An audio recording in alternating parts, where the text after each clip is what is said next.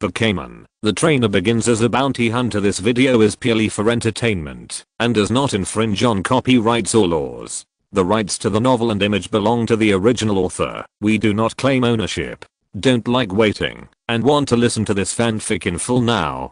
Subscribe to our Patreon, where you'll find the best fanfics. Chapter 526 Golden Relics. I didn't expect that Professor Oak would tell you this in advance. Amy was also a little surprised when she saw Tetsua's face. She thought that he would have to ask to know. But Tetsua hesitated for a moment. Not really, mainly because I saw the photos in the laboratory. I see. Amy nodded in understanding. It's not a big deal. Just know it yourself. Tetsuya said that he understood. The legendary beasts are just a legend to most people in the spirit world. Even if they really appear, only a few people know about them. There is no way. People's greed is endless. And greed alone is not terrible. What is terrible is that there is no self-knowledge at the same time. The Alliance does not want a fool to anger the legendary beasts and end up bearing the inexplicable consequences. Even if the Black Organization has plans against the legendary beasts, they are indeed capable.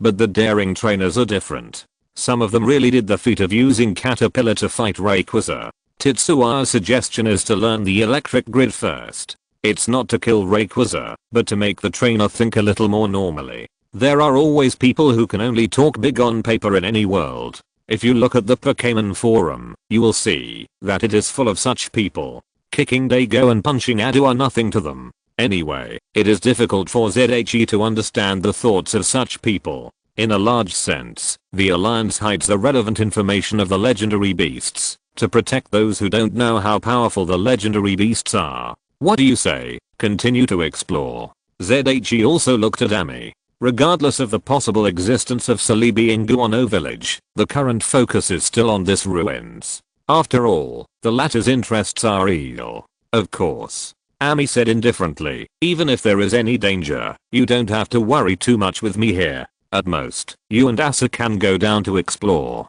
I don't believe that Sushian didn't give Asu a Pokémon for self-defense. Yeah. ZHE also raised his hands and feet to express his agreement. With the increase of strength, he is not as cautious as before when exploring unknown places. If you become stronger, but still act cautiously, you might as well stay in the city. If there is any danger, just run away. The fear is that you can't run away. Retrieving Pidgeot and Magneto, the two walked straight towards the direction of Killer Village. After explaining the details to the middle-aged man in the lead, the other party could only sigh helplessly. Since the village chief has said so, please be careful. Yes, I'll have to trouble you to lead the way. You should know the specific location better than us. Amy nodded slightly to the other party. Wait a moment. The middle-aged man called a few people and gave them some instructions, and then led the way in front. The surrounding area is a typical mountainous area. The yellowish rocks are exposed outside, which looks extremely desolate.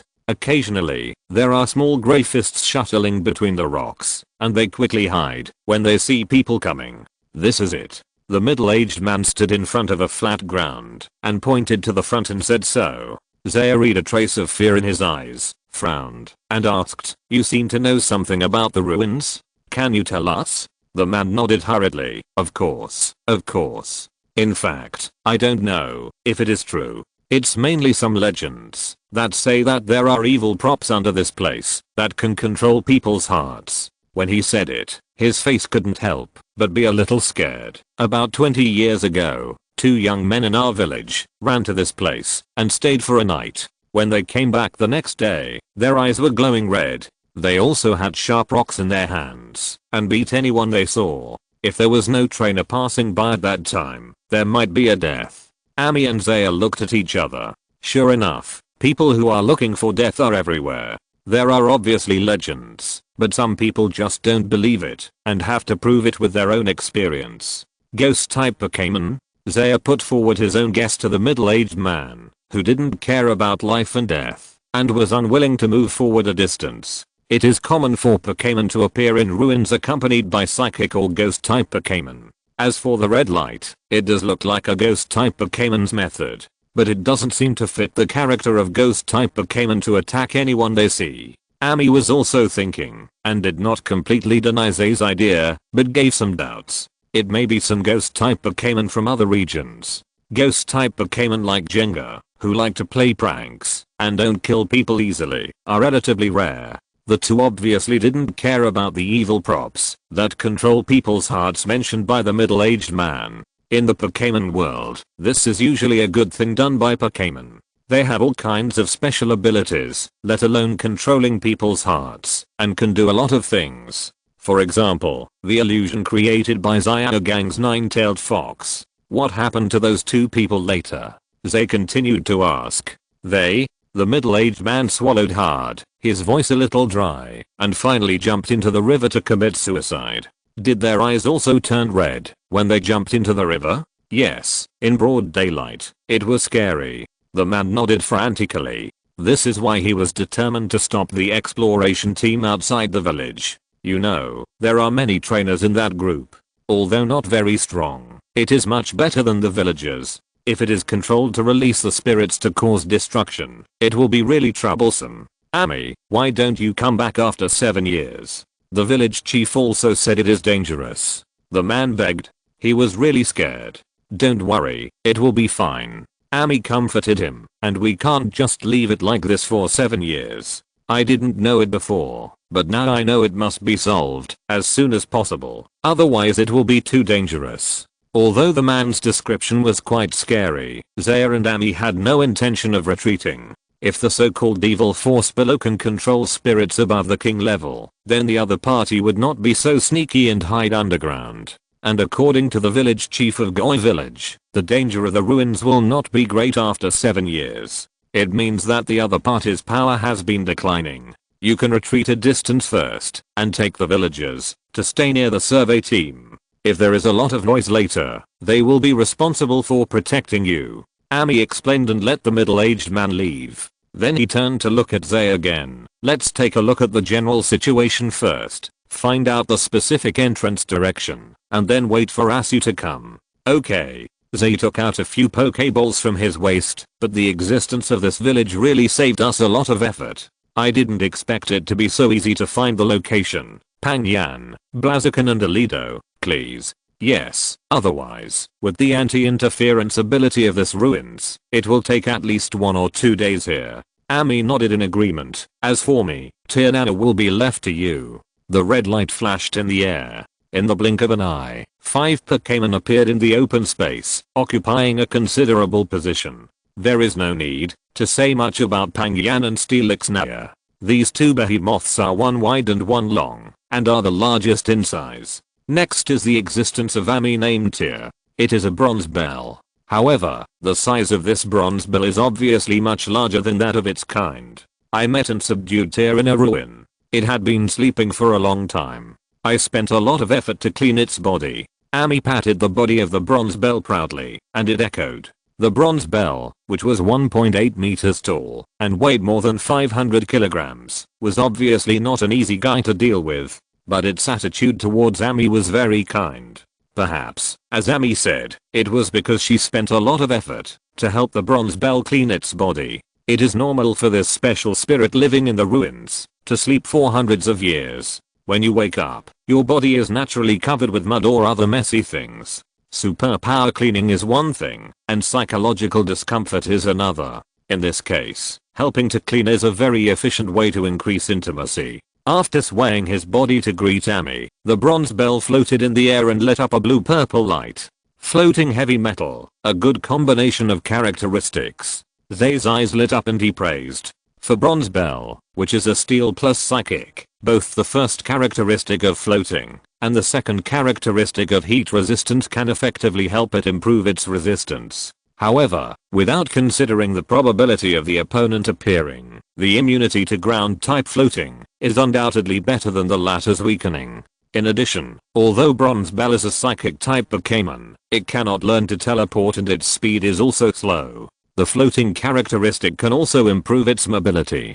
ZHE also thought that the reason why Bronze Bell could not learn to teleport was probably because it was a little overweight. Then let's start here. Seeing that Steelix and Bronze Bell had started to act, ZHE also pointed out the direction. that needed to be explored to his 3 Pokémon.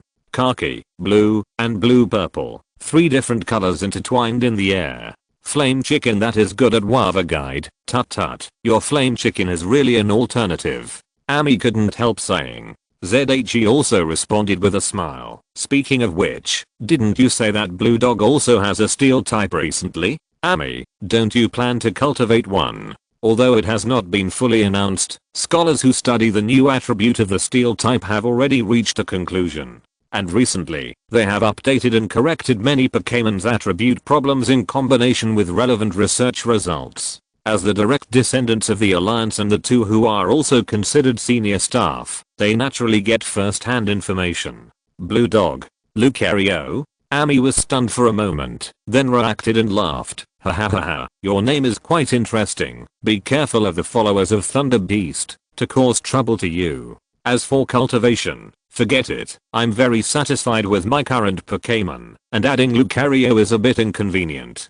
And I don't have a wave guide. It's too difficult to find a Lucario who recognizes me. She put her hands behind her back, and the whole person seemed very relaxed. The 2 chatted, while directing the Pokémon to find the entrance to the ruins, and time passed quickly. Dangoro. A dog cry came from the Panyangui not far away. Zay's eyes lit up. Let's go and see. Panyangui seems to have found something. As he said, he walked quickly to Panyangui's side. Seeing the trainer coming, Onyx also turned the rocks on its body to tell the specific information. ZHE also translated seriously, and Amy was stunned by the way he communicated with the Pokémon. The principle of encrypted communication, quite interesting. Amy, who saw the door, looked at her Steelix thoughtfully. In fact, she seemed to be able to learn this way of communication, which was concealed enough. It was a pity that Steelix's body structure was not as flexible as Onyx and Onyx, so there would be some gaps in concealment and accuracy.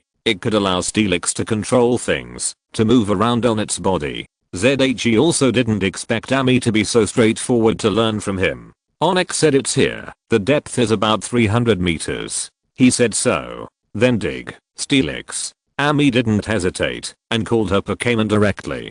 Boom, as a steel giant sank into the ground like entering water. A huge hole appeared in the open space. Countless sands were thrown aside by superpowers. A mound formed at a very fast speed. In less than 10 minutes, a simple passage leading to the underground was built, and the steps were very clear. This is the efficiency that belongs only to elves.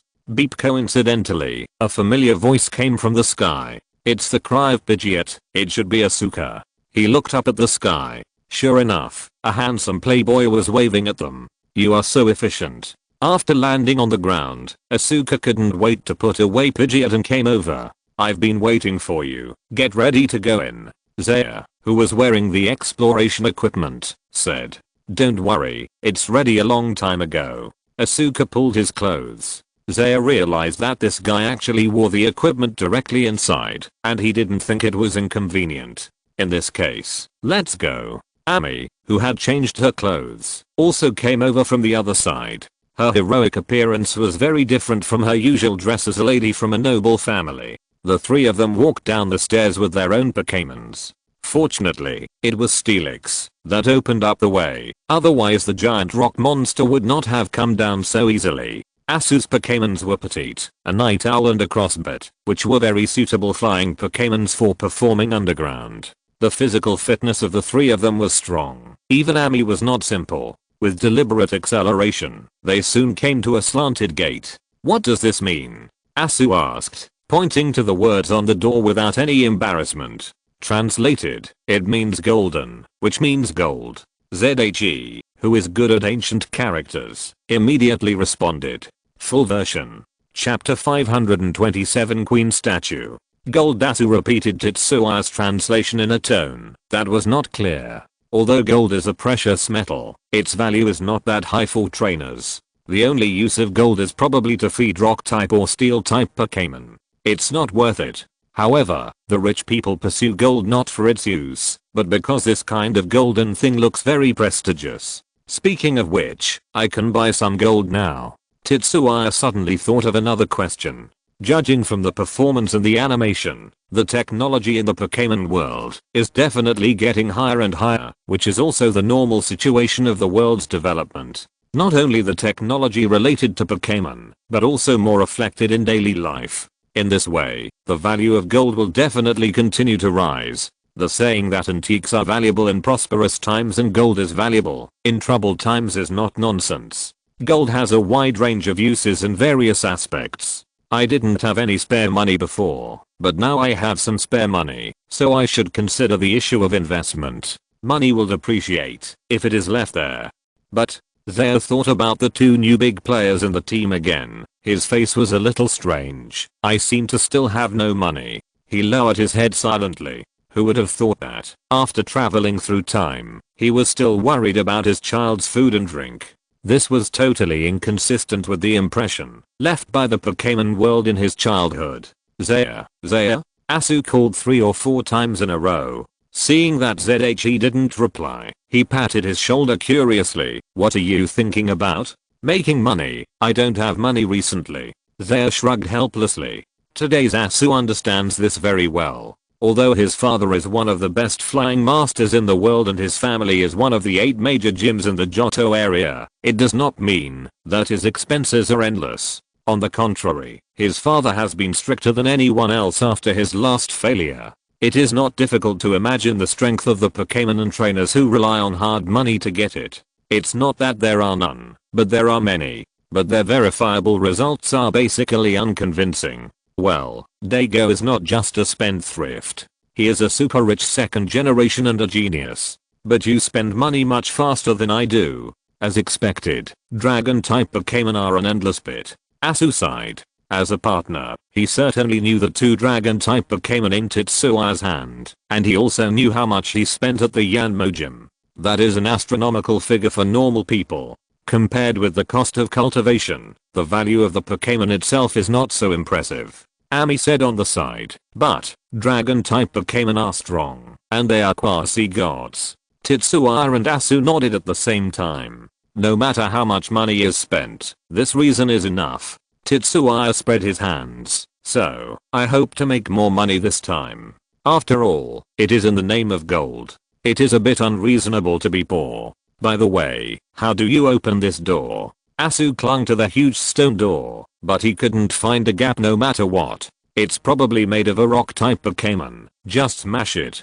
Ami looked weak, but what she said was extremely tough. Tetsuya nodded. I think it's okay. Although generally speaking, such a door will have a mechanism, and forcing it open will probably be dangerous. But for the 3 powerful trainers, this little danger is not taken seriously by them. Among the 3, even the weakest Asuka would be a strong contender for the top 4 or even the champion in the regional conference. In other words, if the mechanism of the door is enough to threaten their lives, then it is better to wait 7 years before exploring this ruins. Giant, use brute force to break it open. After a simple estimate of the thickness of the stone door, Tetsuya decisively gave up the idea of letting Flame Chicken or Alido come. Patting the giant rock monster beside him, he led the other 2 to retreat a considerable distance.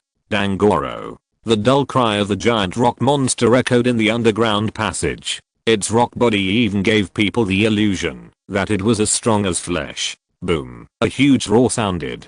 Countless rock debris fell from the top of the 3 people's heads. On the ground, the exploration team and villagers outside the canyon sensed the sound, swallowed silently and evacuated a distance again. Pop pop pop. Asu spit out the dirt in his mouth in annoyance. You made too much noise, and could you have warned me in advance? I was not prepared at all. ZHE, who was perfectly protected by Alido's superpowers, said that it was not his fault. Who told your night owl to go to protect Ami? Gugu the night owl who used telekinesis on Ami's shoulder turned his head a little embarrassedly 180 degrees. Then what else? I can't let Sister Ami become like me. Asu rolled his eyes. Fortunately, he was not a person who cared about such things. Is the door open? Dangoro the giant rock monster slowly moved to the side. A door full of cracks appeared in front of the 3 people. TSK, it seems that we are still a little short, Asu said in a rather sarcastic tone. Zaire did not say anything, but walked over silently, then stretched out his leg and kicked. Crackle. The stone door that was hit by the giant rock monster with brute force was obviously no longer able to withstand any external pressure. Under Zaya's kick, the thick door cracked. With it, Asu's heart also cracked. He opened his mouth to say something, but was interrupted by the two people who disappeared behind the stone door. "No, wait for me," Asu complained and followed behind into the stone door. "Giant rock monster / steel snake, you two will be responsible for guarding outside." Under the care of Zaya and Ami, two huge monsters, one big and one small, landed on the left and right sides of the stone door like door gods. One turned into a green rock, and the other coiled into a circle. Night Owl, use flash. In the dark passage, the V-shaped eyebrows of the Night Owl lit up with a dazzling white light. "Hey, how's it going?" Asu showed his big white teeth. ZHE also looked at him strangely, but didn't say anything. He just quietly put away the flashlight in his hand. Asu was wondering. He saw the light next to Ami. His face froze. "Oops, I forgot that there was also the owner of the Asaji gym here." Ami sighed helplessly. "I originally thought that I wouldn't disturb the Pokémon inside, but now your big light bulb is on. Most likely you know that there are guests visiting." Asu's neck shrank. It seems that he did something wrong. "It's okay, I don't see any movement. Maybe there are no Pokémon inside." ZHE also defended Asu. Ami nodded. "It's indeed a bit strange. Didn't your Blaziken and Alido find it?" Ledo down. Blaziken and Alido both shook their heads. "Even the Wava guide can't find it. Either the Pokémon inside is too strong, or there are no Pokémon at all." Ami crossed her arms in front of her chest and analyzed in a muttered voice. "If it's the latter, then how can this relic interfere with the instrument?" Asu obviously disagreed with this point of view. "I think it's because the Pokémon inside is too strong, or it's very good at hiding its own Wava guide. Although the Pokémon nowadays basically can't do this, who knows how the ancients mastered the Wava guide. Anyway, it should be better than us." Exit. Flame Chicken sprayed a spark from its nose in dissatisfaction. "It seems like beating someone. What to do?" ZHE also patted Flame Chicken's shoulder to comfort it. "It's not impossible. Anyway, let's go in and take a look first." Asu also realized that what he said just now was a bit wrong and smiled apologetically at Flame Chicken. "That's not what I meant. It's mainly a reasonable analysis." "A reasonable analysis?" He smiled awkwardly. Exit. Flame Chicken nodded unhappily. "It was just for the sake of the trainer. Otherwise it would definitely be the first to make a move and knock the other person unconscious when it was obvious that he was at rag." Ignoring Asu, who was busy admitting his mistake, ZHE also raised his head and looked at the rock murals on the passage. "It's a story about a queen ruling a country." His face was a little surprised. In the past, elves were regarded as magic beasts rather than human companions, so the risk factor in ancient times was very high. In this case, if you want to become the king of a country, the most critical factor is to have a strong fist, strong enough to deal with a considerable number of elves. Because of the natural gap in strength between men and women, the throne of a country is generally occupied by men. Even now, looking at all the regional forkings and regional champions, the proportion of male trainers is obviously much higher than that of female trainers. This is probably one of the reasons why, when Sharona ascends to the championship throne in the future, her popularity can be comparable to that of Watari and Dago. Strong strength is one aspect, and being the only female champion in several nearby regions is another aspect. However, female trainers are not without their own advantages. They are generally gentle in character, and their achievements in breeding and coordinating are visible to the naked eye. In these two fields, especially the former, male trainers can be said to be beaten. If it weren't for the appearance of Mikali, the latter would probably not be much better. She is a very powerful queen. Looking at the plot shown on the mural, Ami couldn't help nodding. It's a bit exaggerated. It should be the power of the elves, but it's not painted on. Zay has also seen many ruins. Naturally, he knows how much gold is contained in these ruins murals. The one in front of him is obviously processed by art. Is this a rumbling stone? It flew away with a wave of the hand. It's really blind. Asu also complained. It's understandable. Ancient people described the rulers in this way. It's good that the queen didn't turn into a three-headed and six-armed demon. Yeah, didn't we have it last time at Green? A good person turned into a shadow monster. It's true. The three walked in while admiring the murals. This passage is unexpectedly long. After walking for nearly 10 minutes, a fairly wide hall appeared in front of them. It feels a bit small. Zay frowned and gave Asu and Amazin a evaluation. Indeed, the building hall in front of them, which was built with bluestone, is only about 100 square meters. If it is in the center of the current Kanto Golden City, then these 100 square meters are worth some money. But for the queen in ancient times, tens of thousands of square meters would be considered small, not to mention 100 square meters. In the elf world, the least valuable thing is land. As long as you can beat the wild elves, you can find it everywhere. Rather than saying that this is the remains of the Queen's Golden Palace, it is better to say that it is a simple underground warehouse. Because of the long time, the air in the ruins is a little turbid, but it is still no problem for 3 people to breathe. The bluestone paved ground is full of dust, and no bones are seen. The walls have become a little bumpy and quite shabby due to the invasion of time. At the end of the hall, a 2-person high female stone statue is standing in front of a golden throne. This should be the queen, Asu said with a little guess. I think so. Zay touched his chin and observed the statue in the distance. The other party wore a golden mask on his face and held a golden scepter in his hand. A fist-sized red gem was inlaid on the top of the scepter. It's like Sea Soul Scepter? Zay's brows wrinkled subconsciously. Except for the different texture of the scepter in front of him is completely the same as the Sea Soul Scepter he saw before. He would not think this is a coincidence. There are so many types of scepters, why are these two the same? I feel that this scepter seems familiar. Ami also frowned. As the owner of a city gym near the Whirlpool Islands, she is naturally not unfamiliar with the Sea Soul Scepter. What did you find?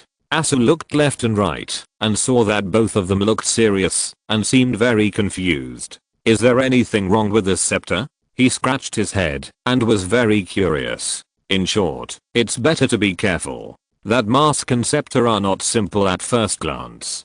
Zay's face was very serious. After so many years, there is actually no dust on it, but other places are covered with dust. That's right. Ami nodded in agreement. Asu looked helpless. What on earth are you talking about? What is not simple except for the dust? Can you be more direct? Just when the 3 stopped and hesitated, but a barely detectable red light lit up at the gems on the top of the mask and the scepter. After 1,000 years, when the mask and the scepter, which had been silent for 1,000 years, felt humans approaching, they reacted again. Oops. By the time the 3 realized that something was wrong, 6 red lights had already attacked them. 4K2. Keep working hard. Recently, there is another theme of the advent of elves, the kind at the earliest fusion time point. The FL1 started first, and it's pretty good. The QD1 is all seedlings. You can look for them, such as popular science elves, popular science Pokémon, etc. Chapter 528 Inspiration. Before the trainers could react, the Pokémons immediately took action. Earned only Dogugu blue or purple energy lights flickered in the bluestone hall. The Pokémons had a clear idea, which was to prevent the meaningless red light from touching their trainers. Who knows what harm this thing will cause? They don't want their trainers to be in danger. The next moment, when the 3 energies of different colors collided with each other, a strange scene occurred.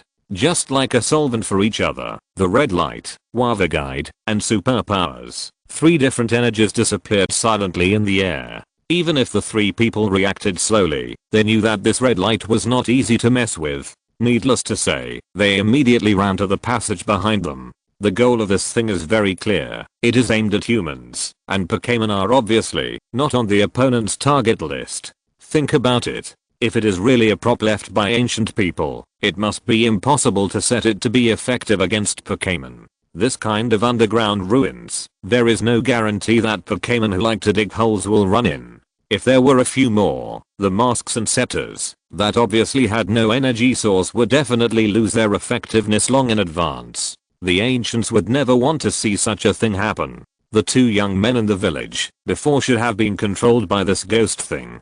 Tetsuya and Ami, who had heard some information from the middle-aged man, had similar thoughts in their minds at the same time, and their faces were very serious. According to the man, the final result of the 2 young men was quite tragic. No one wanted to try to experience it for themselves. The 3 people fled in panic and looked quite embarrassed. The 4 Pokémon behind them were not in a good state either. While this red light was eliminating their energy, it was also consuming a lot of their physical strength. Lido, who had the lowest strength level, had sweat all over his forehead. However, in just 3 or 4 seconds, it felt more tired than if it had fought at full strength for 10 minutes. Get off. Seeing this, Flame Chicken took a deep breath, and a strong blue light burst out of his eyes again. Although it does not have as much wave energy as the wave Pokémon Lucario, but relying on its powerful strength, it has a much better effect than Lido. The Night Owl and Bronze Bell on the side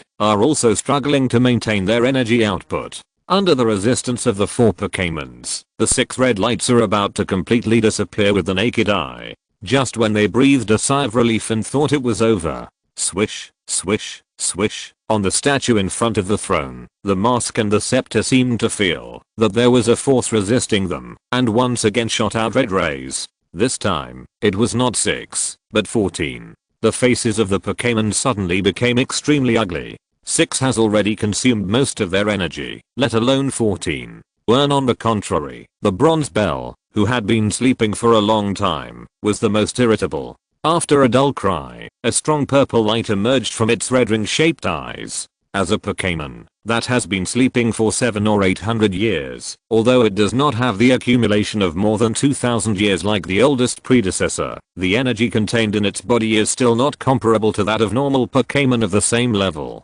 Exaggerated superpowers emanate from its body. The overwhelming purple light seems to completely cover the red light. Even so, the other 3 Pokémon still did not relax. In their perception, the danger has not faded. Although the amount of energy contained in the Bronze Bell is indeed a lot, it cannot release it in an instant due to its own body. It is like opening a floodgate to release water. The opening is so small, and the amount that flows out per unit time is constant, and has an upper limit. Unless you risk your life. Otherwise, the Bronze Bell alone cannot intercept all the red light. Under the gaze of the remaining 3 Pokémon, 10 faded red lights broke through the blockade of the Bronze Bell and shot straight towards the trainers, who ran away behind.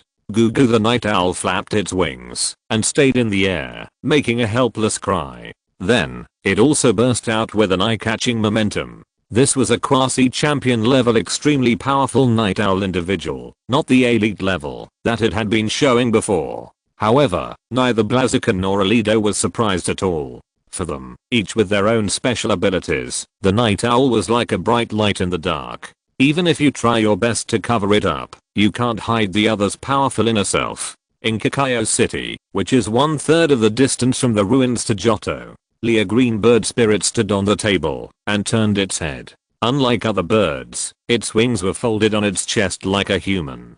"What's wrong, Shinran bird?" a gentle male voice sounded. Sushin put down his pen and glanced at his companions. There was no communication between the man and the spirit. Sushin nodded. "Is there a problem in the ruins? It doesn't seem to be a simple place. However, with Ami here and Nighthawk, it shouldn't be a big deal." As he spoke, a trace of worry flashed in his eyes. Although he said so when he set out, he gave Nighthawk the order, "Don't take action unless it is absolutely necessary." Sushin couldn't imagine. What kind of ruins is it that can cause such a dangerous situation under the leadership of a formal gym leader? "You know, Ami is quite strong. I hope Ziosu is okay." Sushin sighed and didn't want to continue to deal with the affairs. He stood quietly in front of the window and looked into the distance. How can a trainer grow up without experiencing danger? All he can do is to give his son the last protection. This is much better than when he was taken around by RC.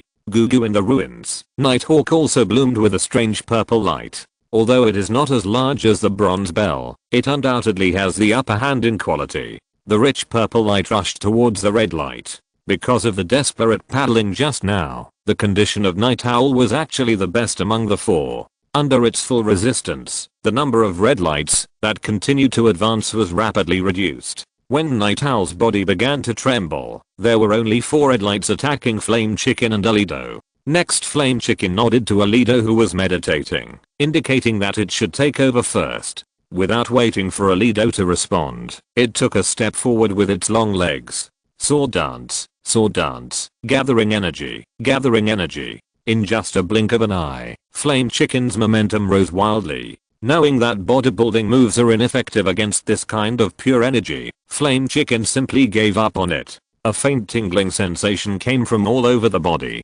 Flame Chicken, with an extremely concentrated mind, exhaled deeply. Next, with a pull and a push of its claws, a dark blue ball of light flew out rapidly. A few simple movements seemed to have drained everything from Flamech. When the wave missile flew out, its legs softened, and it knelt on one knee. Owl was in good condition because of slacking, but on the other hand, it and Alido consumed a lot. But Flamech didn't think anything was wrong. These things are all conserved. If Owl had put in a little more effort just now, so that its consumption was not so great, then now Owl would definitely not be able to block all 6 rays of light. The result is still the same. The dark blue ball of light blocked the remaining light like an indestructible shield. However, its color is also fading with time.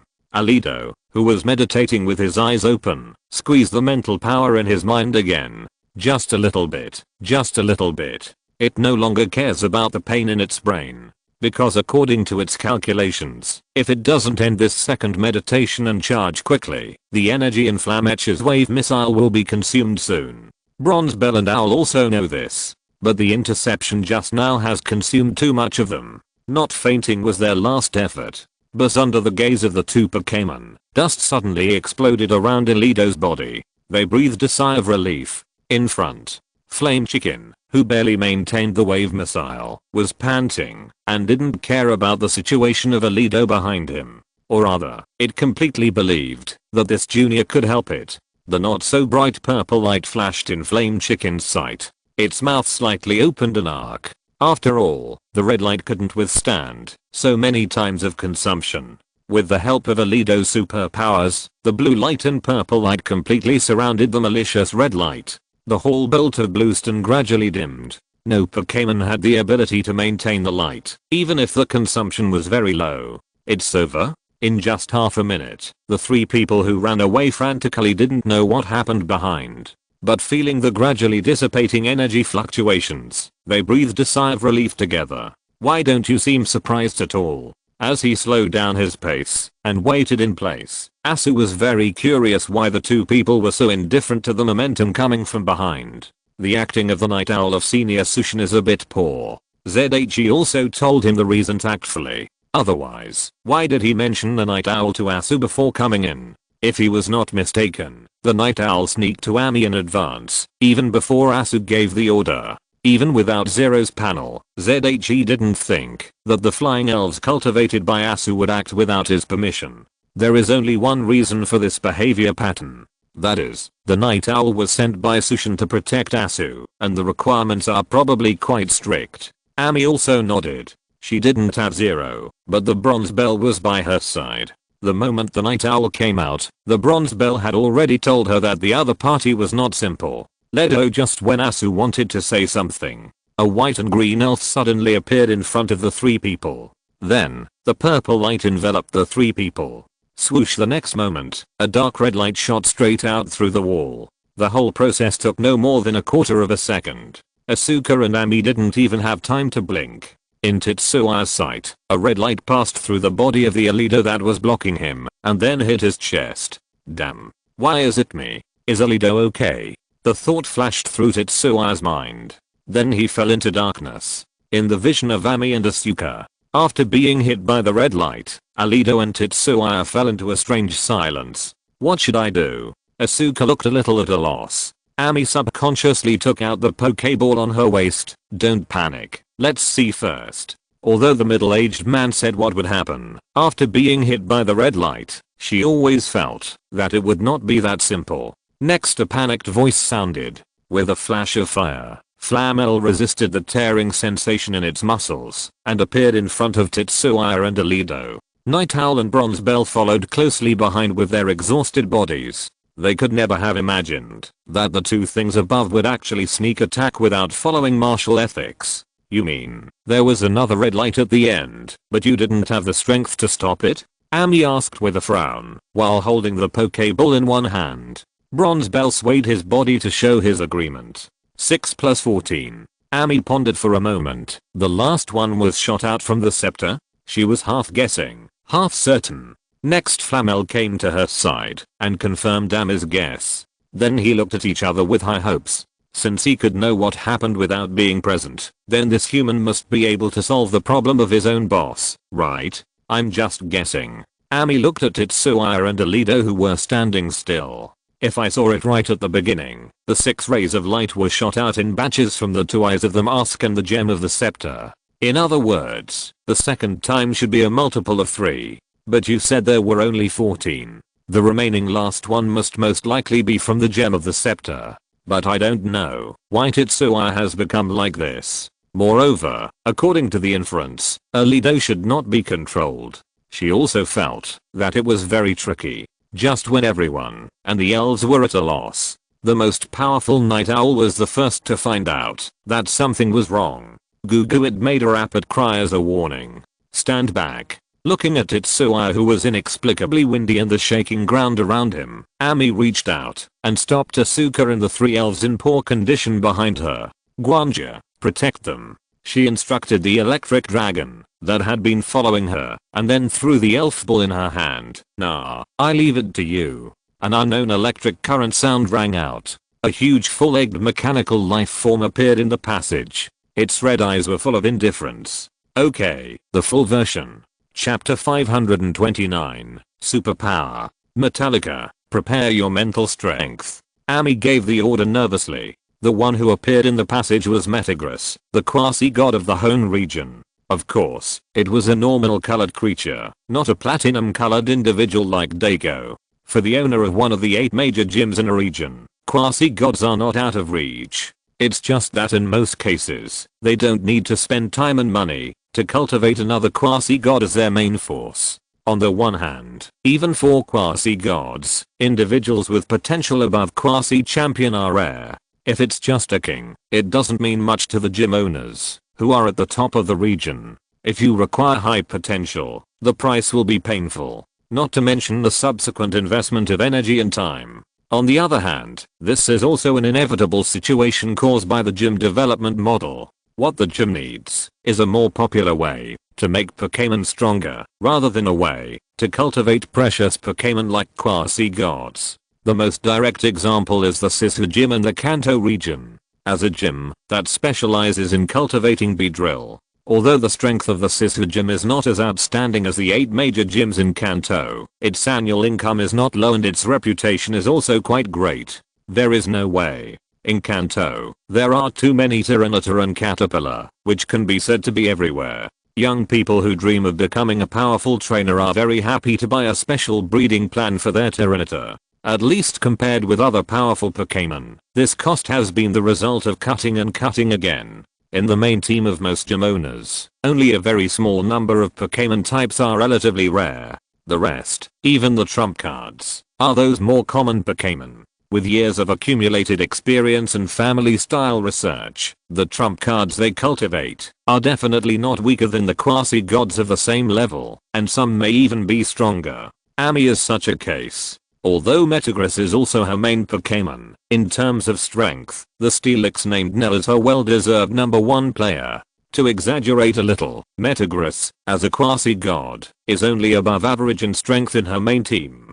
Quasi-gods are strong, but not all quasi-gods are ridiculously strong. Under Amy's command, purple light flashed in Metagross's red eyes. An invisible force enveloped Tetsuya and Alido, ready at any time. Metagross, can you analyze a reason for this situation? Amy looked at her Pokémon. The most outstanding feature of Metagross is not its combat ability, but its extremely powerful computing and analytical abilities developed based on its physical characteristics. If a Lakazam, with an IQ of 5000, is an absolute pervert, then Metagross, whose 4 brains work together, and whose computing power is still higher than that of a supercomputer, is the pervert among perverts. Many researchers believe that for Metagross and a Lakazam, the command of the trainer is actually a hindrance, unless their trainers are also called Nancy or Dago. Hearing Amy's words, Metagross, who maintained his strong mental thoughts, seemed to have no movement. However,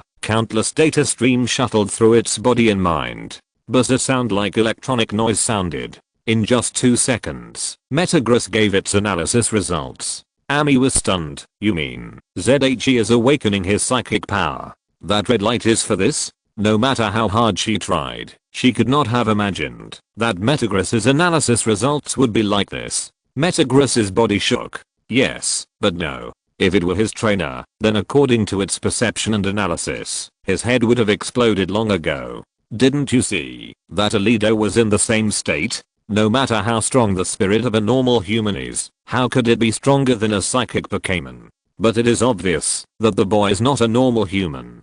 Metagross found that according to its own database, it was impossible to analyze the reason why the other party's spirit was abnormally strong. Abnormally strong spirit? Amy frowned and thought of the rumor that was spreading among the gym leaders.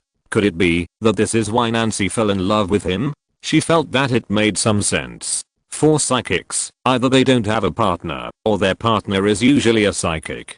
Otherwise, the difference in life concepts is still quite troublesome. However, aren't the superpowers awakened after birth week? Why is it so strong? Amy looked at Tetsuya, whose feet were suspended in the air. This level of superpower is already the top existence among human superpowers, except for a few people. Most superpowers, let alone lifting themselves up, would sweat even if they bend a spoon. Flame Chicken was listening on the side with a confused face. It could understand the conversation between a person and a spirit separately, and what it meant when put together. Could it be that its boss is going to become a spirit? Just like Alido? Will it be dangerous? Next, it asked Metagross. Metagross glanced at Flame Chicken, analyzed the difference in strength between the two sides, and slowly made a denial. The most dangerous time is the moment of being hit by the red light. Since there was no big problem at that time, nothing too dangerous would happen afterwards. Wind, levitation, ground shaking, stone crushing, etc. are all caused by the overflow of energy during the awakening of superpowers. Metagross said that he was not very familiar with this matter. From the evolution of Iron Dumbbell to Metal Monster to the final form now, it has never had any problems in controlling its own power. Bronze Bell said that he had something to say. Amy explained it in detail. When Bronze Bell just woke up from the underground, his brain was confused because of the accumulation of two powerful superpowers, and his combat power was quite amazing. Next, Flame Chicken nodded as if he understood. Anyway, what this means is that it's all good and no bad, right? That's about it. At least it's a good thing for your trainer. Amy also breathed a sigh of relief. Fortunately, it was Tetsuya who was shot instead of her or Asaku. Otherwise, it would be really barbecue. Asaku looked at Tetsuya with some envy and fear. Compared with superpowers, he still felt that his life was more important. It's just a pity. Superpowers, super cool. Time passed little by little. The superpowers around Tetsuya were so strong that they were visible to the naked eye. Metallic, are you sure this is normal? Amy couldn't help sweating on her forehead. Even though she was a top level trainer, she had never seen such a scene. This guy's ability, can't it be better than that superpower queen? Although she knew it was unrealistic, a different thought flashed through her mind. Tetsuya at this time had become completely different from the beginning. Not in appearance, but in temperament. With his eyes closed, he gave Amy the feeling of a king overlooking the earth. Fortunately, the hair that floated backwards with some anti-gravity reduced this feeling a lot. Metagross said that it could not answer the trainer's question because it did not have enough data to draw a conclusion. It only knew that according to the speed at which this man's superpowers increased, in 10 minutes, its mental strength would not be able to resist the pressure of the other party's external power. It's not that it can't deal with it, but passive protection is too demanding for it. If it is possible to ignore the damage to the surrounding environment and the safety of people, then Metagross has plenty of ways to get rid of the human on the opposite side. Unfortunately, this is impossible. Flame Chicken looked a little anxious. It has recovered some of its physical strength and tried to use the Wava guide to connect to Tetsuya's heart. Bang! The next moment, a fiery red figure flew out and slammed into the wall. Metagross shook its head speechlessly. Isn't this pure suicide? For unconscious psychic awakeners, the interference of external forces will only make his psychic power automatically run to protect his body. In other words, the relationship between the two is that of trainer and partner, otherwise the end will be even worse. Speaking of which, where is the Alido? Knowing that he can't help much, Asuka cast his eyes on the somewhat inconspicuous Alido next to Tetsuya. Compared with the trainer who is full of strange phenomena around him, it seems to have simply fallen into a deep sleep. Metagross couldn't help but flash a trace of envy in his indifferent eyes, and then answered Asuka's question in mechanical language. The reason why Lido didn't react is because it is a psychic Pokémon. When the target is a human, the red light, whose specific function is still unknown, has a positive effect on it.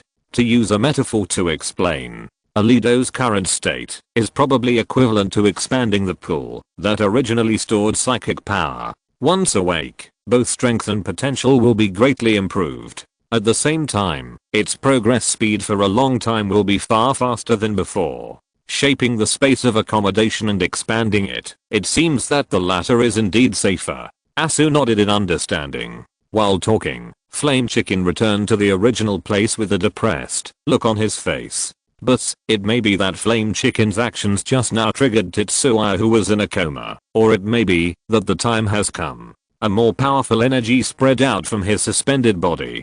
Caught off guard, Metagross retreated 5 or 6 steps before stabilizing his body. We should prepare to retreat, Ami said with an unpleasant face. When the Metagross cannot protect them, then facing Tetsuya, who has unconsciously awakened his superpowers, their safety factor underground can be imagined. But Asu stretched out his hand and opened his mouth, but he didn't know what to say. Indeed, it's too dangerous for you to stay here. It's better to leave first. After a short daze, Flame Chicken also returned to normal. Its voice rang through the Wava guide in the hearts of the two. What about you? Ami looked at it. Wait, I believe it will be fine. Flame Chicken's tone was very firm, and the answer was also simple. Be careful. Before you wake up, you are on your own. After you wake up, you will also have to rely on him to temporarily lose his abilities. Ami briefly explained a few words, and very swiftly put away the bronze bell and electric dragon in poor condition. Metagross, take us out. In a critical situation, she didn't even call the name of the Metagross. The body of the Metagross sank slightly, and Ami sat on it without saying a word. What about me? Asu pointed at herself. Gugu on his shoulder rolled his eyes in annoyance. The blue-purple light immediately enveloped the opponent. It was impossible to resist, but it was still a piece of cake to carry someone. Looking at the sound of 2 people and 2 Pokémon going away in the passage, Flame Chicken quickly turned his attention to his own trainer. Looking around, it kicked its legs and disappeared from the spot. The direction it left was the Bluestone Hall. The trainer seemed to be talking about taking those 2 things. It thought so. The wave power just now was not completely in vain. At least Flame Chicken heard a little bit of Tetsuya's thoughts. That's why it was so relieved and decisive to let the other 2 leave. Hiss. What Flame Chicken didn't see was that after it left, a stone next to Tetsuya slowly rose up. Then, dust like powder fell from the stone with a rustling sound. In just a few seconds, the stone disappeared into the air. Then, the second and third stones were in trouble and were ground into powder. This was not the end. At a certain moment, part of the soil above Tetsuya's head and under his feet suddenly disappeared.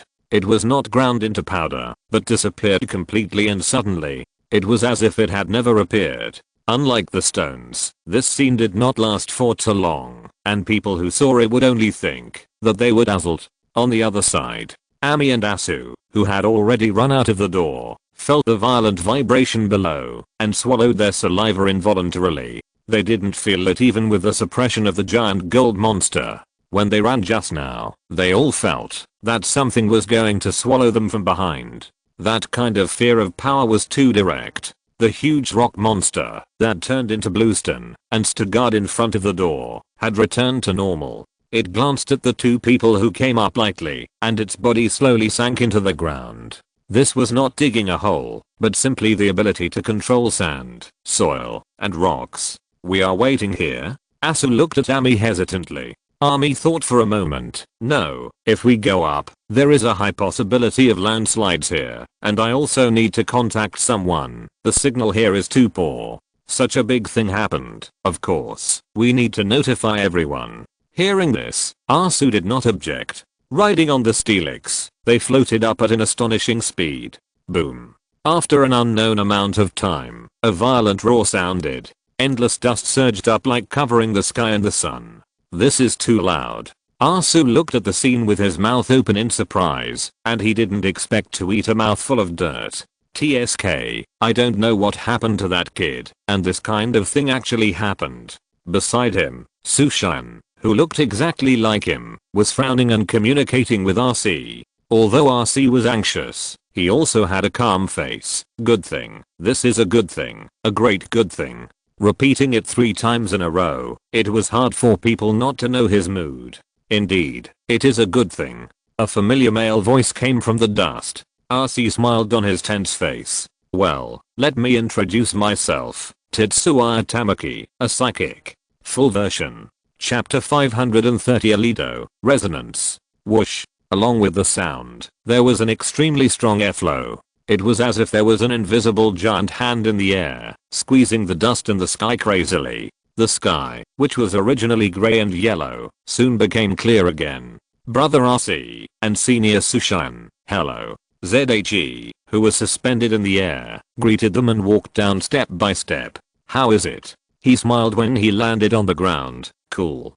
You kid. RC scolded with a bad smile. The heartstrings that had been tense for nearly an hour finally relaxed. With it came a huge sense of joy. Sushan looked at his friend who was grinning from ear to ear and knew what he was thinking. While sighing that the other party was really lucky, he looked at his stupid son with a look of regret. Arsu looked at a blank face. No, why are you looking at me? Didn't you hear the Metagross say that, if it was me, it would probably be Bang? And isn't my father also an ordinary person with no ability? It is impossible to say that Sushan has no ability at all. As a friend of RC, although he is not a master of fighting, after years of training, Sushan can still easily deal with a few people. However, this level of strength is just like a hand in front of RC, let alone a superpower.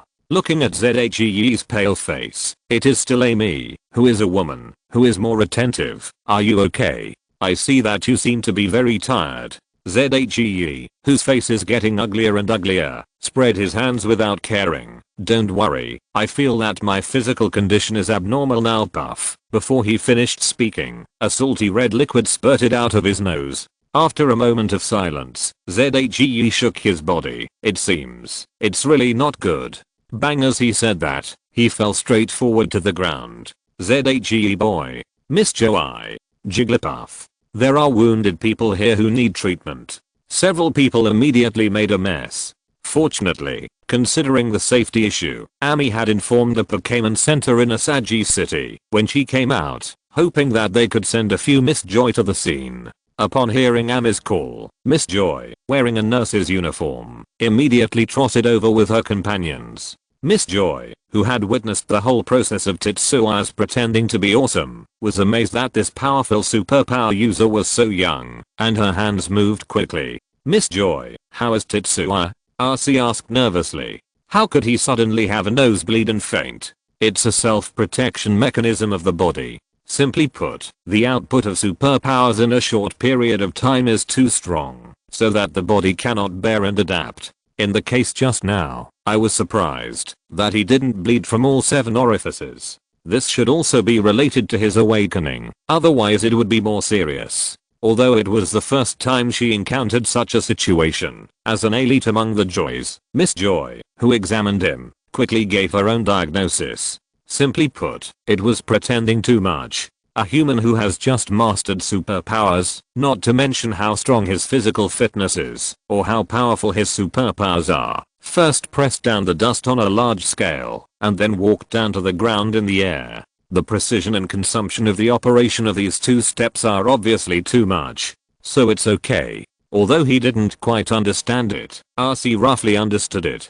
Joey operated the simple inspection instrument back and forth. The conditions in the wild are relatively limited, but from the data, it only takes a month to recover to normal. 1 month. RC didn't even frown. That's not bad. It just so happens that his gym challenge has also been completed. Next, He just needs to wait for the regional conference to start. Regional conference? Joey, who was busy with work, was obviously a rare individual who was not obsessed with gossip. She glanced at the young man lying on the ground with a strange expression. Considering the superpowers displayed by the other party, Joey felt that this was probably to bully people. Oh, right. RC patted his head. I brought a bottle of secret medicine from home. Miss Joy, see if it works. He took out a small red bottle from his pocket with a lightning label on it. If the person who took it out was not the owner of the Azure Gym, this kind of secret medicine would definitely be a fake product. It's useful. It can help him wake up earlier. Joy stretched out her hand to take the small bottle and explained. However, my suggestion is that, even if you use the secret medicine, it is best to keep it for about 7 days. Otherwise it will easily cause problems again. I understand. Control the power. I'm familiar with this. RC patted his chest to show that he understood. Miss Joy looked at Jigglypuff. Then, I'll trouble you. Jigglypuff, use the life drop. Lucky the pink contender. Jigglypuff narrowed his eyes and smiled in response to his trainer. A bright blue energy wave condensed on his hands. Seeing this, Joey immediately opened the secret medicine, placed it on top of Tetsuya's body, and poured it down. Lucky Jigglypuff muttered to himself. Drops of secret medicine were controlled by it and evenly distributed on Tetsuya's entire body. The light that flickered from time to time undoubtedly attracted everyone's attention. When all the secret medicine disappeared, Jigglypuff sighed as if relieved. This kind of extremely delicate work is also a big challenge for it. This is a secret medicine, and the price on the market is ridiculously high. If you make a mistake by accident, it will be a very troublesome thing. But looking at RC's appearance, it seems that he doesn't care at all. After all, for the Azure Gym that produces secret medicine, the value of secret medicine cannot be said to be low, but it is definitely not high. He usually likes to use this thing to heal injuries, and he heals very quickly. Yuriko has talked to him about this more than once, but basically nothing happened. About 15 minutes. He will wake up soon. Looking at the display of the examination instrument, Miss Joy said her guess with certainty. A groan sounded as she finished speaking. Joy's face rose. Looking down, the young man in front of him had already raised his hands to cover his head. It hurts so much, he exclaimed with a grin. Although she was very angry that the other party woke up at this time, the doctor's instinct still made Miss Joy respond immediately. Hello, do you remember your name? At first hearing this question, ZHE, who did not open his eyes, was still a little confused. But after opening his eyes and taking a look at the person asking the question, he also understood the general situation now. It's Miss Joy and Jigglypuff. Thank you. My memory is very good. There is no problem, but it's a little uncomfortable. His brows were tightly knitted, and the whole person looked listless. You consumed too much energy all at once. RC came over and said unhappily, you consumed so much energy right after you got superpowers. If you don't have a headache, who else would have a headache?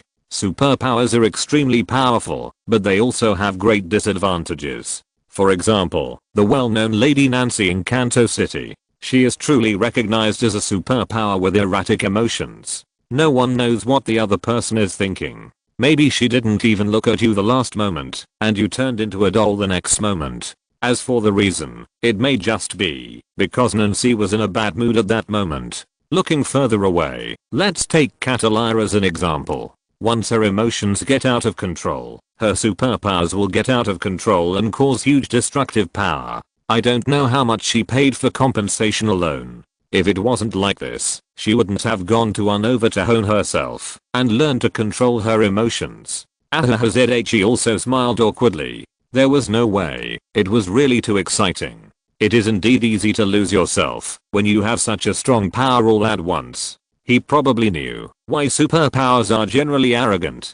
Forget it. Take a good rest first. We'll talk about it after you recover. RC wanted to ask for clarification, but after looking at Zaya's appearance, he chose to give up. Ami, I'll trouble you for a while. He probably doesn't look like he's suitable to go to my Azure Gym, so he should rest in your shallow gym for a few days.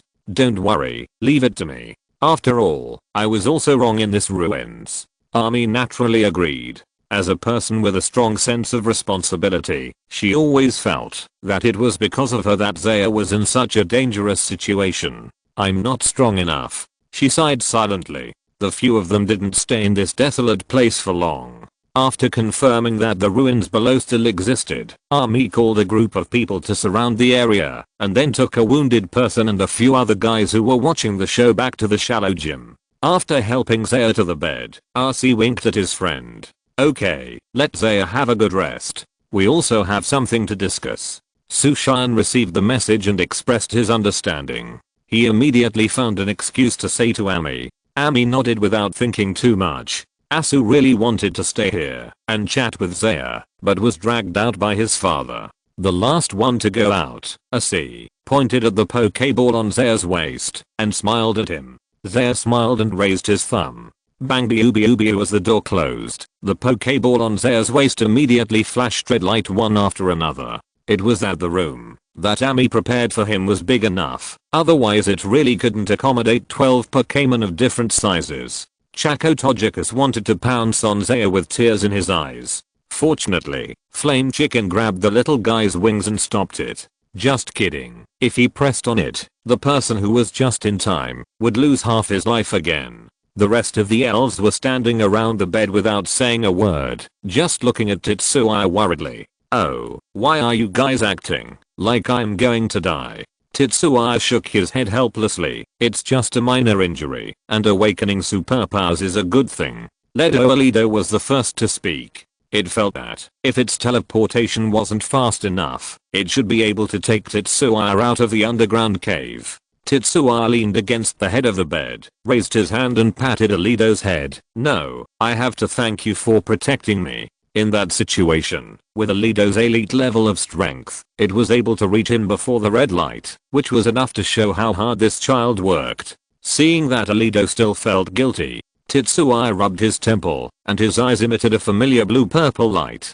See, I said it was a good thing. The elves were about to stop him, but Tetsuya waved his hand to tell them not to move. His voice rang in Alido's heart. At the same time, a bluish-purple light involuntarily appeared on the body of Alakazam. What is this? Alakazam was somewhat confused. It felt that the energy in its body was constantly increasing. Zaya, who looked a little pale again, frowned and stopped outputting his psychic power. Correspondingly, Alakazam's momentum became completely different from before. Alakazam category, Blade Pokémon attributes, Psychic plus Fighting level, level 47, Elite, / level 59, Quasi Champion, Temporary, Potential, Champion. On the 0 panel, the status of Alakazam is clearly visible. This is probably the source of Nance's champion level Alakazam. Zaya thought silently, while taking a deep breath to adjust his state. If Alakazam's level is higher and reaches Quasi Champion, his state will be better, and not as exhausted as it is now. Zaya has every reason to believe that Alakazam's strength will be forcibly raised to the level of the king, and it will be the kind of king level that is extremely close to the Quasi Champion. Bond evolution? Or bond enhancement? No, this is my superpower, which has little to do with bonds. What is this state called? Resonance. A familiar voice sounded in Tetsuya's heart. Hey, recovered? He responded in the same way with a smile. Alido beside the bed didn't say anything, but its thoughts appeared in Tetsuya's heart at the same time. At this moment, one person and one elf are truly a whole. Resonance of superpowers, resonance of spirits, and resonance of hearts. This is what Alido thinks. There are no completely identical things in the world, but because of the red light, Tetsuya and its superpower mental fluctuations strangely overlapped on a large scale. This is why one person and one elf have such a situation. So, everything is arranged by fate. Tetsuya smiled and said to Alido, Naz's Alakazam must have been looking for a long time. It is extremely difficult to have the same appearance, let alone the spirit. Tetsuya estimated that, when Nance's Alakazam was not in this state, it was most likely a quasi-champion level Pokémon, or even just a king. He was quite self-aware. Compared with Nance's superpowers, he was still a younger brother. HMPH Tetsuya suddenly let out another muffled groan. Okay, the full version. Chapter 531 Training, and Training. Seeing the trainer's face turn pale in an instant, the Pokémons were horrified. Feeling the needle-like pain in his head, Zaya waved his hand nonchalantly. "It's okay, I know what to do." As he said that, he interrupted the mental resonance with Alido. Alido's momentum instantly weakened a lot. The blood color returned to Zaya's face again. Ledo couldn't help but feel a little dazed. Few people or Pokémon can remain indifferent to the sudden power. "How is it? It feels good, right?" Zaya leaned on the bed and asked happily. "External force. There is no such thing in the Pokémon world. Whether it is in a regular battlefield or a battle in the wild, Pokémon are not the only ones participating in the battle. Trainers are also one of them. If it were not for the purpose of ensuring personal safety and a certain fairness and watchability of the game, the competition rules formulated by the league would not appear. And among them, it is naturally impossible to limit the trainer's own ability." Hearing this, Alido nodded hesitantly. As a psychic Pokémon obsessed with fighting, it certainly knows that this is not a good idea. A too simple acquisition process will only make its desire for strength become lazy. But, it smells so good. Looking at its tangled face, ZHE didn't care. "Don't think too much. This is the power we actually have, and the consumption is also quite large. Otherwise, your control of power just now wouldn't be so good, right? And this kind of power improvement is still based on your own strength. If your strength is too weak, I can't carry you." Alido expressed understanding. But looking at its expression, ZHE also estimated that it would take a while for it to figure it out. He turned his head and said to the other Pokémons, okay, go back. I don't have anything to do anymore. I just need to rest. Blaziken, put them all back into the Pokéballs. I'm sorry to bother you these days." Down Blaziken responded, stretched out its claws, and took away a series of empty Pokéballs from Zay's waist. There was another burst of red light. The only Pokémons left outside were Pidgeot and Blaziken. "What, don't you want to go in and rest?" Beep. Pidgeot, who was resting on the ground, shook his head. "It still prefers to stay outside." "Get out?" Flamel didn't understand why the big brother looked so calm. "The trainer is almost dead."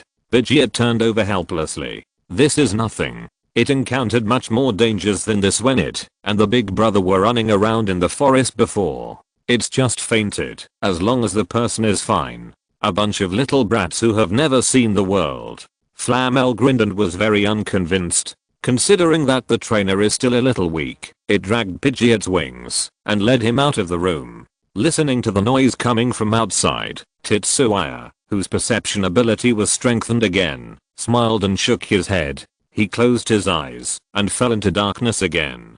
Half a month later. "Alido, use teleport." Tetsuya's full-bodied voice came from a forest outside Asagi City. The faint fluctuation of superpowers swept by. The illusory world flashed in Tetsuya's eyes. When he came back to his senses, he was already standing in the room of the Asagi gym. Not bad. The accuracy is a little higher than yesterday. Looking down at the circle, drawn with white chalk under his feet, Tetsuya patted Eldon's shoulder with great satisfaction. Like Eldon, his eyes were also emitting blue-purple light at this time. The teleportation just now was not the ability of Eldon alone, but the effect of resonance with him. Eldon responded calmly.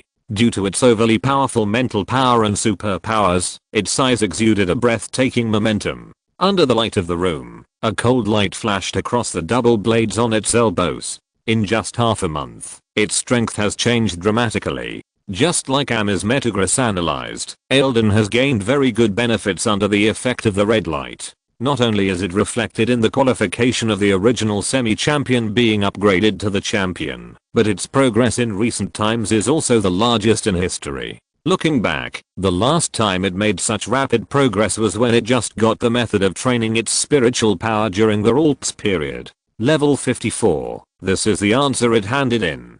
In the not so long 15 days, Alido kept improving its strength at a speed of 1 level every 2 or 3 days. Even the levels of elites and quasi-kings did not affect its pace. After all, in essence, it is already a real king level elf in a state of spiritual resonance with Tetsuya. That's right. While the basic strength is improving rapidly, Alido, blessed by Tetsuya's superpowers, has officially become the 3rd king level elf in his team. Its speed is still ahead of several predecessors. It is impossible for the giant rock monster monarch snake not to be jealous. But unfortunately, they are not psychic elves and cannot enjoy the pleasure of this kind of strength improvement. As a result, these predecessors can only devote themselves to a lot of training with grief and anger. This is probably the power of involution. According to Tetsua's estimation, the 4 guys, Panzerfaust, Serpenter, Togekiss and Dragonite, will break through the King level one after another in the next month. At that time, on the surface, he is just an elite trainer with good strength. In fact, the King level is his true level. Hehe, thinking of this, Tetsua couldn't help but laugh out loud. Get off the flame chicken, who was lifting iron with his feet in the room, glanced at his own trainer. After awakening the superpower, why does it feel that the boss's laughter is getting more and more perverted? Train for another 5 sets. Flame chicken, don't be lazy. Tetsua's voice came. Flame chicken's strength paused for a while, and then became more powerful. Revenge. This is definitely revenge. It seems to regard the exercise equipment as its own trainer, and vents its dissatisfaction crazily. Okay, Alido, you take a break first. I'll go to the training ground to see those guys. By the way, help me supervise Flame Chicken. If it doesn't do well, put some pressure on it. After a casual instruction, Tetsuya walked out of the room. Alido walked up to his fighting teacher and smiled shyly. Exit Flame Chicken became even more depressed. In the indoor training ground of the Asagi gym, a group of people were standing in front of a room, looking around. Which one is this? It seems to be the 4th one. One every 4 days. How much money will it cost? Zaya, who was floating in the air a few centimeters above the ground, heard this and his face twitched fiercely. Could it be? Seeing the real master coming, everyone hurriedly made way for a passage. Kaya at the end of the passage, the night snail in the room, raised the night gun in his hand, and greeted his boss. Zaya looked at the instrument in front of him, that was stabbed to pieces, raised his hand and hit his forehead hard. This is the most advanced instrument on the market, with an extremely slow and weak self-repair function. To be hit like this, it is enough to show how hard the night snail trained. Snail Knight, I understand your desire to catch up with Alido, but this won't happen overnight, right? If you really feel that the instrument can't hold up, tell the staff in advance and ask them to replace it with a new one. It's not good if this one is punctured. Tetsuya persuaded earnestly. He also knew why this happened. It was nothing more than that Snail Knight was too obsessed with training and didn't pay attention to the status of the instrument. As the crowd around him said, this was not the first time it happened. Kaya Snail Knight apologized again and again in embarrassment. Oh, forget it. Tetsuya sighed helplessly. Who made him a trainer? Thank you for your patronage. 1 million league coins. The staff of the Asagi gym handed over the card machine at the right time. Tetsuya swiped the card with a dark face and paid the bill. It's good that the instrument can repair itself, but there is a limit. It is impossible to repair itself to its original state after being punctured like this, so it has to be sent to the store for repair. And this repair costs 7 figures. A bunch of spendthrifts. Zay fiercely picked up the night snail and taught it a lesson. Although he is not short of money now, he still feels sorry for the expenditure of this little alliance coin after having experienced a period of spending every penny. If he were to do a mission, how long would it take to earn it back? It was because these little guys who were conquered later did not know the hardship of making money, so they were so spendthrift. Really, otherwise I will take the mission for you to do, so that you can know the hardship of life. They said angrily. Kaya. The night snail's eyes lit up all of a sudden. Do a mission? Fight. And make money. Why is there such a good thing in the world? They raised his eyebrows and used his superpowers to lift the night snail in front of him. Why? Do you want to try it? The night snail nodded impatiently. He pondered for a while and made a decision. It's okay, but we have to wait until this stage of training is over. Training and fighting must be combined. Otherwise, it is easy for the elves to not recognize their own progress. This is not conducive to their training. Although these little guys shouldn't have such thoughts given Alido's progress, they still have to take precautions. The most important thing is that the half month of rest and recuperation has also made him feel suffocated. Let's go and see if your seniors have any problems. Zay took Night Snail to other training grounds. Pidgeot and Togekiss are still staying in the wind simulation field. Under the hurricane, the two flying Pokémons are moving forward freely like catkins, as if they are not affected at all. However, it is visible to the naked eye that Togekiss is still struggling. This also means that it has not yet entered the ranks of the kings. It is trying to learn the flying posture of Pidgeot in front of it and trying to integrate its own ideas. For flying Pokémon, flying is the process of feeling the wind. This is the best way to improve strength. Unlike Pidgeot's somewhat open and close flying style, Togekiss, who has fairy attributes and a special body structure, flies more elegantly and strangely. Perhaps it was right in front of Pidgeot the moment before. The next moment, it appeared below Pidgeot. Pidgeot was also observing the flying method of Togekiss to learn. For both of them, this is a process of mutual progress. It looks good.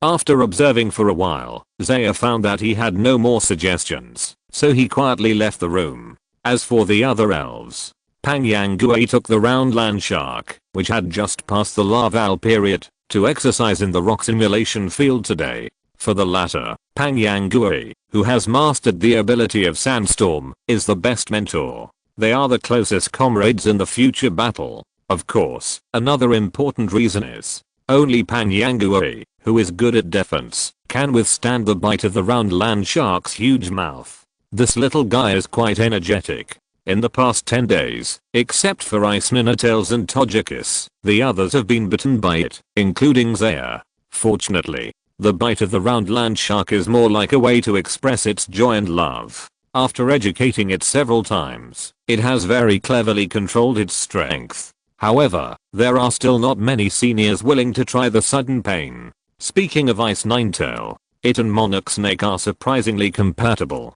Perhaps it is because they are both female elves. Although the grass and ice types are not easy to deal with, the two elves still become good partners. At this moment, they are fighting each other in the battlefield. Monarch Snake wins because of its stronger strength, while Ice Ninetale has superior attributes. The two little guys are fighting hard. Monarch Snake has no intention of letting it go and beats its friend with nearly 99% victory. It is definitely a plastic sisterhood.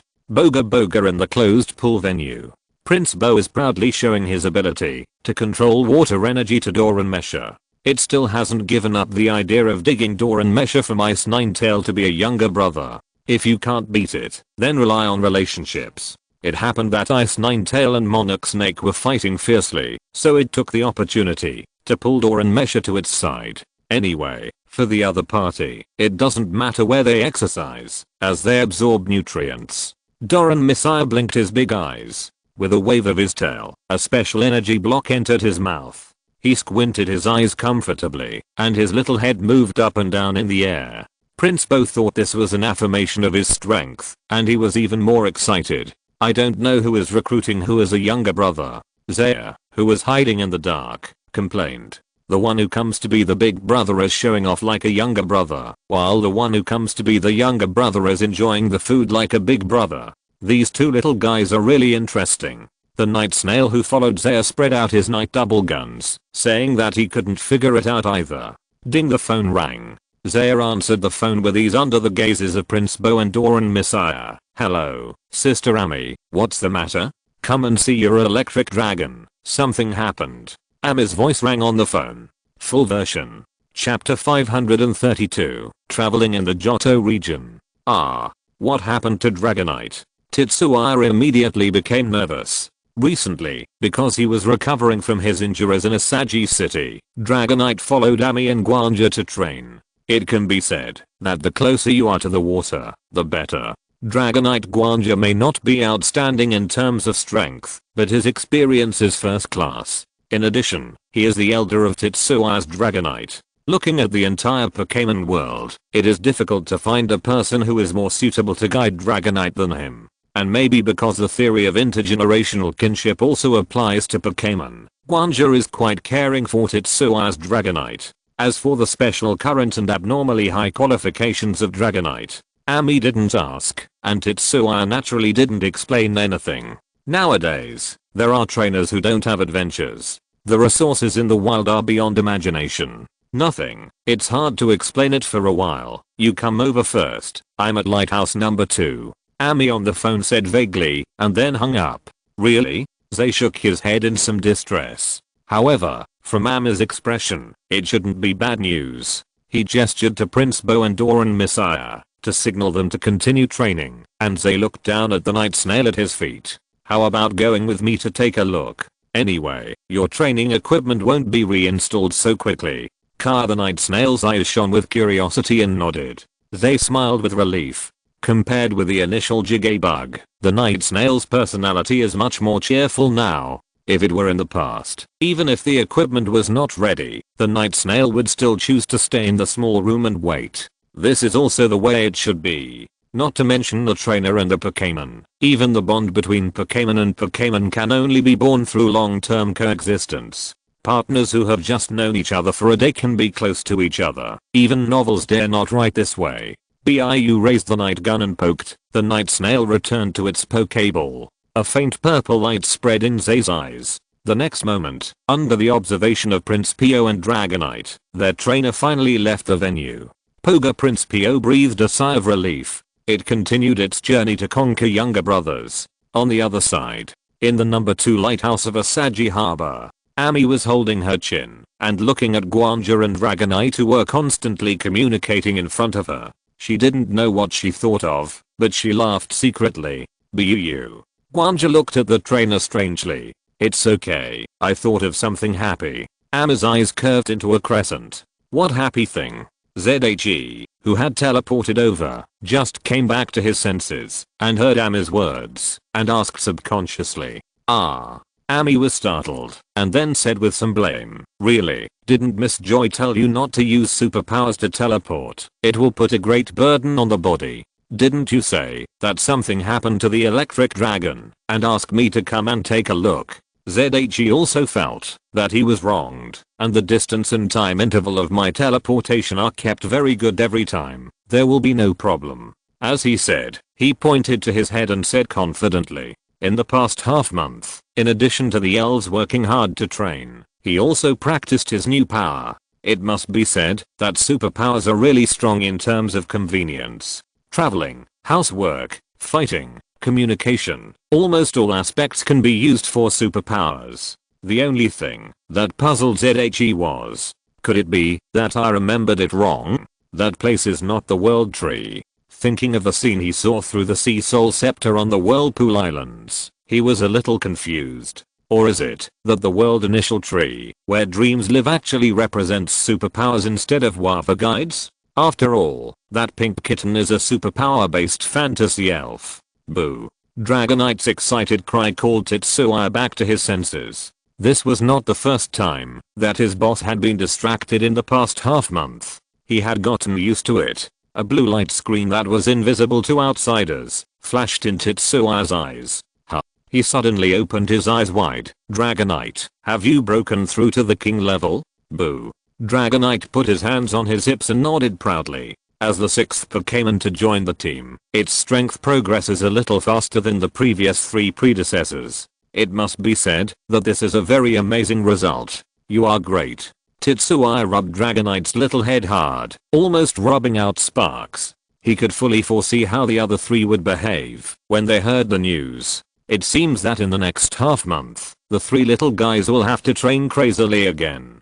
Tetsuya was naturally happy to see this scene. As a trainer, he didn't have to supervise. He only needed to complete the logistics support work, which was much easier. Sister Amy, you really gave me a big surprise. He looked at Amy, who was pretending to be stupid. Ah, what did you say? I'm not wrong. Something happened. Amy blinked and said that she didn't know what happened. ZHE was quite helpless about this. After half a month of getting along, he finally discovered that this tempered into steel type gym leader is essentially a cunning big sister. Thank you. After a moment of silence, ZHE bowed solemnly to Amy and Gwanja. The efforts of the electric dragon itself cannot be ignored, but Gwanja's teaching is also a crucial link. Otherwise, according to his estimation, the breakthrough of the electric dragon would not come so early. At least, it should be after the giant rock monster and the monarch snake. Ami waved her hands at ZH's actions. It's nothing. The main thing is that this child is very good. This is the first time I have seen such a great little guy. Boo-hoo. Gwanja nodded in agreement while lying on the table beside him. The current juniors of his family made it look quite unpleasant. He has talent, but he doesn't know what hard work is. He just eats and idles all day. How can he become stronger? Although the electric dragons are gentle by nature, Gwanja, who understands their responsibilities, knows the necessity of strength. Only in this way can they save more people when a crisis comes. Boo, otherwise, he can pretend to be sick from time to time in the future and let those little guys guard the port. Gwanja thought. How can he become stronger without experiencing real battles? Anyway, the more he looks at this offspring of different colors in front of him, the worse he thinks those guys who are just eating and waiting to die at home are. Of course, Ami and Zaya don't know what Gwanja thinks. Even if they know, they probably can't do anything. Among the electric dragons cultivated in the Asagi gym, Gwanja's status is higher than that of the clan leader. Zaya's electric dragon was very happy to hear Gwanja and Ami's praise. Okay, I know you are good. Zaya patted the electric dragon's head a few times again to show encouragement. He looked at Ami. Oh, Sister Ami, I just happen to have something to tell you. Tetsuya told Ami that he wanted to travel the entire Johto region and do bounty missions. Is that so? Ami frowned. According to Miss Joy, your body has almost recovered.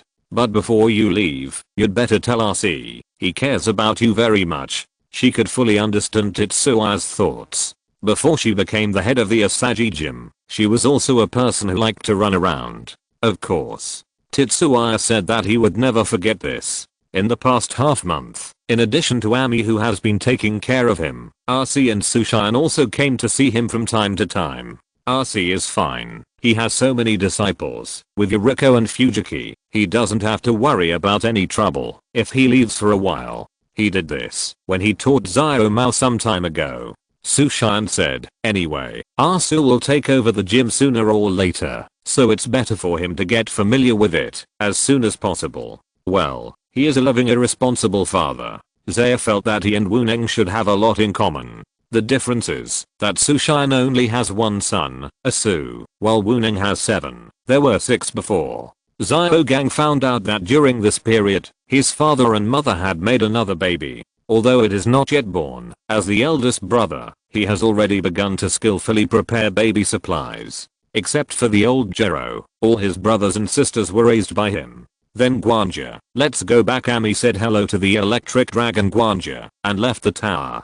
Boo-hoo. Zaya's electric dragon waved his little hand to his elders, who were unknown in generation. I will come back to see your old man when I have a chance. Gwanja rolled his eyes in annoyance. This little guy is good in everything, but he can't spit out dragon teeth from his mouth. On the way back, Zaya did not continue to use his superpowers. He is not that powerful yet. At most, he uses it to hurry on the road when there is an emergency. I'll ask Nancy later. Psychics should be able to train themselves, he thought, and Serona. Catalia seems to be a super psychic too. She can control herself when she goes berserk.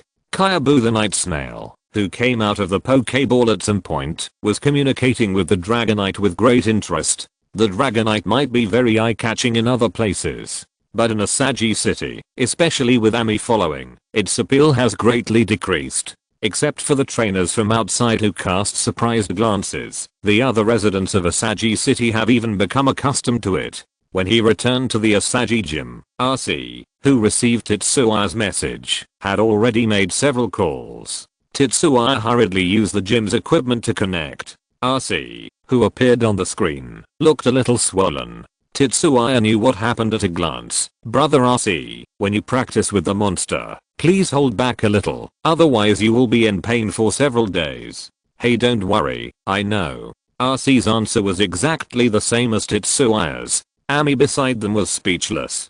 Come to think of it, have you really decided? After chatting for a few words, RC timely changed the topic to business. They nodded firmly. Yes. Brother RC, you also know that I can't sit still, so I still hope to experience more in the Johto area. The route of the 8th dojo basically covers all the famous places in the Johto area. RC shook his head indifferently, but I won't stop you. He changed the subject. The only requirement is that you remember to call me every once in a while to report your safety. They didn't deny that when RC said this, he had a very strange feeling in his heart. This was the first time he felt the love of family in more than 10 years, since he came to this world. Yes. He smiled and replied to RC and Yuriko on the screen. That afternoon, watching the well-prepared they leave Asagi, Ami leaned against the door of the dojo and was a little uncomfortable. Teacher, where is Zay brother? A lively voice came. A young girl appeared next to Ami. It was the waitress in the restaurant next door, Kaksha. He's working hard to realize his dream. Ami looked at her new apprentice and touched her head.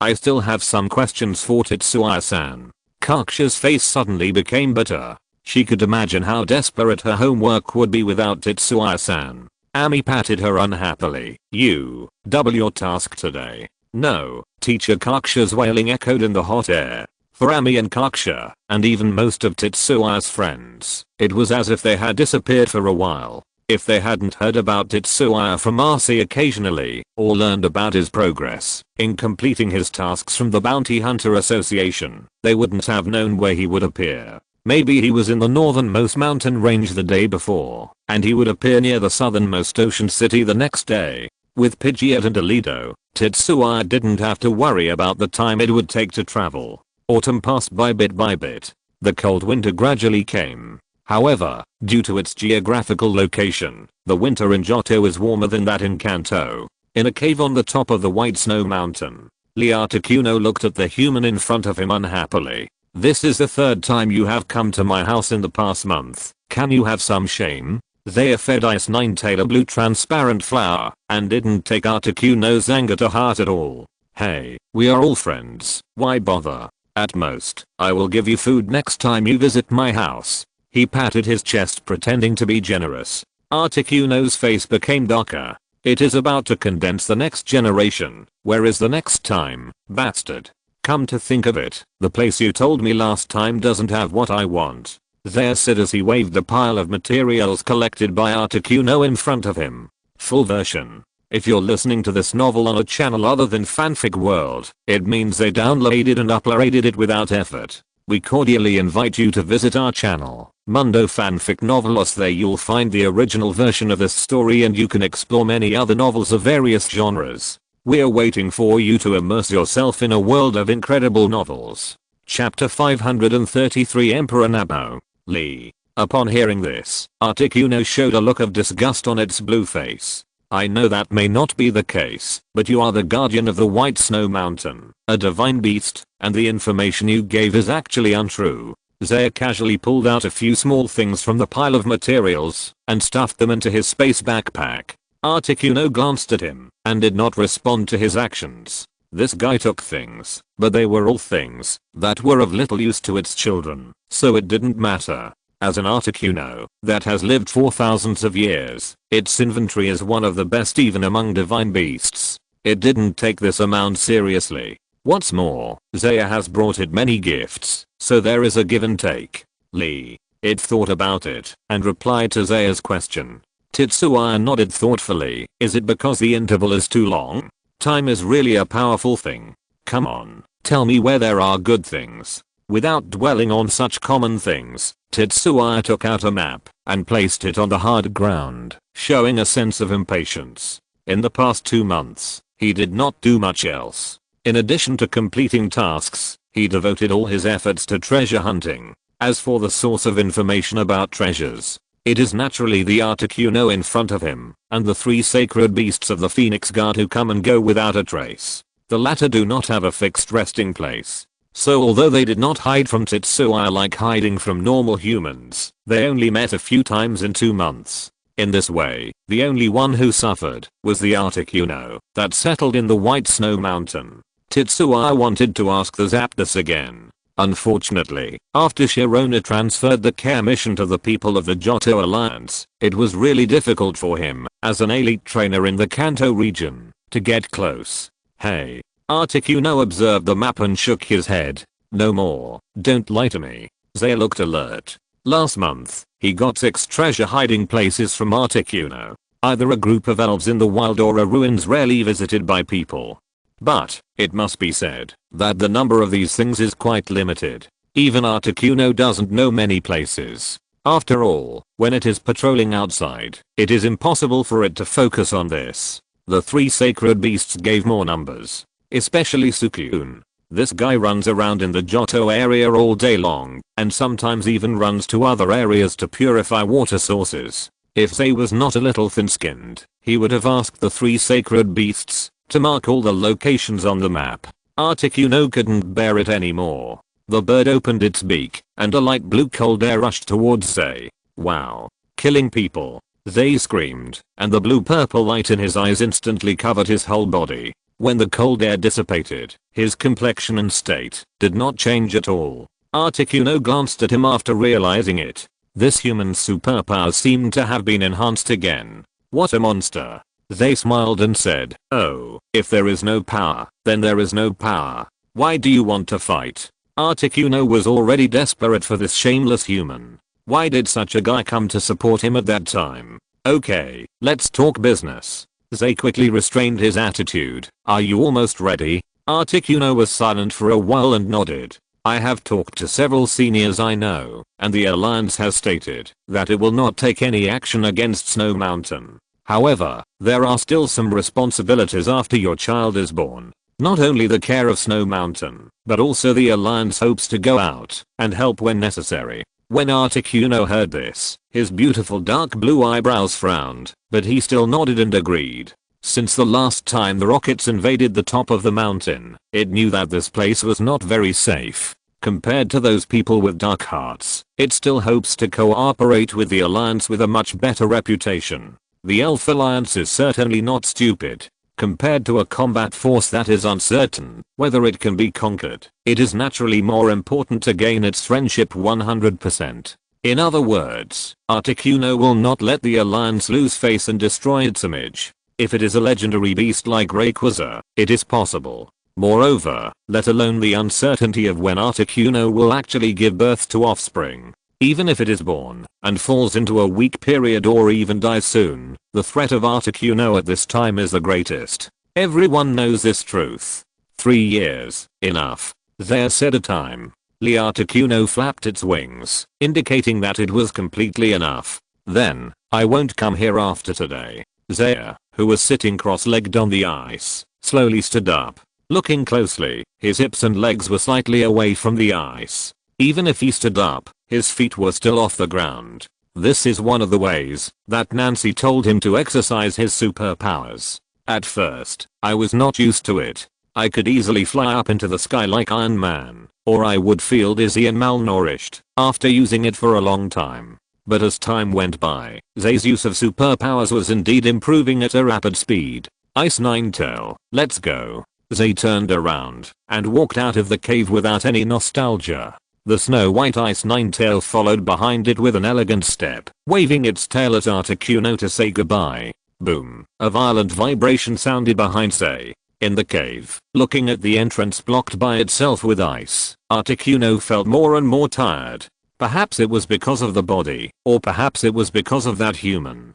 Standing on the ice rock, it flapped its wings and disappeared deeper into the cave. However, compared with the clean cave entrance in the past, 3 lifelike miniature ice sculptures appeared in the corner at some point. They were a bird elf, a fox elf, and a young human man sitting cross-legged on the ground. The wind and snow were stronger than ever before, and there was a faint sound of birdsong on the top of the snowy mountain.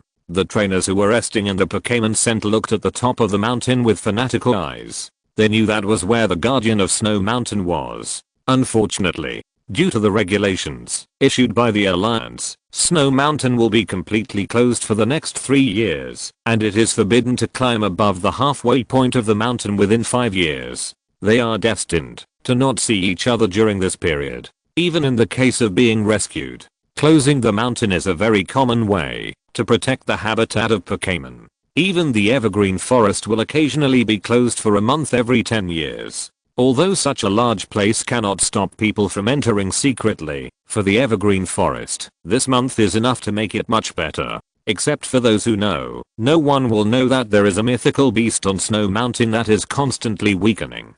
Near Snow Mountain, in an unknown small town, Zaya pushed open the door of the Pokémon Center with a calm face. He didn't care about the strange looks of others, and walked straight to Miss Joy. "Excuse me, Miss Joy, this is my ID, just book a room for one day." Miss Joy looked at the handsome guy in front of her with some curiosity, and her hands quickly completed the request. After the standard notification, she hesitated and said, "The weather is still quite cold now, and this place is close to the snowy mountains, so you still have to keep warm. The trainer's physique is also very important. If you feel uncomfortable, the elves will be worried." ZHE also smiled. "Okay, thank you Miss Joy for your concern. Then I will go back to rest first." In the middle of winter, he was wearing an ordinary short-sleeved shirt bought by Yuriko, so it's no wonder that others would say so. When his voice disappeared, Miss Joy at the front desk was still frowning. "What's wrong with Zhao Lixiang? You are so worried?" A friend next to him joked. "No." Miss Joy shook her head. "You also know that trainer, right? His walking posture just now was very strange. It seemed very inconsistent." "Oh, you are too sensitive." Another Joy didn't care. In this small town, their workload is naturally not that big. Correspondingly, there are not so many gossips to chat about. It is inevitable that a famous trainer will come, and it is inevitable that the topic will revolve around him for a while. On the other side, after returning to the room, Zaya lay on the bed with his legs crossed. Around him, the 12 elves also slumped on the ground in a proper manner. They have been exhausted in the past 2 months. Not only do they have to train every day, but they also have to fight a lot every now and then. Ding, the reminder of the watch sounded. The item marked with number 32 has been sold, and the buyer has deposited the money into your account. Please check it. Number 32? Zaya recalled. "Oh, it is a water stone of acceptable quality." Prince Bo climbed onto the bed unsteadily and approached Zaya with a look of despair. "Yes, this unlucky child has not evolved yet. But it is not because it does not work hard, but because of Zaya's request. For this reason, since more than half a month ago, Prince Bo's training has focused a large part on skill training. Although this is the case, Prince Bo still feels that the energy in his body is increasing rapidly. Not using the Stone of Unchange is also a kind of training for you." Zay touched the little guy's head. "But your things will arrive tomorrow, and you don't have to be patient then." Prince Bo's eyes were instantly filled with hope again. Its wings tightly grasped Zay's arm. Zay was helpless. "Really, I'm not lying to you. Poga." Prince Bo was instantly happy. His body jumped up from the bed at once. The rest of the companions didn't even raise their heads. Several big brothers are still training their abilities. Knight's Mail is silently maintaining his night gun. Doran Messiah and Roundland Shark are nestling beside Ice Ninetales without any change, and offering their courtesy. As dragon-type elves, the development speed of these two little guys is not embarrassing for the tribe at all. They have eaten a lot of money, but their levels have not increased much. You know, with the same amount of time and less investment, Prince Bo has evolved from a state where he just evolved to a state where he would evolve into Emperor Napo involuntarily if he didn't suppress himself. In comparison, the two little guys whose levels remain in the single digits really seem like Night Snail.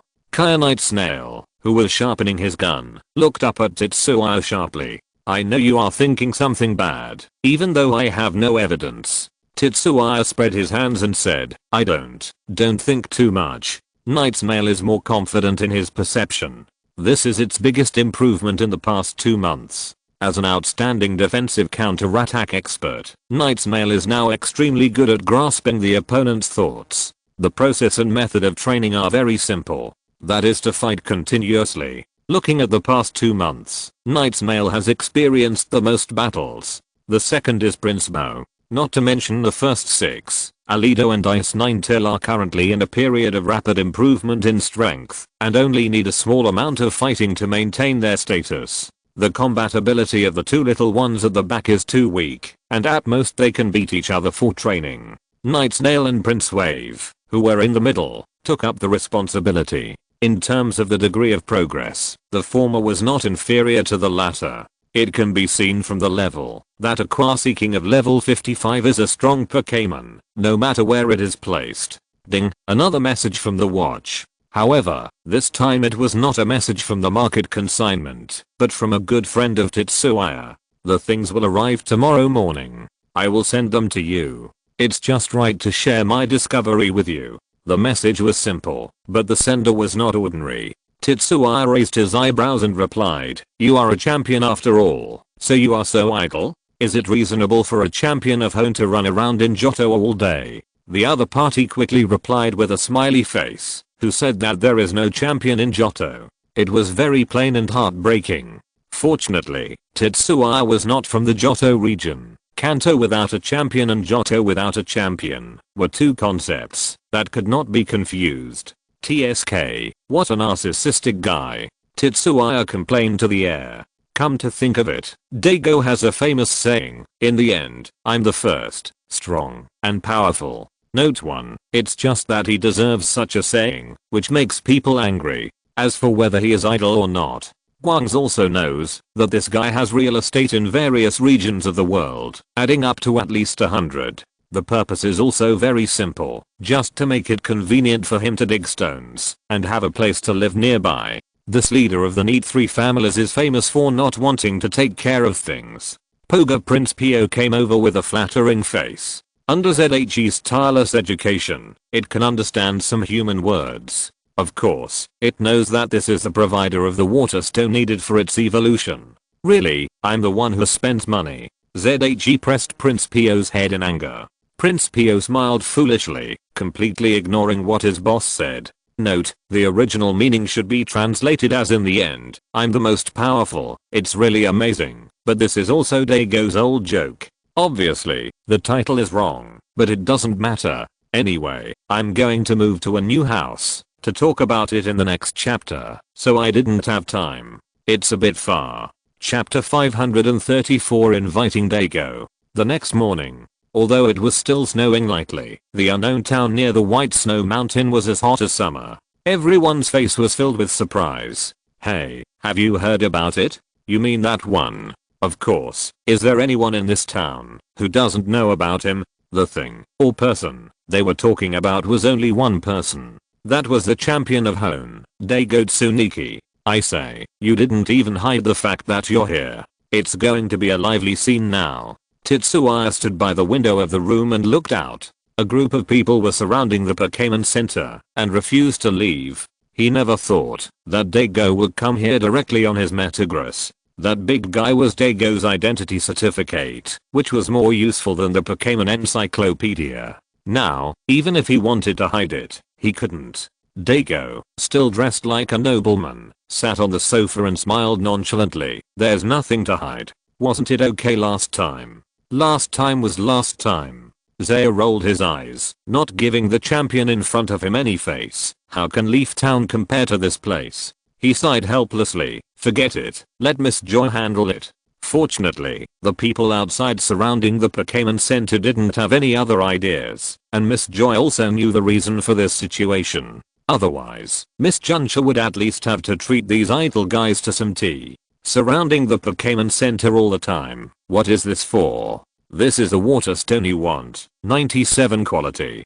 Daigo slowly took a piece of water blue stone out of his pocket. Huh. Zaya made a puzzled sound. Didn't you say it was 96? For an evolution stone, once the quality is higher than 95 points, the value difference of each point higher is very large. As a poor trainer who lives frugally, Zaya doesn't have much budget to spend. It's okay, it's the same. I won't charge you more. Daigo waved his hand indifferently. Then he said something that made Tetsuya vomit blood. The main thing is that among the high quality water stones at these points, I only collected 2 of the 97 quality. I will give you the others, and I will have no more. I have to spend time collecting more. Listen. What is the super rich in the world of elves? As a major producer of evolution stones, the Ibrahimovic family is already rich enough, right? Even so, as the heirs of the family, the 3 Ibrahimovic brothers can only collect a set of evolution stones of various attributes as a collection. The quality is only around 80 at most 90. If it goes higher, it would be unnecessary even for them, and it would be very uneconomical. But the brother in front of him is different. No matter the attributes, the set must be complete, and the quality must be good. What crazy collectors are all weak in front of Daigo? And the most important thing is that the value of the evolution stone is far from the top in his stone collection. Of course, Tetsuya estimated that even Daigo does not have an evolution stone of 100% purity. There are only 4 known evolution stones of that kind in the world, and they are all in the hands of the Pokémon League. It's not that Daigo doesn't have the money to buy them, but that he can't buy them at all. Don't look at me with such a dangerous look, Daigo said unhappily. Can you restrain your thoughts of kidnapping me? Tetsuya touched the non-existent saliva at the corner of his mouth. Heh, rich dog. Daigo didn't comment. What's wrong with having money? You hit me. You can't win. Come out, Prince Bo. Since Daigo said so, Tetsuya didn't bother to be too polite with him. After transferring the pre-negotiated price to the other party, he threw out Prince Bo's Pokeball. Poga Prince Bo has appeared, and he can't wait to jump on the spot and pounce on the water stone on the coffee table. Bang in Daigo's speechless eyes, Prince Bo hit it hard. As for the water stone, at this time, Tetsuya used his superpowers to steadily float beside him. Poga Prince Bo looked at his trainer with a sad face. Boss, stop it. It's so hard to get this thing to evolve, and you're still teasing me. Eat first, so you can get going. Zaya took out a bunch of water attributed cultivation materials from his backpack and put them in front of Prince Bo. Prince Bo looked at his trainer with a rather resentful look. Then he grinned and began to stuff food into his mouth frantically. These are all very delicious things. Normally, he can only eat once every 3 or 5 days. Now that he has this opportunity to eat to his heart's content, he should make up for it. Daigo was not in a hurry. He just sat on the sofa and took out a glass of red wine from somewhere and started drinking. Burp. Although Prince Bo wanted to eat more, it was a pity that his stomach was so small. So, under his regretful eyes, Zaya put all the remaining cultivation materials back. Then, he put the water stone in front of Prince Bo. Well, keep going. Listening to the trainer's words, Prince Bo, who was stretched into an oval, raised his wings with difficulty and patted his stomach. Before it could even open its mouth to cry out, its face turned pale. Oops, it ate too much and felt nauseous. Ha ha ha ha ha. Daigo on the side laughed out loud. Tetsuya looked at him viciously. You are a champion. Can't you maintain a little demeanor? Sorry, I couldn't help it. Daigo spread his hands with a smile. Tetsuya sighed silently and looked at Prince Bo, who was frantically suppressing his urge to vomit. Why did he always feel that this unlucky child was not very smart, and he always came up with some tricks? The blue-purple light flashed. The next moment, the white light representing evolution enveloped the entire room. The figure in it kept stretching and shrinking. A few seconds passed in a flash in Tetsuya's mind. When Prince Bo appeared again, it had become completely different. Emperor Nabo category, Emperor Pokémon attributes, water plus steel height. 2.2 meters, average value is 1.7 meters, weight 113 kilograms, average value is 84.5 kilograms, features, torrent skills, omitted, water jet, white mist, drilling, blizzard, waterfall climbing, rain praying level 43, elite, potential, semi-champion. The body size has doubled from the original 1 meter, and the weight has increased several times. This not only represents the transition from the youth of Prince Bo to the adulthood of Emperor Nabo, but also represents that the strength of Emperor Nabo has been greatly enhanced. Apart from anything else, the difference between Penguin Pokémon and Emperor Pokémon is enough to see the difference between the two. The combination of water and steel attributes undoubtedly makes Emperor Nabo's resistance very different from before. It is good at energy defense. Although it is definitely not as exaggerated as Night Snail, it is enough to be a good shield. Combined with the powerful energy attack ability, the strength of Emperor Nabo in battle can be said to be quite amazing. Of course, this is not the most eye-catching part of Tetsuya's Emperor Nabo. This gem is interesting. As a stone fanatic, Daigo has been muttering to himself as he approaches the Emperor Nabo. The Emperor Nabo, who just opened his eyes, was startled. If it hadn't recognized the origin of the person in front of him, it would have almost given him a wing. Tetsuya looked at the Emperor Nappo with some surprise. Generally speaking, the skin of the Emperor Nappo is black with blue patterns. Its most striking feature is the 3 horns that extend from the mouth and look like a crown. This is also a symbol of their strength. The more powerful the Emperor Nappo, the larger the 3 horns. The Emperor Nappo, which has just evolved in front of him, not only has the 3 horns that make up the crown to large, but also a red gemstone of unknown origin is inlaid on the top of the middle horn. This makes its majesty more intuitive and more deterrent than its peers. Is this Lugia's gift? Unlike Daigo, who was curious about the research, Tetsuya naturally had some guesses. The blessing given by Lugia finally revealed part of its veil after Prince Bo evolved into Emperor Nappo. Although it is not certain what this ruby has brought to Emperor Nappo, there is no doubt that its strength has been enhanced. Strange, really strange. Daigo's face got closer and closer to Emperor Nappo's face, and the curiosity on his face became more and more intense. This red jewel, that he had never seen before, obviously aroused his curiosity.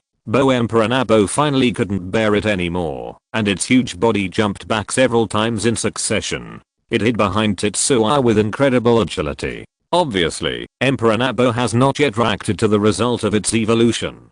In the past, it was more than enough for Tetsuya to cover it. But now, not only was most of its body not covered, but the 3 horns on its head were still far higher. Emperor Nappo was stunned behind Tetsuya. Then, it felt a familiar hand touching its head. It was Tetsuya who turned around. "Little guy has grown up. Now it's your turn to protect me," he said with a smile. The Emperor Nappo made a more mature sound. The wide wings flapped its body, indicating that it was wrapped around it. Daigo also timely shifted his burning gaze to Tetsuya. The latter moved his body uncomfortably. Things change. Now it's his turn to feel uncomfortable. However, Tetsuya didn't think there was anything to hide about this thing. Sooner or later, people would know about it. "I met a legendary beast before, and it was considered a little helpful. This should be the gift from the other party." Daigo raised his eyebrows and immediately gave a guess. "Kaga? No, it should be Lugia." The legendary beasts that are closely related to water Pokémon are nothing more than these 2. At most, there will be Suicune and the Prince of the Sea. The other water legendary beasts basically will not appear around here. But the probability of the latter 2 is really a little small. Moreover, the Emperor Nappo, nicknamed Lord of Waves, is not an ordinary elf.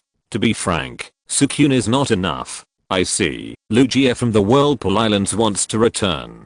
Daigo's expression was somewhat clear. Tetsuya glanced at him. So, sometimes he doesn't like to talk to smart people. Especially people like Daigo and Sirona, who are both smart and know a lot. His sense of accomplishment as a riddle man disappeared all of a sudden. Thinking about it, the Rocket Trio was more cooperative. No matter what he said, they all looked amazed. Then, this red bead is likely to help Emperor Nappo improve his control over water energy. After all, Lugia does this. Daigo gave his thoughts at the right time. Speaking of which, why is it red instead of blue? Tetsuya's thoughts suddenly jumped to a very strange place. Daigo was silent. Maybe, it's because red is more suitable for the crown. He gave a rather outrageous answer. "Let's not talk about this. Let's talk about the mysterious crystal you gave me before."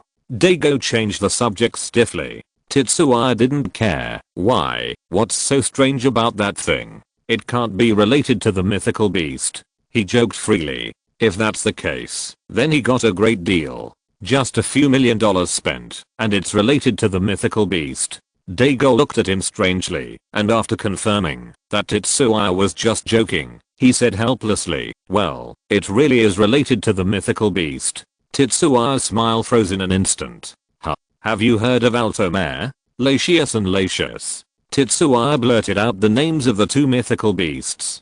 Daigo clenched his fists. "What's the difference between you and me just now?" He nodded to show that he was right. "Yes, the mysterious crystal is related to them. Simply put, you know the heart drop. It is extracted from the mysterious crystal. This is the news I found in a very ancient record. Unfortunately, the extraction method is not indicated." Sure enough, reading is wealth. Tetsuya sighed inexplicably. As the owner of Zero, He didn't know this, which only means that he didn't read enough books. However, the records in ancient books are unlikely to be passed down, which is normal. The main thing is that his superpowers didn't feel any abnormalities. It was also because ZHE thought too much. Even if his superpowers are good, the gap with the mythical beasts is incomparably huge. If he can find the heart drop, he will probably be comparable to the humanoid mythical beast. In the next period of time, I plan to walk around the Johto area and see if I can find something to refine the heart drop. Daigo said. You don't care about the Hone matter? ZHE asked in surprise. Well, I'll leave it to Mikali, he will help me.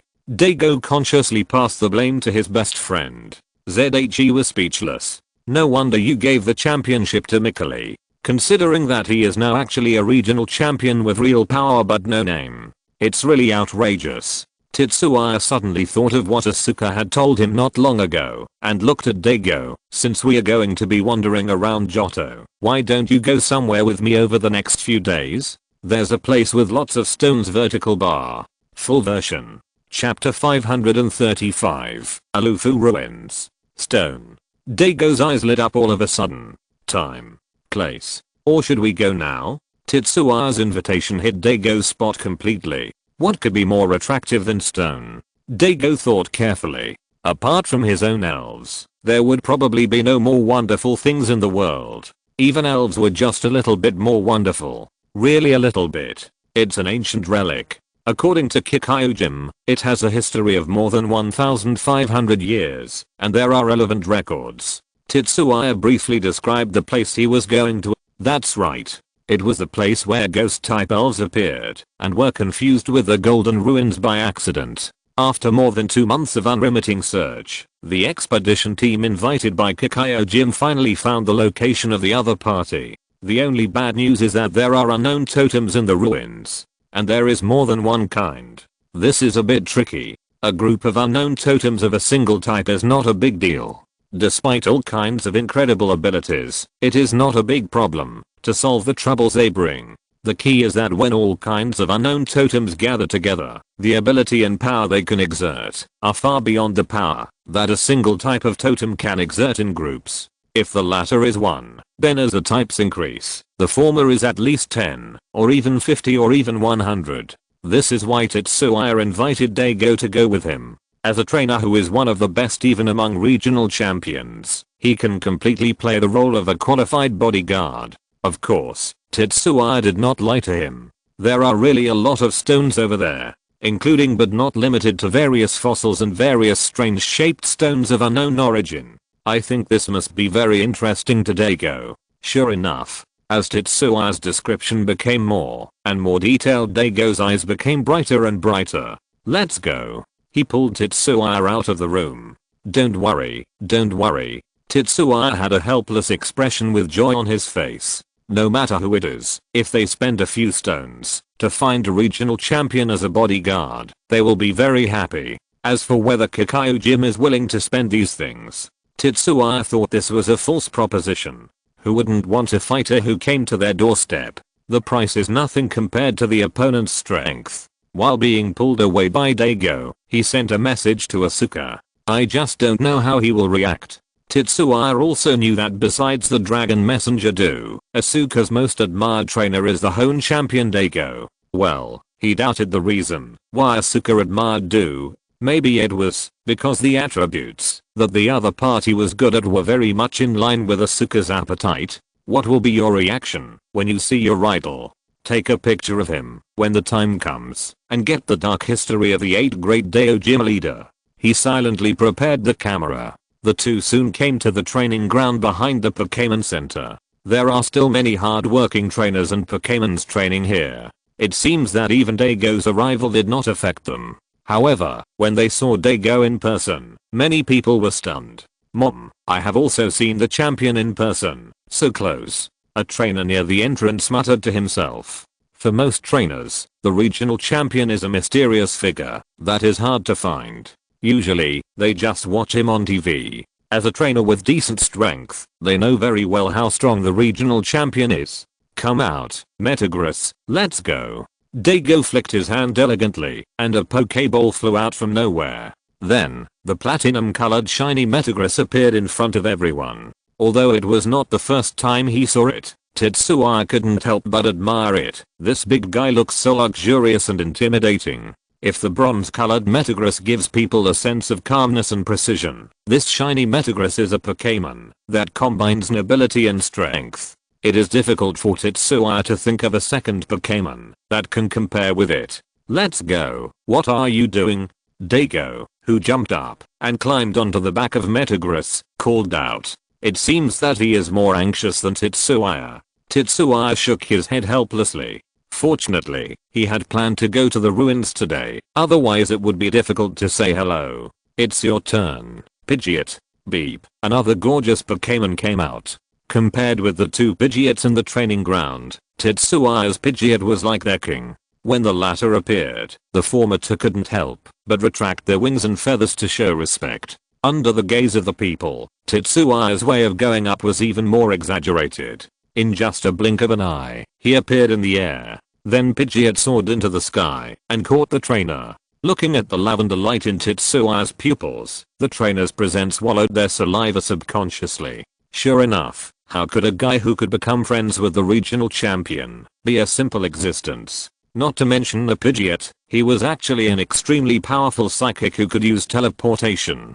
Beep. As the two Pokémon disappeared in the sky, the trainers also breathed a sigh of relief. They looked at each other, and their eyes flickered. Soon, a related post appeared on the Trainer Pokémon forum, on the two trainers who recently appeared in Snowtown, Daigo Tsukinoki and Tetsuya Tamaki. Obviously, although there are not as many people who know Tetsuya as Daigo, there are still quite a few. Many people who eat melons have started to discuss it enthusiastically. For the former, they can only express their amazement at most, and express their desire for the Flash quasi-god by the way.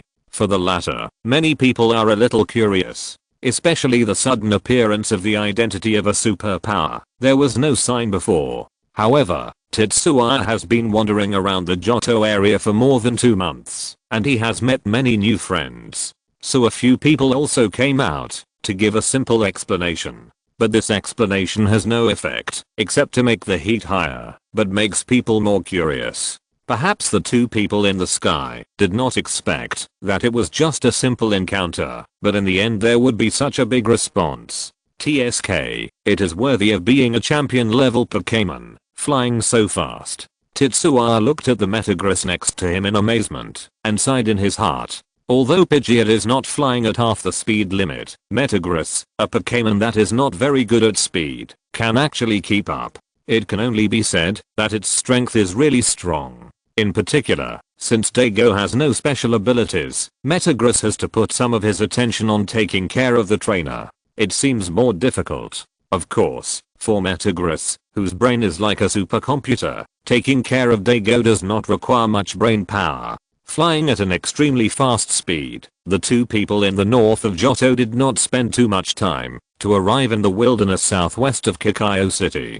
Beep. Pidgeot called out loudly, folded his wings and dived down. Metagross did not even hesitate, and immediately followed. Whoosh, the dust on the ground flew up, covering the figures of the two Pokémon. Without Tetsuya's help, Metagross naturally suppressed all the dust with telekinesis. It seems that this is not the first time he has done this. Your Pidgeot is amazing. Daigo finally spoke after finally being able to speak. He looked at Pidgeot with interest and said, in the wild, it will perform very well. He made such a judgment. Tetsuya nodded. League competitions have various rules, so some Pokémons will definitely be restricted. There is nothing we can do about it. Without perfect rules, it will be detrimental to the promotion of Pokémon battles. Unfortunately, Pidgeot is one of the Pokémons that are restricted. Ordinary Pidgeots are fine. For stronger Pidgeots, the size of the regular battlefield is simply a joke. Flying out of bounds with a slight flap of wings, or exceeding the altitude limit, isn't this going to kill the Pokémon? Although it is powerful and has a good grasp of its own strength, it feels very uncomfortable to fight with shackles. Otherwise, how can it be called a sky Pokémon? For them, the boundless sky is their real home court. Apart from anything else, in regular battles, Pidgeot's speed is at most about 1% of its actual speed. Yes, its acceleration ability is indeed excellent. But such a small venue can speed up to get there. In sharp contrast, it is flame chicken. In a regular battle, the strength it can exert is not only not limited, but often it will be strengthened. If it really fights in the wild, even if Pidgeot cannot beat the latter, it will have no problem running away. The two of them walk towards the archaeological site not far away, talking and laughing. The people there had already discovered their arrival. From a distance, a young man wearing goggles ran over enthusiastically. Tetsuya and Mr. Daigo, you are finally here. This is Asaku, the son of Kakayo Gym Master Hayaton. Tetsuya introduced Daigo next to him. Hello, Asaku, nice to meet you. Daigo greeted him. In fact, he didn't need Tetsuya to introduce him. He also knew the other party's identity. As the heir of a large group, although most of his energy was focused on finding stones, he still had some information about some important people in his mind. Hayaton's son, barely enough to reach this level. Asu's face flushed red. Hello, Mr. Daigo, I'm your fan. Very happy to meet you. He bowed straight at a 90-degree angle. Tetsuya rolled his eyes. How come I've never seen you treat me so respectfully? Really? Heh. Asu's attitude towards the two people can be said to be very different. He raised his body and curled his lips in disdain. Just you? Forget it. You guy. Tetsuya was very unhappy, isn't it? Just that you lost to me 50 or 60 times. Is there any need to be so stingy? Where are the 50 or 60 times? Being confronted in front of one of his idols, Asu immediately jumped up and said, I warn you, don't talk nonsense. It was only a few times at most. After the first failure, Asu often mentioned private battles with Tetsuya. Unfortunately, the gap between the two strengths became larger and larger as Tetsuya improved. So the result of the battle was naturally that Tetsuya won without exception, and it was the kind of crushing victory. No more talking. Tetsuya hurriedly changed the subject. Daigo is here to help, so why don't you tell me about the general situation? Okay. Asu also became more serious. The name of this ruins is the Irufu Ruins, and it has a history of at least 1,500 years. The specific source of the research is mainly a research record called Letter-Shaped Unknown Spirits. Letter spirits, unknown totems? Tetsuya's eyes narrowed. Yes. Asu nodded. Everything described is consistent with what we have discovered now. Let's talk while we walk. He handed each of them a helmet and led the way. According to the current situation, this ruins is very large, and abnormally large. Asu used 3 adjectives in a row to describe it. Is it so exaggerated? Tetsuya was a little surprised. Asu nodded affirmatively. At present, 4 connected areas have been found, with a total of 3 underground caves and 14 underground buildings. Do you think it's an exaggeration? Normal ruins only had 5 or 6 buildings to the top, not so many. After all, land in ancient times was more valuable than it is now. It is indeed much more than normal. Daigo agreed. It can be regarded as a super large ruins. What about the unknown totems? Where are they? Tetsuya asked with interest. Compared with the scale of the ruins, he is more interested in these things. Asu's face showed a few helpless. You may not believe it, but there are in every place. Everywhere? Tetsuya and Daigo were a little unconvinced. What about the types? Currently there are 26 common types, or maybe all 28 types. Asu said with some difficulty. Tetsuya took a breath of cold air. Daigo also rarely showed a serious expression. This time, it's really a bit troublesome. So Mr. Daigo's arrival is really a big help. Asu hurriedly said with a smile. Let's go to the first part first. ZHE, who couldn't stand it, interrupted him directly. Asu glanced at his friend with resentment, but did not refute. Under his leadership, the 3 of them soon came to a huge pit. Leaning over and looking down, a deep black hole came into view. Only the power of the elves could dig such a big hole in such a short time. As for the first area, there are no caves here, only 2 buildings. Asu introduced. Originally we wanted to go down, but we found a more convenient way to enter. The 2 looked at Asu curiously as he took out a long rope from his backpack and threw it into the cave. The full version was written at night because I had an evening social event and I had to sober up when I got home after 11 o'clock, so I didn't finish writing it until around 1 o'clock. I'm very sorry. Chapter 536 Unknown Totem. Is that a piercing rope?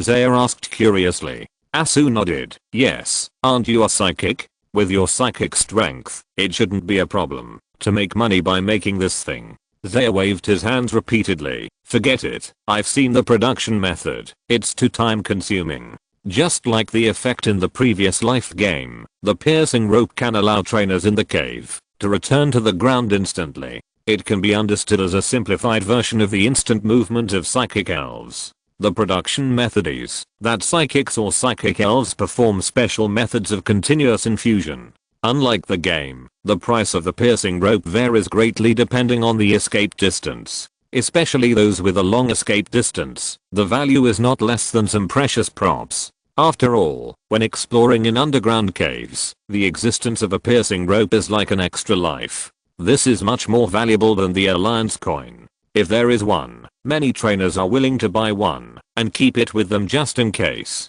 Unfortunately, most of the piercing ropes will not be circulated on the market after they are made. This leads to the frequency of ropes being hard to find. Asu was just joking with Tetsuya. With the other party's current worth, there is no need to spend so much energy to make this money. The efficiency is too low. While chatting and laughing, the three felt a suction coming from the big pit in front of them. Don't resist, there is no danger. After Asu said, he disappeared into the depths of the big pit first. Tetsuya and Eigo looked at each other, took back their spirits and followed. Sure eyes closed and opened. The dazzling sunlight was immediately replaced by soft light. This is area 1 of the Irufu ruins. Asu, who landed first, pointed to the surrounding walls and introduced. The text on it is very old and not the type that is widely circulated, so it will take some time to decipher it completely. The way to enter with a rope through the hole is the result of the part that has been deciphered. They are not the only ones in the ruins.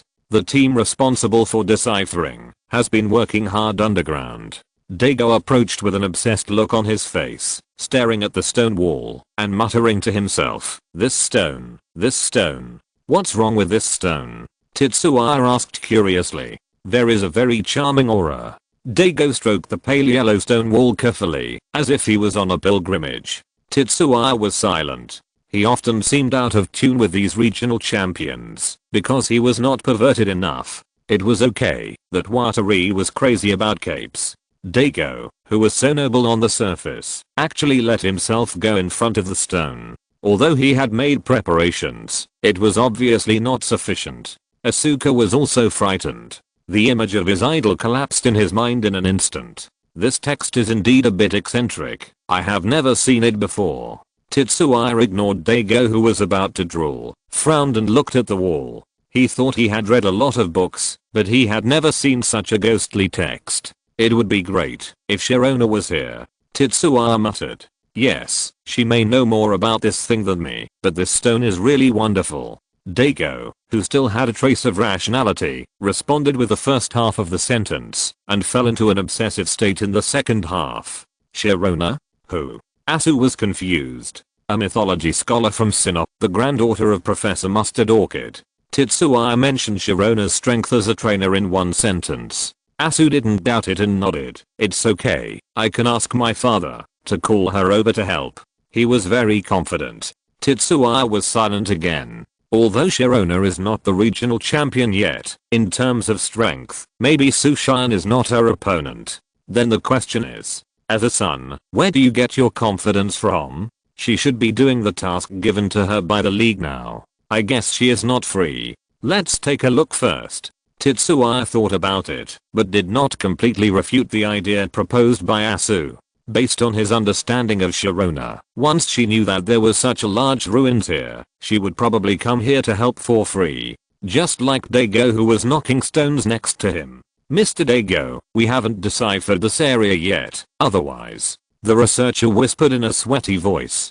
Daigo waved his hand nonchalantly. Don't worry, I know this one. It's just meaningless nonsense, praising the leader's strength and so on. You can just go to the side. The researcher looked at Asuka. Asuka motioned for him to go play. With Daigo's personality, he couldn't lie, so it must be nonsense. Where's the unknown totem? Not here? Tetsuya looked around and didn't find any trace of the unknown totem. As a qualified trainer obsessed with Pokémon, he wouldn't be interested in those stones. Unless it was an evolution stone or something like that. Asuka pointed to the words on the wall. They live in there, but they are deliberately hiding from us. When the research team arrives in front of the words, the unknown totem will appear and attack. The guards next to it are responsible for protection. Is that so? Tetsuya, who had only learned about the unknown totem from books before, nodded in understanding. Flame Chicken, come out and help me. He threw the Pokeball and came to a remote corner under Asuka's gaze.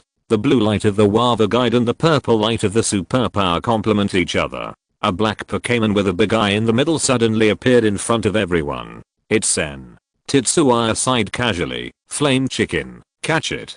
Down Flame Chicken stretched out its claws. The unknown totem, which had not yet reacted to what happened, was bound with a confused look on its face. The effect that a single unknown totem can produce is really pitiful. Tetsuya touched his chin and studied the special elf in front of him with curiosity. According to the current information, there are 28 known unknown totems, corresponding to the 26 English character styles and the styles of question marks and exclamation marks. So some people say that the unknown totem is actually a representative of the cultural spread of people in ancient times. These 26 letters and question marks and exclamation marks can meet almost all the needs of language expression. The unknown totem caught by Tetsuya and Flame Chicken looks like the letter N, with a big eye in the middle of the body and the structures on both sides are abnormally symmetrical. How did you find it? Asu asked in shock.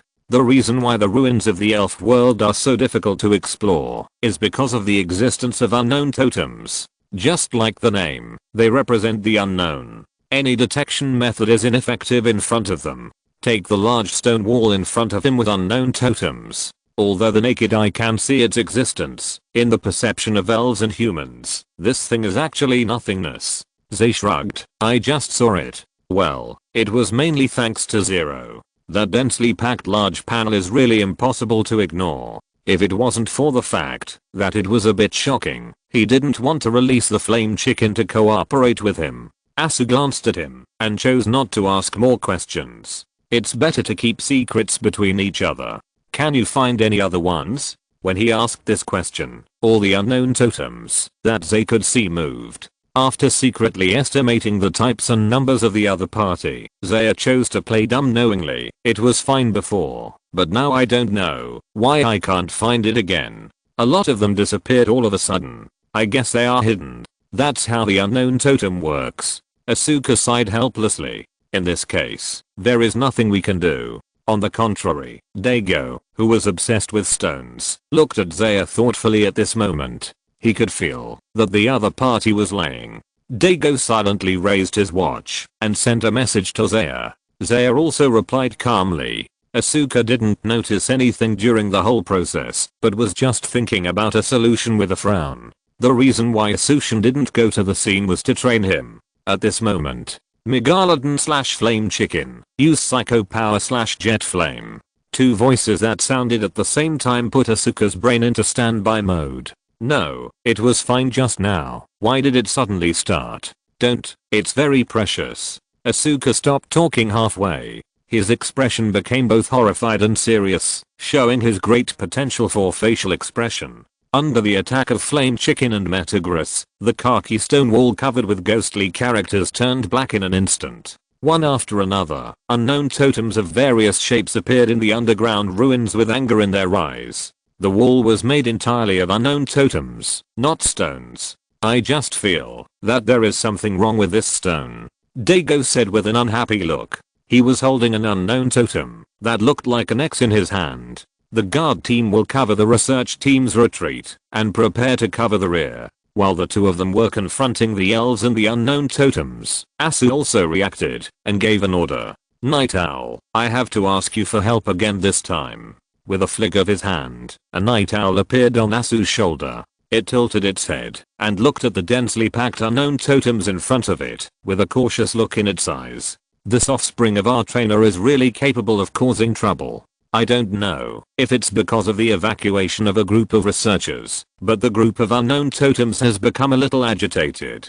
Obviously, they don't seem to want these evil guests to leave here. As the shadows gathered, they orderly divided into 4 small groups and formed a circle. Asterisk asterisk asterisk, an undefined cry sounded underground. Then, a strange light emerged from the unknown totems. Wind blades, flames, and electricity appeared out of thin air and attacked the 3 Pokémon from the circle they formed.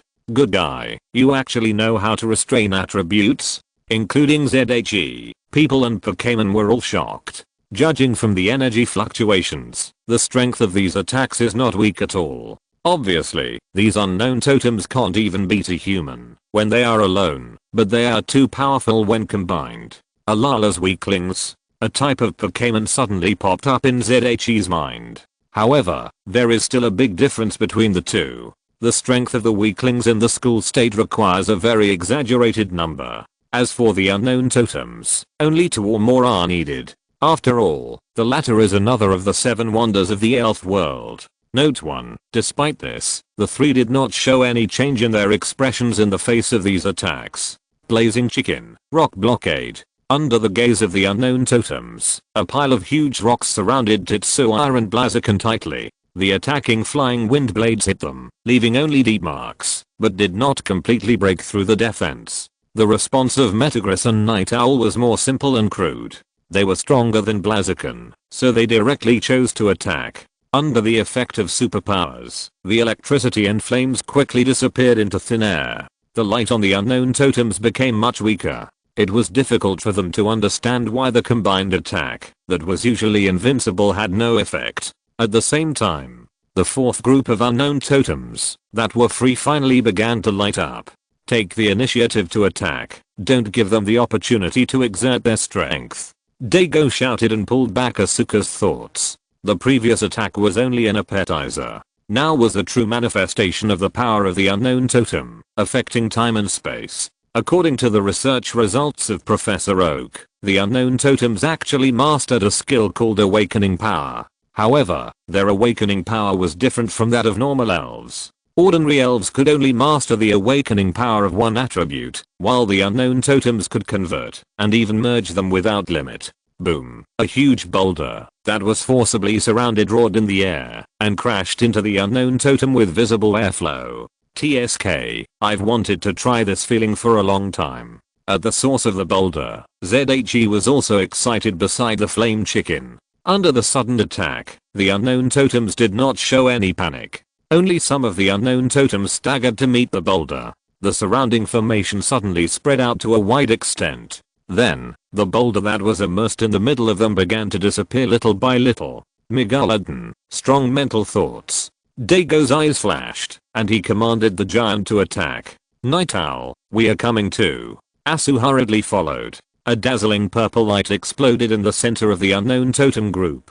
This time, they won't have it easy. A champion plus a quasi-champion, and both are strong at their respective stages. The destructive power they can cause is amazing. In an instant, many unknown totems flew backwards. Note 1. To Shelter's bite Slowpoke's tail, allowing Slowpoke to evolve into Slowpoke. Shelters will turn into snails, which is also one of the 7 wonders of Pokémon. Full version.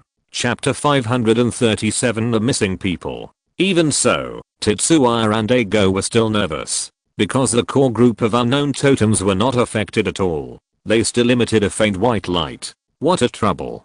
Daigo frowned. He took out the second Pokeball from his waist. Boscadora, show your strength. Roar. With a fierce roar, a silver-white giant beast appeared in the underground cave. It was Daigo's second main force, Boscadora with steel plus rock attribute combination. Compared with the Boscadora that Tetsuya saw in the Dragon Cave in Yanmo City, Daigo's one was more ferocious. Although the horns on the forehead were slightly shorter due to age, the scars on the armor fully demonstrated its strength. This is the symbol of the Battle of the Boscadora clan. Tetsuya silently called out the panel of 0. Boscadora category, Iron Pokémon attributes, Steel plus Rock height. 3 meters, average 2.1 meters, weight. 1.06T, average 360 kilograms. Features: sturdy, cannot be killed by one hit attack at full strength. Hidden features: heavy metal, self-weight will be doubled. Strength: champion 1 ton. Tetsuya focused all his attention on Boscadora's weight column. Speaking of which, this is the first time he has seen such a heavyweight Pokémon. If it is hit by a fighting type kick, it will probably be almost killed in one go. He thought to himself. After all, Boscadora is restrained by fighting type 4 times. However, even so, it is easy to imagine how difficult it is to kick down such a Boscadora. No matter how powerful the skills are, you have to knock it down to the ground first. Like Tetsuya's Blaziken. Although it is much stronger than its peers, he doesn't think that under the same level, the kick of the Flame Chicken will cause much damage to this Boscadora. It's no problem to knock it down, but most of the power will be offset by Boscadora. The final damage will probably be somewhat inconsistent with expectations. This is also the charm of the Pokémon battle. The final victory or defeat is not completely equivalent to the cold data analysis. Snap Dago snapped his fingers elegantly. Boscadora, use sharp stone attack. Roar. Boscadora roared to the sky. Spikes appeared around its body. Asu looked at the sharp stones that were several times larger than himself, and cold sweat broke out on his head. You call this thing a sharp stone attack? Why not add a pillar in the middle? After a while, Boscadora waved his two big hands with silver steel rings, and densely packed huge sharp stones flew out rapidly. In terms of quantity, this is much more than the boulders that Tetsuya had just gathered with his superpowers. However, this time, the unknown totem's response method has changed. Under the somewhat pale gaze of the three people, they tacitly made way for a passage. At the end of the passage, it was the group of unknown totems who were doing something unknown. Asterisk asterisk asterisk, the cry of the unknown totem sounded again. A flash of white light, and all the sharp stone attacks disappeared in the air in an instant. Roar. Boscadora shouted in disbelief. What a joke, is it that simple? Boom, a series of roars came from the top of the head. Tetsuya looked at the top full of stones. Did it move outside? No wonder. At the same time, the white light on the unknown totems also dissipated a lot. It can be seen that for them, diverting Boscadora's attack is not as easy as it seems. What a trouble. Dago repeated what he just said again. Except for the extremely dangerous expeditions and alliance missions, he rarely brought all the main Pokémon with him. Because his Pokémons all had a large appetite, and the weight of the food in their diets was also quite exaggerated. Take Metagross and Boscadora for example. These two guys were not only carnivores with great appetites, but every meal must include a large amount of various swords or steel. Even though the Zvochi company had branches in various cities, Dago could not settle all his main Pokémon without preparation. It was not because of how expensive the price was, but because there were too many things and there was no way to move or find a place to put them. He was just an ordinary human being, and he could not carry several tons of food around all day. Especially these foods might not be enough for his main Pokémons to consume for 2 or 3 days. If it was just energy cubes, it would be very unfavorable for his Pokémon to maintain their condition or even improve their strength. Therefore, under normal circumstances, Dago would only bring one Metagross to protect himself. He was very confident that Metagross could perfectly meet his expectations. But this time, there was obviously a small problem. Facing such a large number of unknown totems, even Dago's trump card was somewhat powerless. Fortunately, he also brought Boscadora, plus 2 foreign aids, Flame Chicken and Night Owl. Otherwise, Dago seriously doubted that the unknown totems in front of him would directly attack. Yes. After resisting the attack of the champion level Boscadora, the unknown totems stopped in the air strangely. Obviously, they were also afraid of the elves in front of them, especially Metagross and Boscadora. If all the same tribes were nearby, the unknown totems would naturally not be afraid. However, there was only one tribe of them here, with hundreds of unknown totems, facing 2 champions, a semi-champion and a king. It was hard to say what the final result would be. Even if the unknown totems could win, the price they had to pay was unacceptable to them. Human, leave here. The intermittent voice came into Tetsuya's mind. He opened his eyes wide in surprise. Unknown totems can actually communicate with humans? This is a big discovery. What's wrong?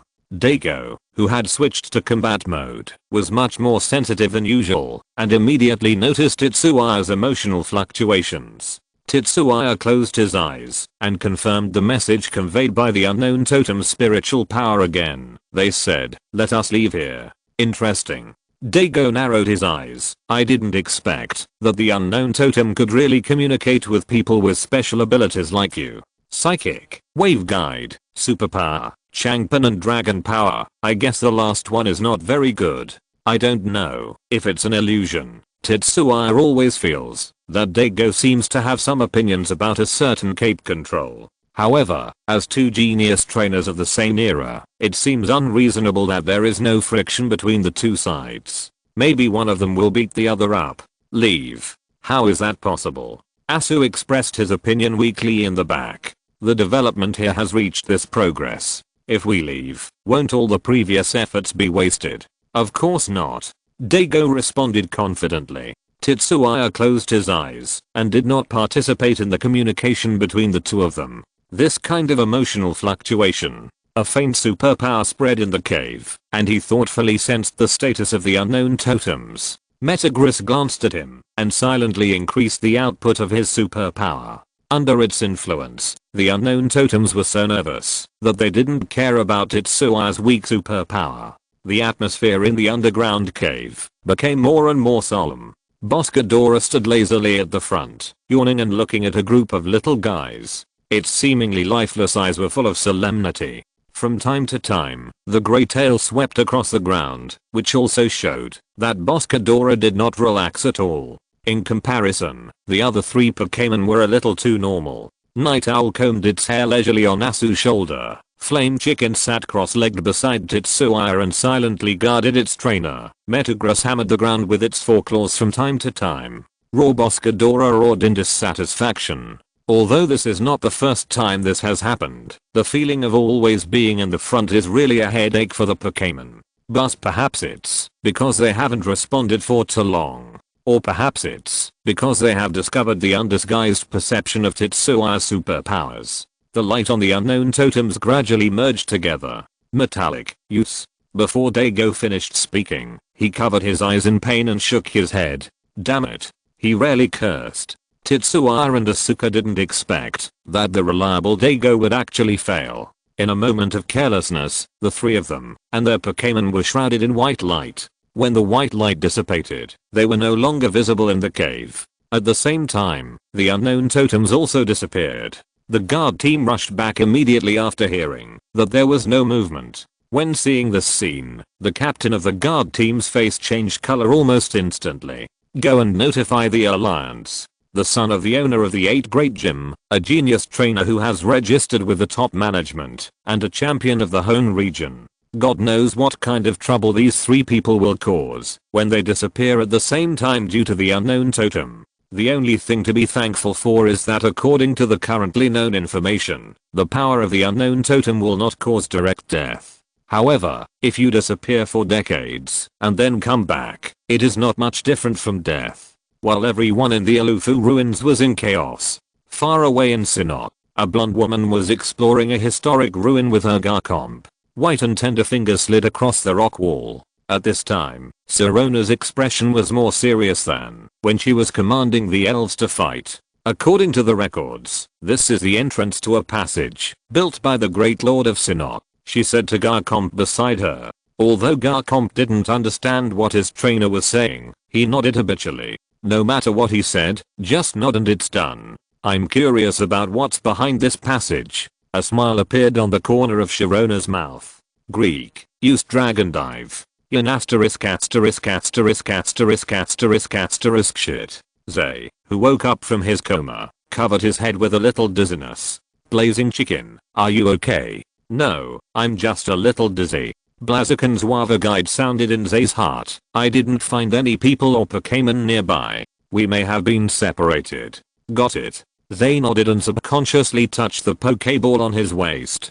Fortunately, all his companions were there. Dragonite, use Flash. He threw the Pokéball, and the originally dim place immediately became bright, empty. This was Zay's first reaction to the surrounding environment. except for the dark black rock area in the distance. The rest of the place was the most common khaki rocks. He winked at Dragonite.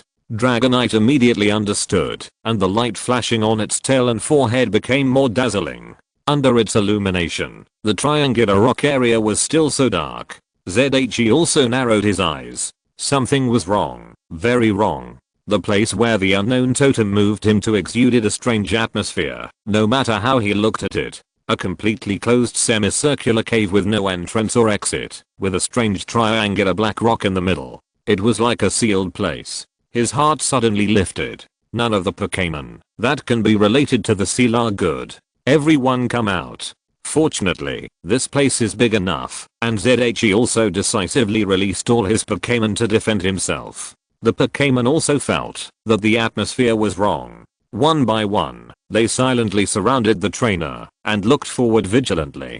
Kyogre rose shark at this moment. 4 Pokémon suddenly exclaimed. Huh. ZHE also hurried to look. The 4 little guys, Night Snail, Emperor Napo, Dragon Messiah and Round Land Shark, emitted the same white light as the unknown totem before. Among them, the light on Doronesia was particularly strong. This is. Zay immediately took out the Pokeball and prepared to take the 4 of them back. No matter whether the result was good or bad, he didn't want to take risks in this situation. Next, Flame Chicken stretched out its claws to stop the trainer's action. Their Wava guides are getting stronger and resonating with the things over there. Hearing this, Zay looked at the triangular black rock in the distance. His pupils suddenly shrank. At this time, 3 patterns appeared on the 3 inner corners of the triangular black rock. The outer circle was a circle, and the patterns in the middle were different. Some resembled tires, some resembled sunflowers, and some resembled triangular prisms. At the same time, below the 3 circles, a larger circle appeared faintly, connecting the 3 small circles. I seem to have seen this pattern somewhere. Zay was stunned. Boom. A loud noise interrupted his thoughts. Roar. A familiar cry echoed in the cave. Zay looked at the figure that appeared and subconsciously asked, Sharona? Why are you here? The somewhat embarrassed Sharona was also stunned. Shouldn't I be the one asking you this? Full version. Chapter 538 3 Fantasy Stages. The 2 looked at each other. If I remember correctly, you mean you went back to Synopsis, right? Tetsuya looked at Sharona and asked. Could it be that he was teleported to the Sinnoh region by an unknown totem? Before, but now it's possible. Sarona's eyes flickered with an inexplicable light. After the initial surprise, her mood immediately changed. Tetsuya expressed his incomprehension. What do you mean? Don't worry, let me see that first.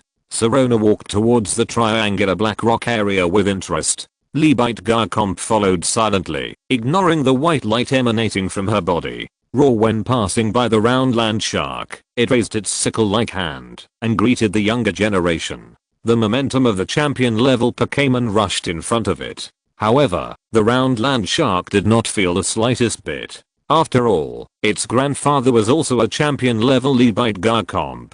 Although it may be a little weaker in strength, it is not much worse. It grinned and responded to Lebite Garchomp. Then, the round land shark felt itself soaring into the air. Shark. It turned around in confusion and found that it was its own trainer who had picked it up. Let's go and take a look. Tetsuya explained to the confused little guy. Rose seeing this, Doran Messiah flew over and landed on Tetsuya's head. It looked particularly petite with its body coiled up. However, it was indeed a bit strange to have a large triangular object protruding from its head. What do you mean? What is this place for? Tetsuya asked as he approached Sharona. I don't know, I'm still looking.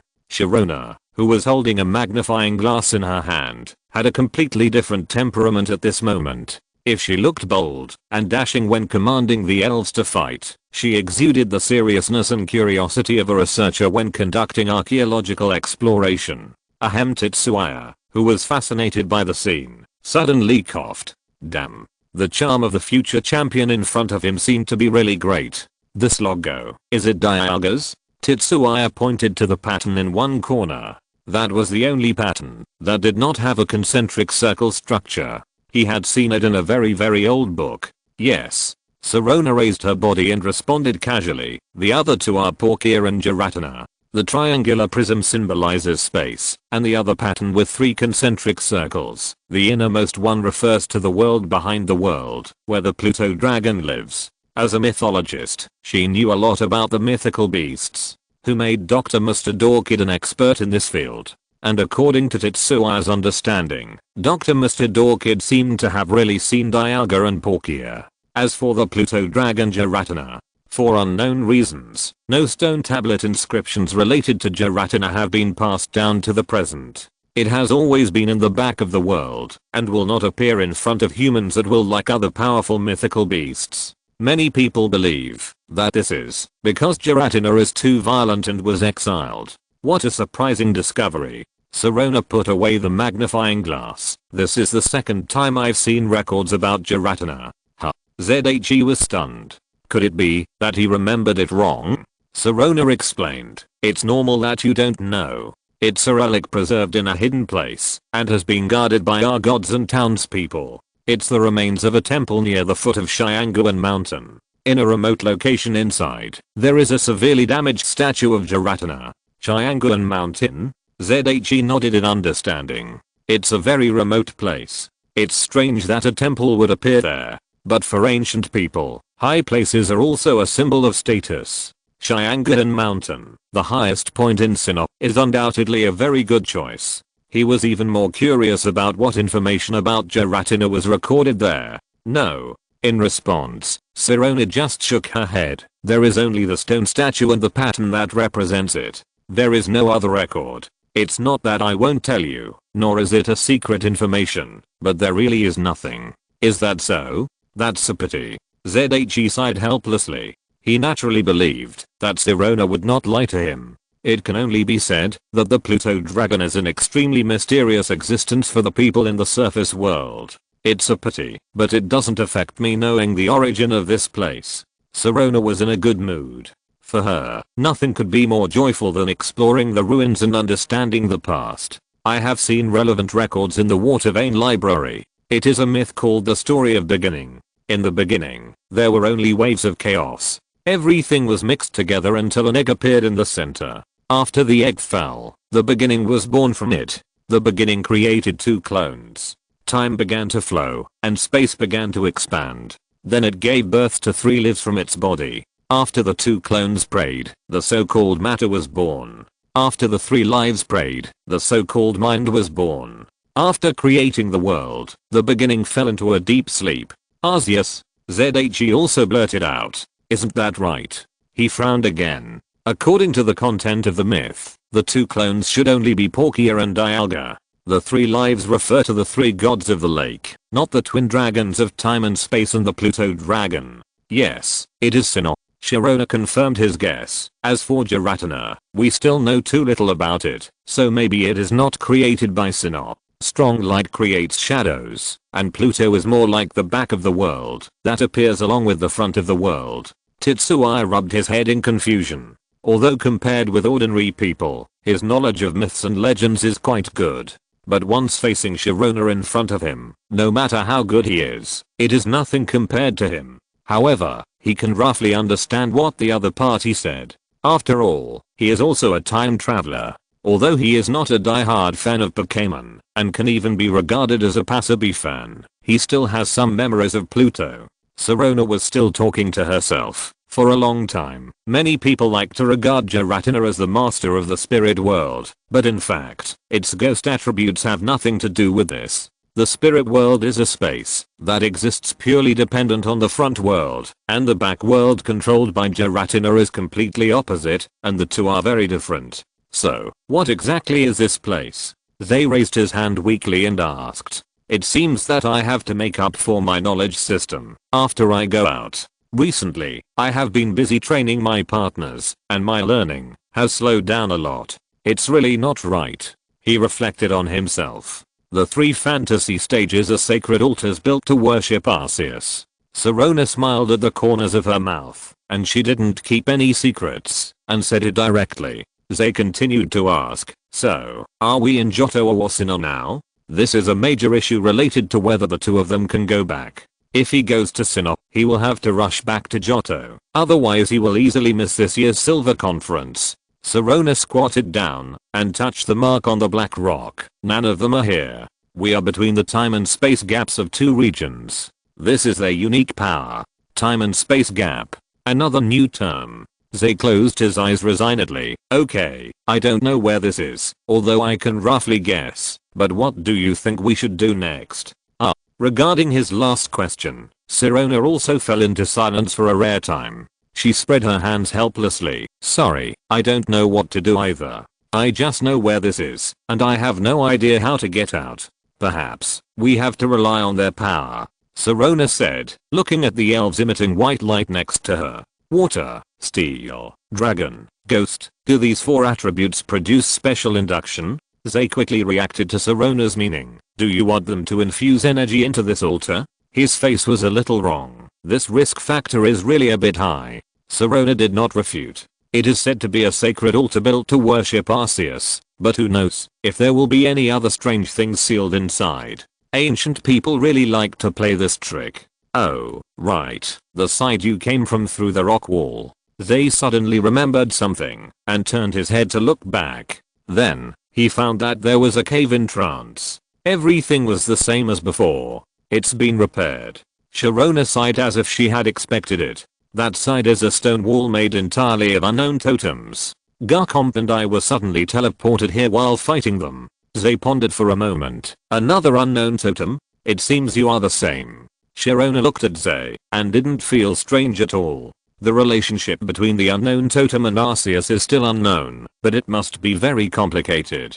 If we can be teleported here, apart from a few mythical beasts, only the unknown totem can do it.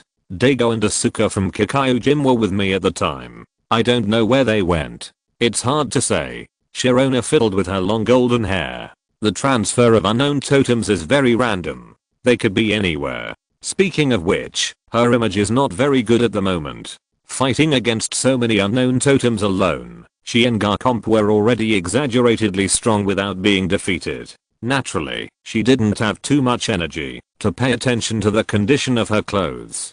Do you need some medicine? ZHE also shook the medicine bottle in his hand and pointed to the scar on Shirona's arm. Sirona only reacted now, her face slightly red. Thank you. She had been immersed in research just now and didn't care about the pain in her body. Now that she has calmed down, waves of tingling sensations continue to occur, making her frown subconsciously. Seeing this, ZHE didn't say much, silently opened the medicine bottle and sprayed it on the scar. The cool feeling spread all over her body at once. Sirona breathed a sigh of relief. What is this? It's quite effective. Oh, it was given to me by senior brother RC when I was injured before. It really works well. ZHE also explained without caring. Secret medicine? Sirona was shocked. Of course she knew the specialty of Azure City. For this kind of injury, isn't it a bit too wasteful to use this thing? No, it's just a simplified version, specially used for healing.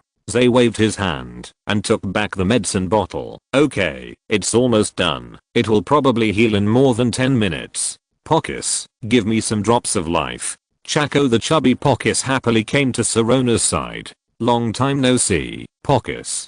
Sirona also smiled and greeted. In the process of cultivating her own Pockis before, she had communicated with Zay and his Pockis a lot, so naturally they were quite familiar with each other.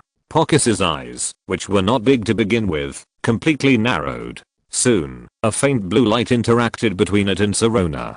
On the white and tender arm, the red scars faded at a speed visible to the naked eye. In terms of treatment, the ability of the elf world is quite magical. As long as it doesn't die, it will definitely be saved.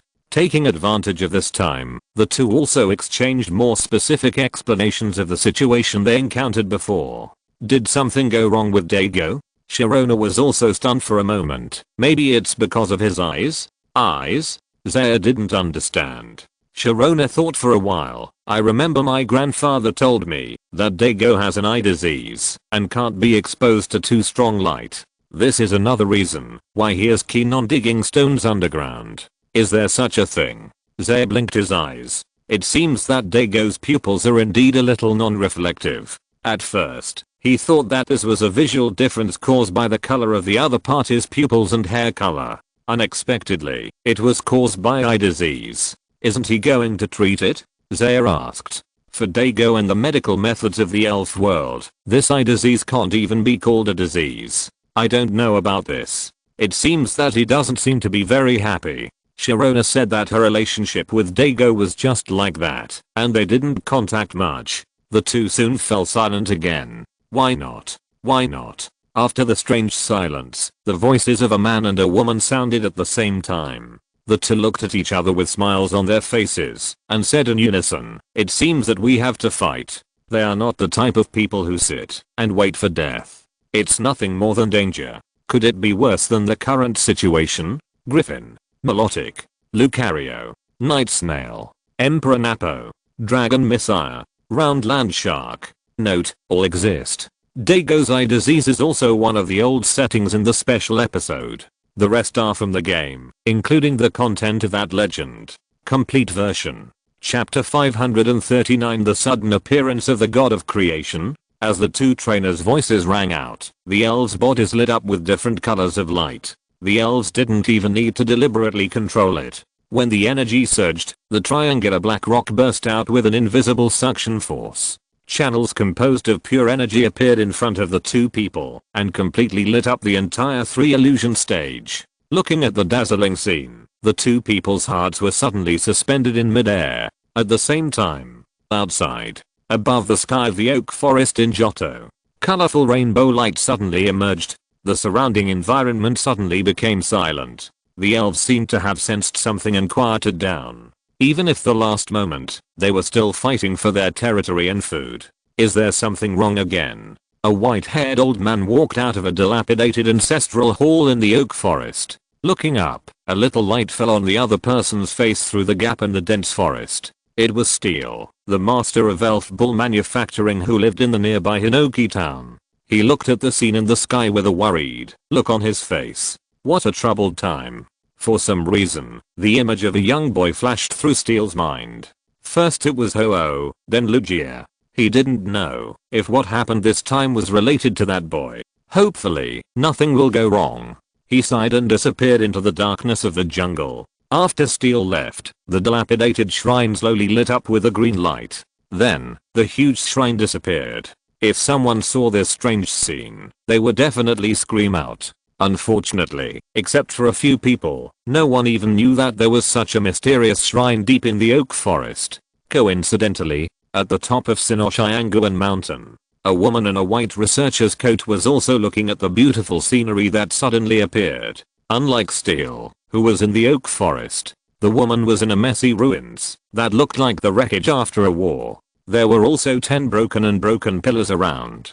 They stood silently in various directions of the ruins like guns. Looking closely, there are various broken stones near each pillar, as well as buildings that can be vaguely seen as the base of some objects. The Hall of Origin. The woman silently muttered a place name. Did that child of Sirona actually enter that place? Ring ring. A bell-like elf on her head sensed the inner anxiety of its trainer and shook its body to make a comforting sound. Bell ring. The bell Pokémon is the juvenile form of wind bell, which can only be hatched by carrying clean incense eggs. At the same time, it is also a Pokémon commonly seen in major shrines. Many people regard it as an object of worship and wishing. It's okay, the child will take good care of himself. The woman touched the bell, not knowing whether she was comforting it or herself. Suddenly, she felt an object in her pocket getting hot. After a moment of silence, the woman took out the object. A round bead with a little white in the transparent part appeared in her palm. The rainbow light in the sky also became much brighter the moment the bead appeared. The god of space, Porkia. She sighed silently again. The identity of the woman was self-evident.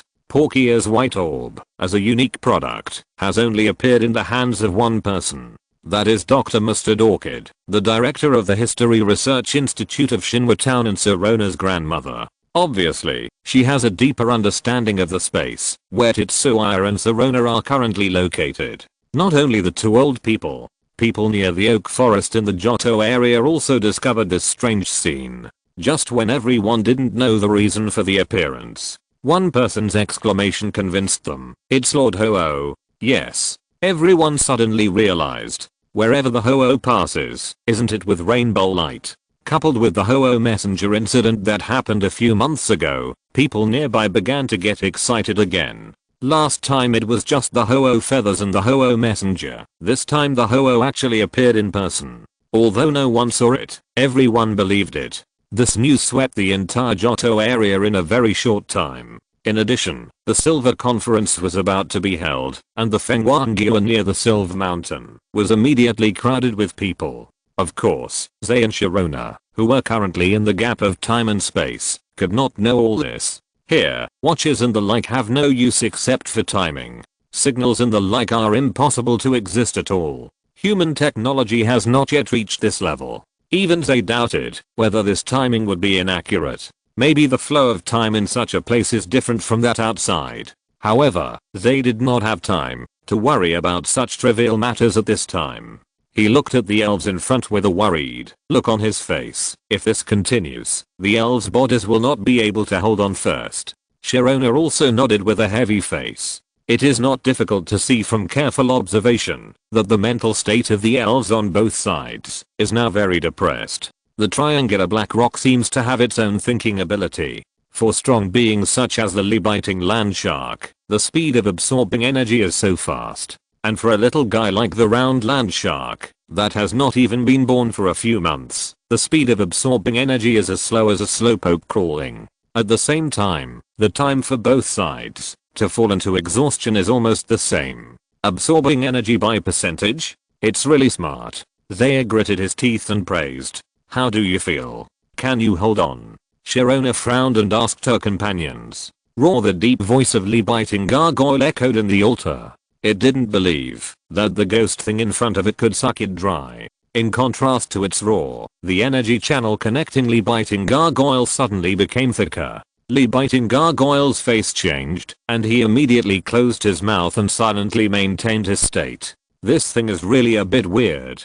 Zaya and Sharona looked at each other and felt very tricky. As for the Pokeball, it's probably useless to put it in. Zaya frowned and said, for this kind of mythical beast, to be precise, it was created by Arceus, the creator of the Pokémon world. He didn't think that the Pokeball made by humans could isolate the effect. Sharona's eyes were fixed on the black rock. Don't worry, it should be soon. Zaya certainly knew what the other party meant. As the spirit's energy was input, white light was actually flowing in the pattern of the triangular black rock. With the support of this period of time, the entire black rock was almost completely white. The problem was that only the three patterns on the top changed, but the pattern representing Arceus on the bottom did not change at all. ZHE also clenched his fist unconsciously.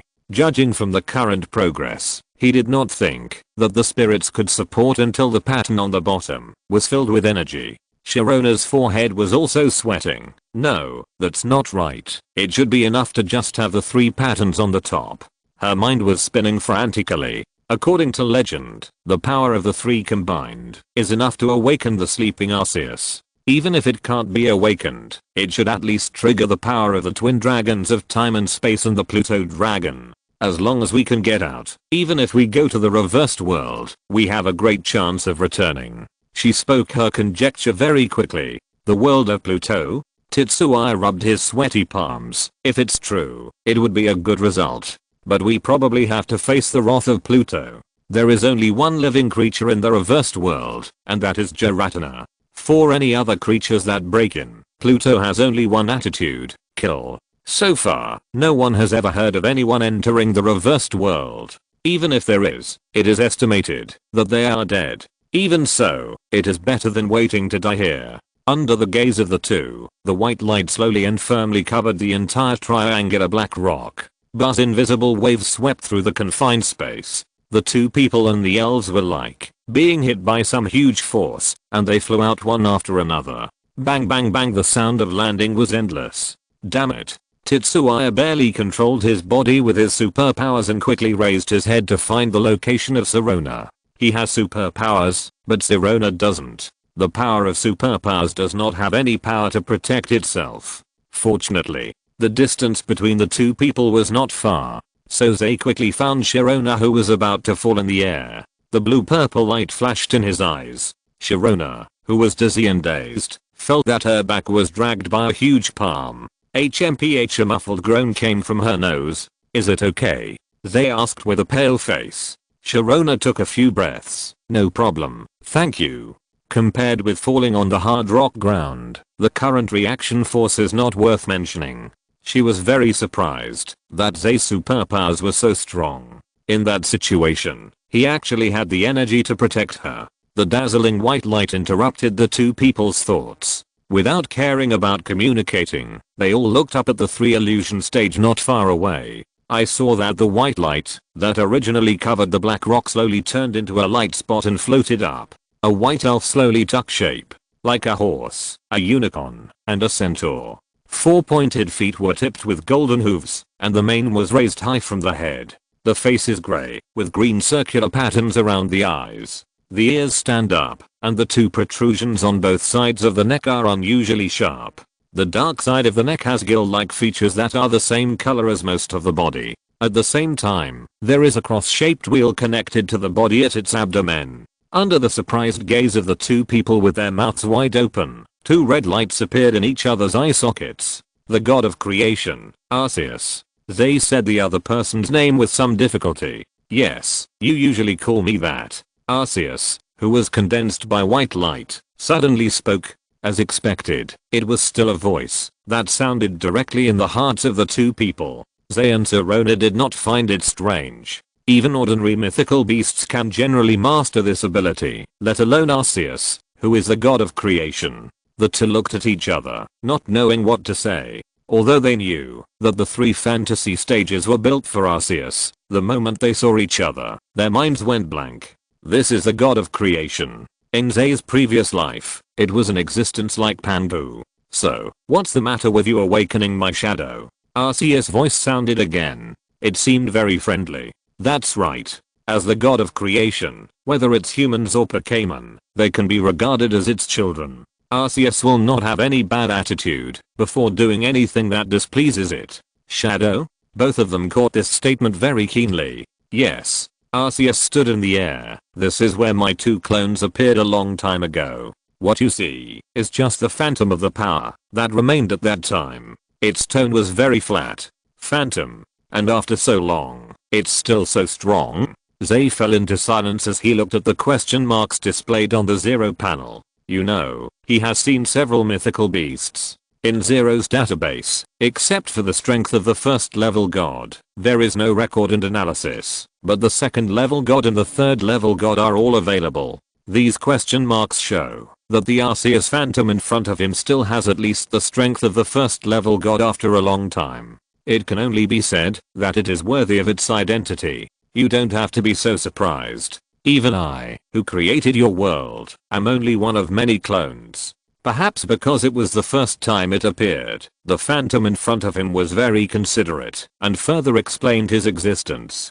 Doppelganger. The 2 people's heads were dizzy. After looking at each other, they saw the word confused in each other's eyes. The phantom of Arceus suddenly flashed. Ah, okay. Is there anything else you want to wake me up for? It's like this. Suppressing the shock in his heart, Zay raised his head and said, we were teleported here by an unknown totem, so we hope to return to our original place. The phantom's eyes slowly closed, and then opened. Is that so? I see. Its voice seemed very majestic. You are weird.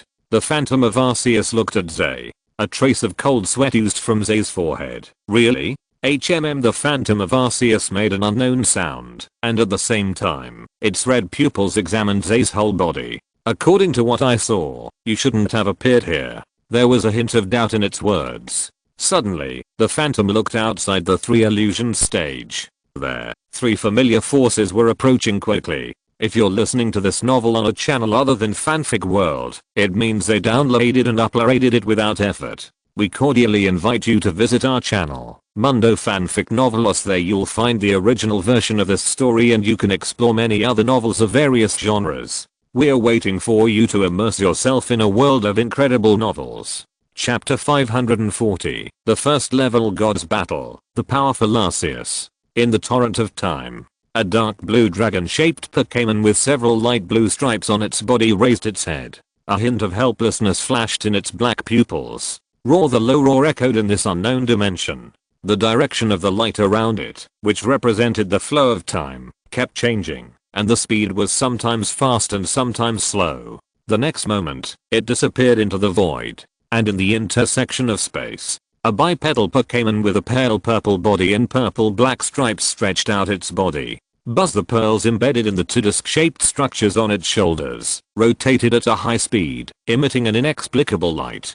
Distortion, destruction, rebirth, solidity. With every breath it took, the structure of space was changing greatly. As if it had sensed something, it roared with a little dissatisfaction. With a kick of its legs, the moment the black marks were all over, this Pokémon disappeared like the previous one. The two energies of indigo and light pink kept flashing. The power of time and space became extremely chaotic, and this undoubtedly affected another mythical beast. Broken floating islands, upside down trees, waterfalls, and water. Everything in this world is completely opposite to what exists in the elf world. It seems that the lifeless world is so desolate. Swish, a black shadow suddenly rushed between the floating islands, and it was impossible to see its appearance. Until a certain moment, the only creature in this world stopped its steps. It was a large grey Pokémon. A golden half ring encircled its neck from the back. Black and red stripes were horizontally distributed on the front of the neck. Two ghost-like large wings spread out on the back, and there were edge structures like claws on the wingtips. Its existence seemed to be born for destruction. I looked up at the deep blue sky. There was no emotional fluctuation or movement. A huge black hole expanded from a small black dot in the blink of an eye, with a flap of its wings. The third elf also disappeared in its own world. The desolate world really lost the last bit of life. In the 3 illusion stages, the Phantom of Arceus seemed a little distressed. Well, it should be, that no one can see me. Your appearance is obviously not in the normal development. As it spoke, a cross-shaped wheel appeared silently on its body. At this time, the Phantom of Arceus had a trace of the noble aura of the god of creation. Before the Thousand Universe arm, ZHE thought it was very similar to an alpaca, exactly the same. However, since it has been awakened by you, this is also the meaning of the world.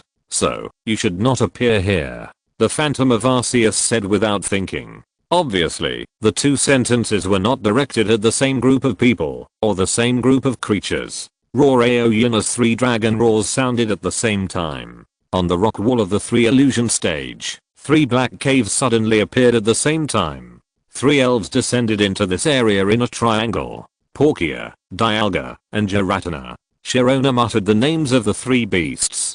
Palkia looked down thoughtfully, and found the presence of 2 humans. One of them smelled familiar. Was it her offspring? Palkia quickly looked away. This kind of thing doesn't matter. In contrast, Dialga and Giratina didn't care about the humans and elves below. The former stared at Palkia and roared in dissatisfaction. The latter stared at Arceus with 2 eyes flashing red and showed considerable disdain for the god of time and the god of space. Tell me, what is the probability of our survival in this situation? Tetsuya asked Sirona beside him with cold sweat on his forehead, pretending to be calm. If he had known that this would happen, he might as well have asked Arceus to send him back quickly. Although the 3 who suddenly arrived did not make too much noise, the aura unique to the first level gods made him feel that his mind and body were full of heaviness. Sirona lived up to her previous calmness. She took a deep breath and said, well, it's about the same difficulty as me picking out the type of ice cream I like in 1 minute. She told a very cold joke.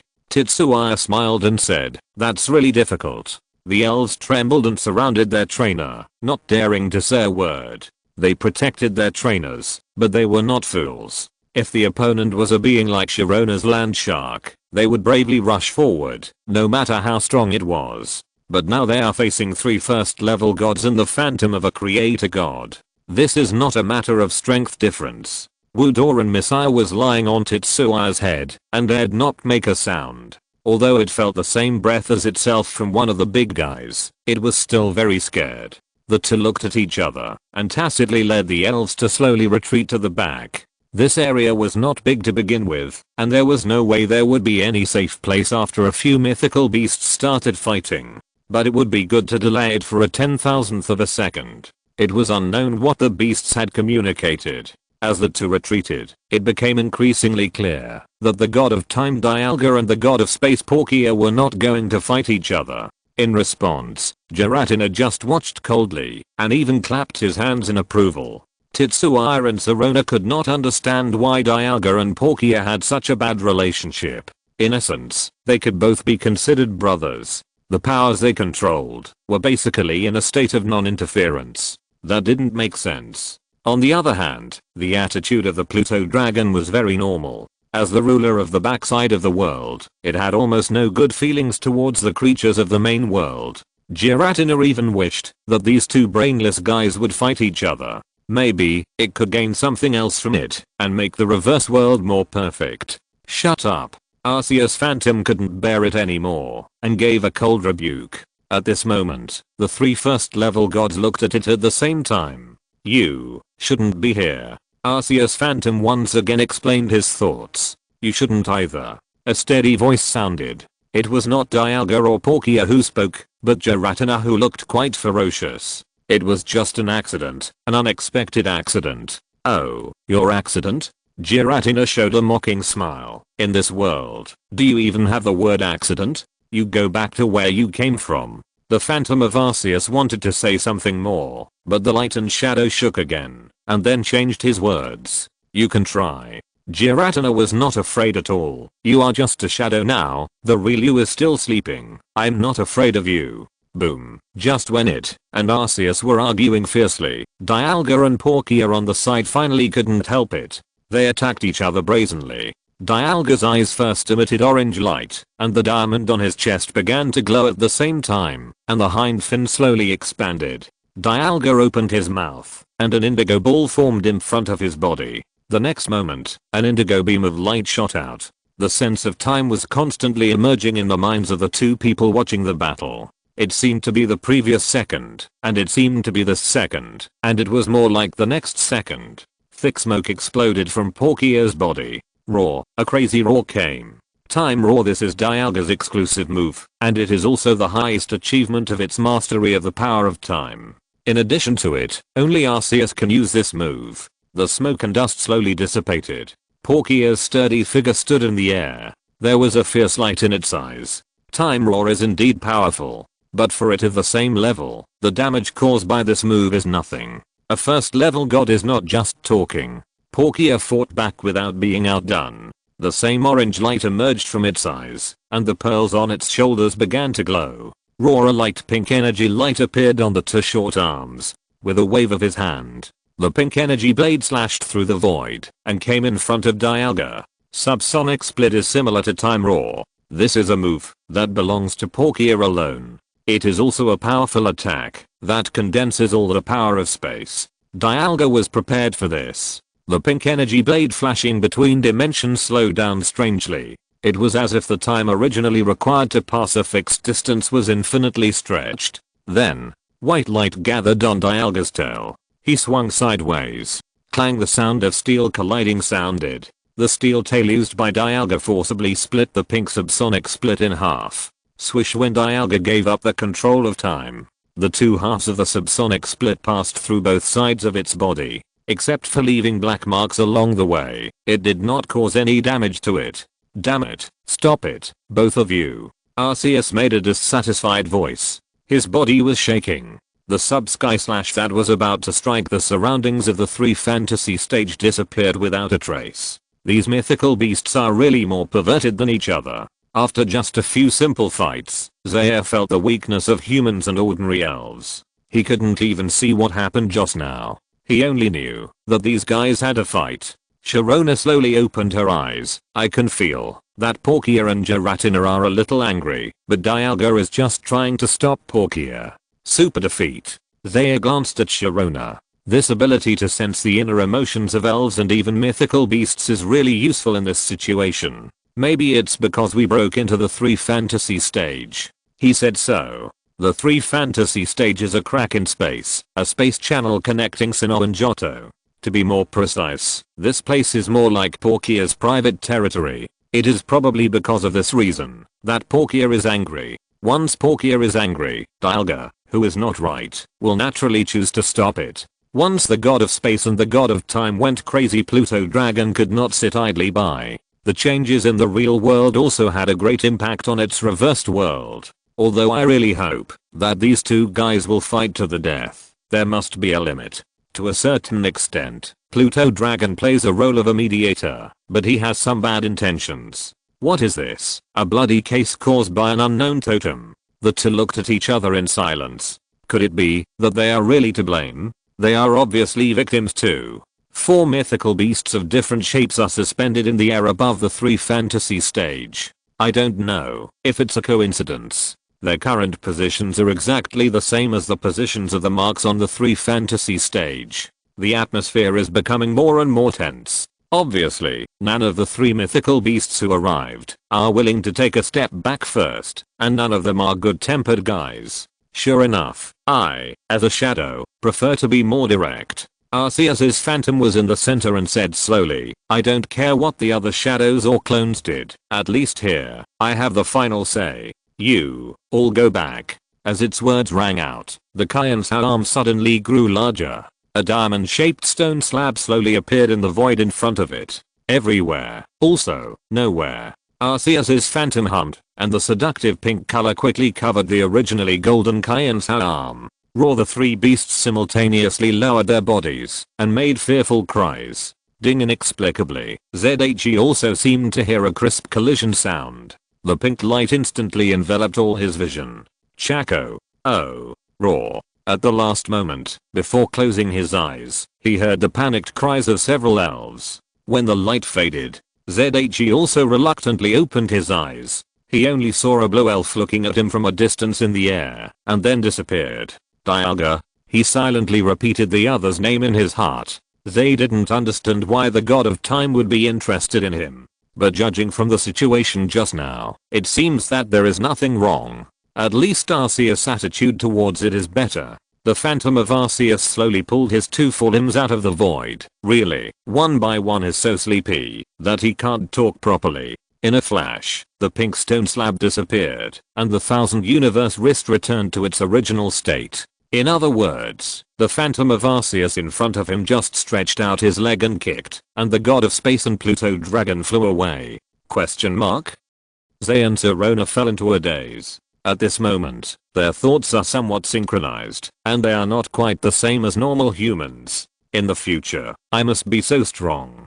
Full version. Chapter 541, Arceus Gift. It's really interesting. Arceus's phantom, which had become much more illusory, felt the thoughts of the 2 humans in front of it, and tilted its head with interest. That child Imrido must have gained a lot from humans. It thought so. At least, for so long, it rarely felt such a strong emotion from the elves. It was called desire. No wonder the main body was very happy about the appearance of humans. Arceus's phantom understood. The existence of desire will allow them to continue to lead the development of this world. Desire is the desire of biological nature to achieve a certain goal. For most Pokémon, their desires only stay on the 2 things of eating and becoming stronger, and at most, to reproduce. The reason for expanding the area of the territory is simply to make it easier to eat and to promote their own strength. But humans are different. Their desires are more complicated. There are good and bad ones.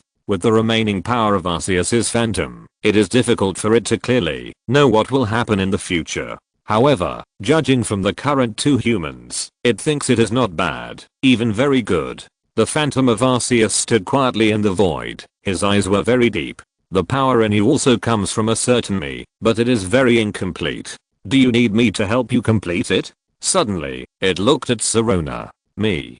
Sirona was a little surprised. ZHE was more curious about what Arceus said. So, the power of overcoming is actually the power of Arceus? And in such a long period of historical development, this power has been missing? It seems that it is not very strange. Compared with the other special abilities, the power of overcoming seems to have suddenly appeared in the process of history. ZHE also remembered that there was a Pokémon movie about the power of overcoming in his previous life, but unfortunately he had not seen it. But since it is a movie, it is normal to be related to the mythical beast. The phantom of Arceus slowly fell to the ground. Walking to the two people and a group of elves, it said, "Yes, this is the power called super. But perhaps because of the time, it has become very weak. Now you can only feel the emotions of the elves, right?" Sirona nodded and responded with a little respect. "Yes, according to the records left by our ancestors, it is the result of some inexplicable events."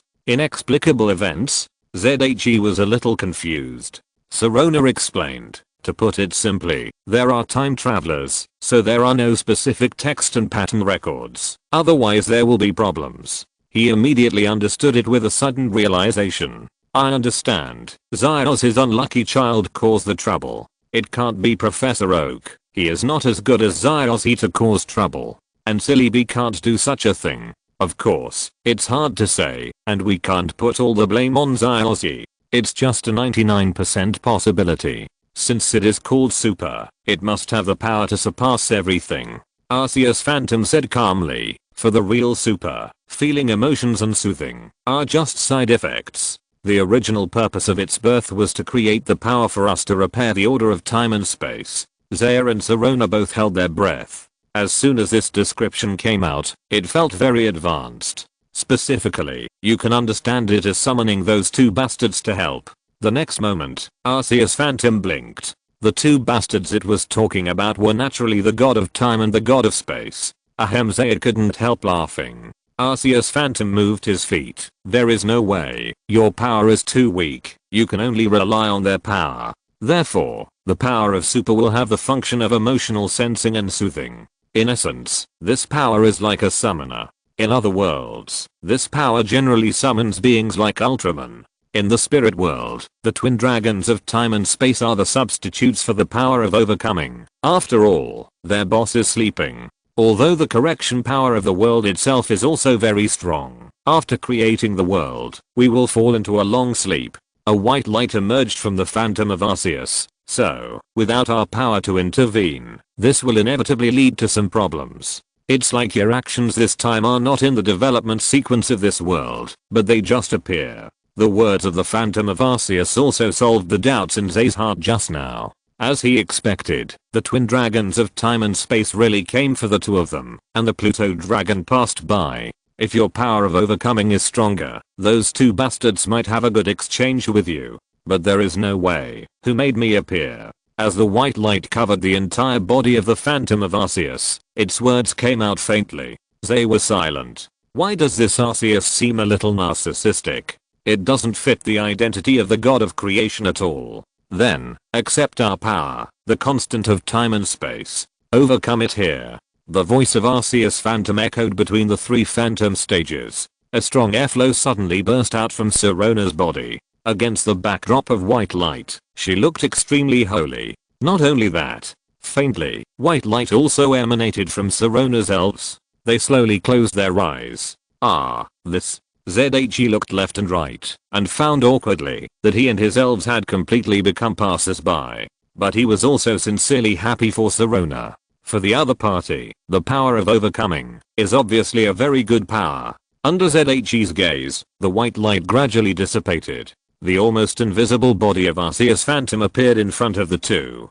"How do you feel?" Before they asked, it spoke first. Sirona felt her body. "It seems there is no difference. You will find out one day in the future." Arceus Phantom smiled. "I believe you. You are a very outstanding human being, no matter when. Oh, by the way, the existence of the power of overcoming will make you better understand the weight of history. As for you," it turned its head and looked at Zay on the side. "As I said just now, you are a very strange existence. If she shouldn't appear here, you shouldn't even appear in this world."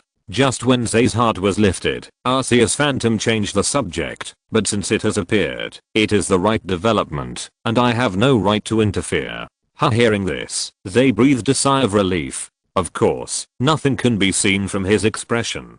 Sirona on the side can only express doubts about this nonsense. The power of overcoming cannot sense human emotions. The power of Wava Guide superpowers are derived from your own power, so my improvement will not be of much benefit to you. In addition, my power is almost exhausted, so I can't help you in this regard. As a final parting gift, is there anything else you need my help with? Arceus Phantom seemed a little embarrassed. There was no way. The kick just now looked strong and handsome, but it also consumed most of its power. To put it bluntly, it was just a projection of power left by the creator god of this world. The twin dragons of time and space and the Pluto dragon were real first level gods, powerful beings who inherited the power of the creator god. If it weren't for the fairy slate, it wouldn't even be able to achieve the result just now.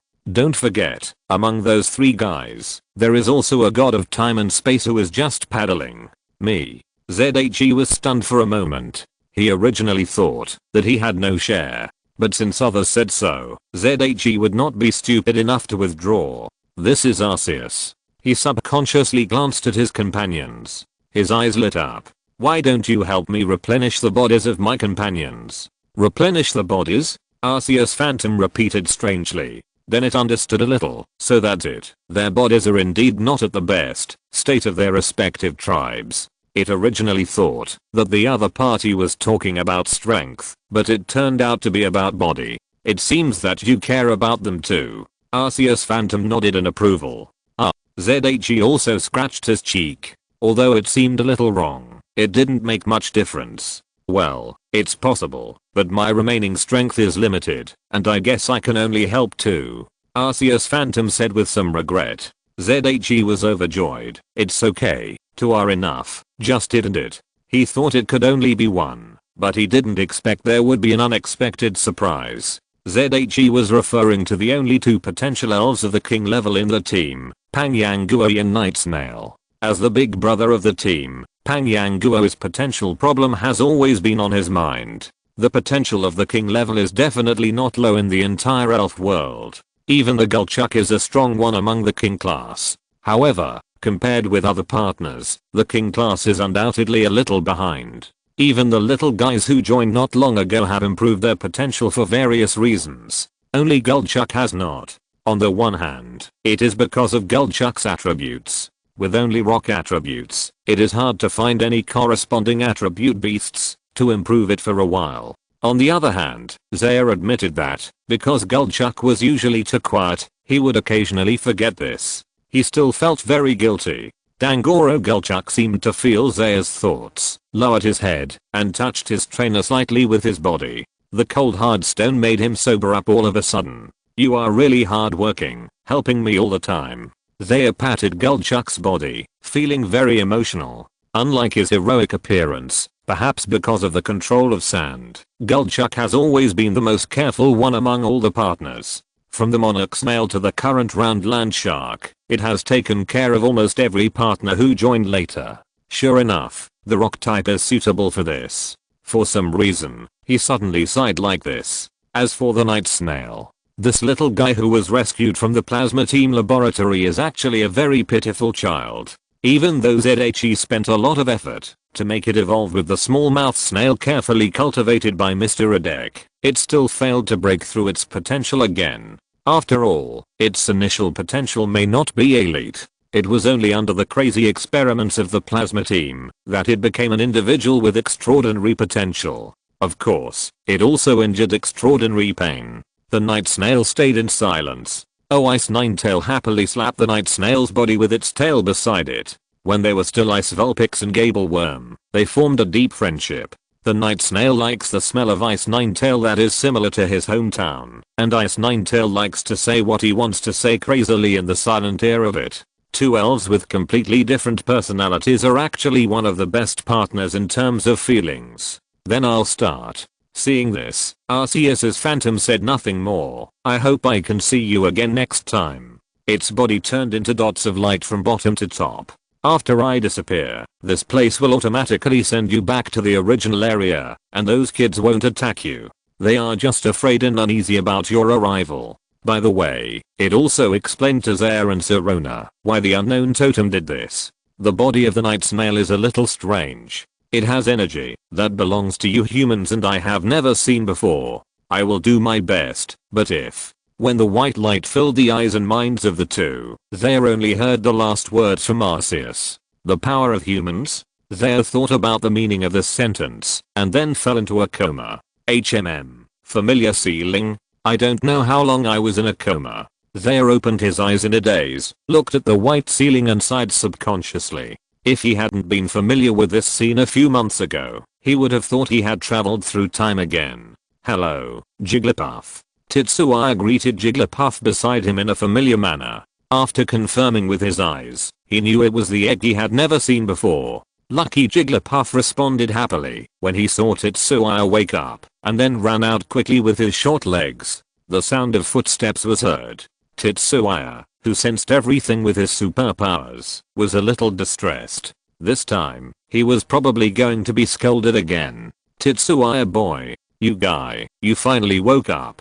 I'm really sorry, it's because of me." Looking at RC, Aso and Daigo who appeared in the room, Tetsuya waved his hand. "Relax, isn't this no problem?" As he said, under the gaze of the three, he silently used his superpowers to take the watch and dialed Sirona's number. Full version. Chapter 542. Daigo's Apology. The Messy Silver Conference. Awake. Sirona's voice came from the other end of the phone. Zay was stunned. "You didn't faint?" From the other party's voice, it can be heard that she didn't look like she was affected at all. "Ah, it seems so." Stepping on a huge rock, Sirona fiddled with her long golden hair. "Maybe because of that, I woke up quickly. But you woke up much longer than I expected."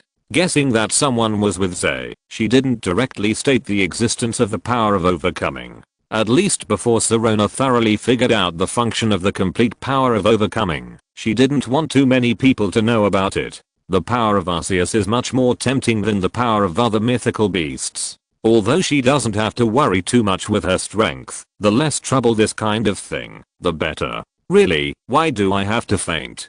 Zay complained helplessly. The three people who listened to his phone call fell into a state of complete confusion.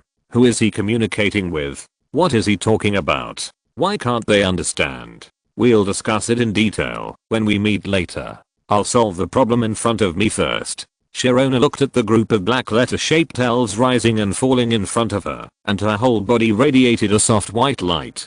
Tetsuya was also very straightforward. "Okay, it happens that I'm the same. Let's talk about it next time." After saying that, the two of them hung up the phone decisively at the same time. "By the way, where were you two teleported to?" Tetsuya asked before the three people asked their questions. Asu was easily diverted. "As for me, I was sent to the dark cave, and I ran out not long after." As for me, Daigo pondered for a moment. It was a dilapidated temple, but fortunately, a friend of mine was there as a guardian, so he came back quickly. No one showed any strangeness in response to Daigo's words. A regional champion like Daigo, no matter how idle he was, must be familiar with the guardians of some hidden places. Otherwise, if something really happened, it would be difficult for those guardians to contact him for help.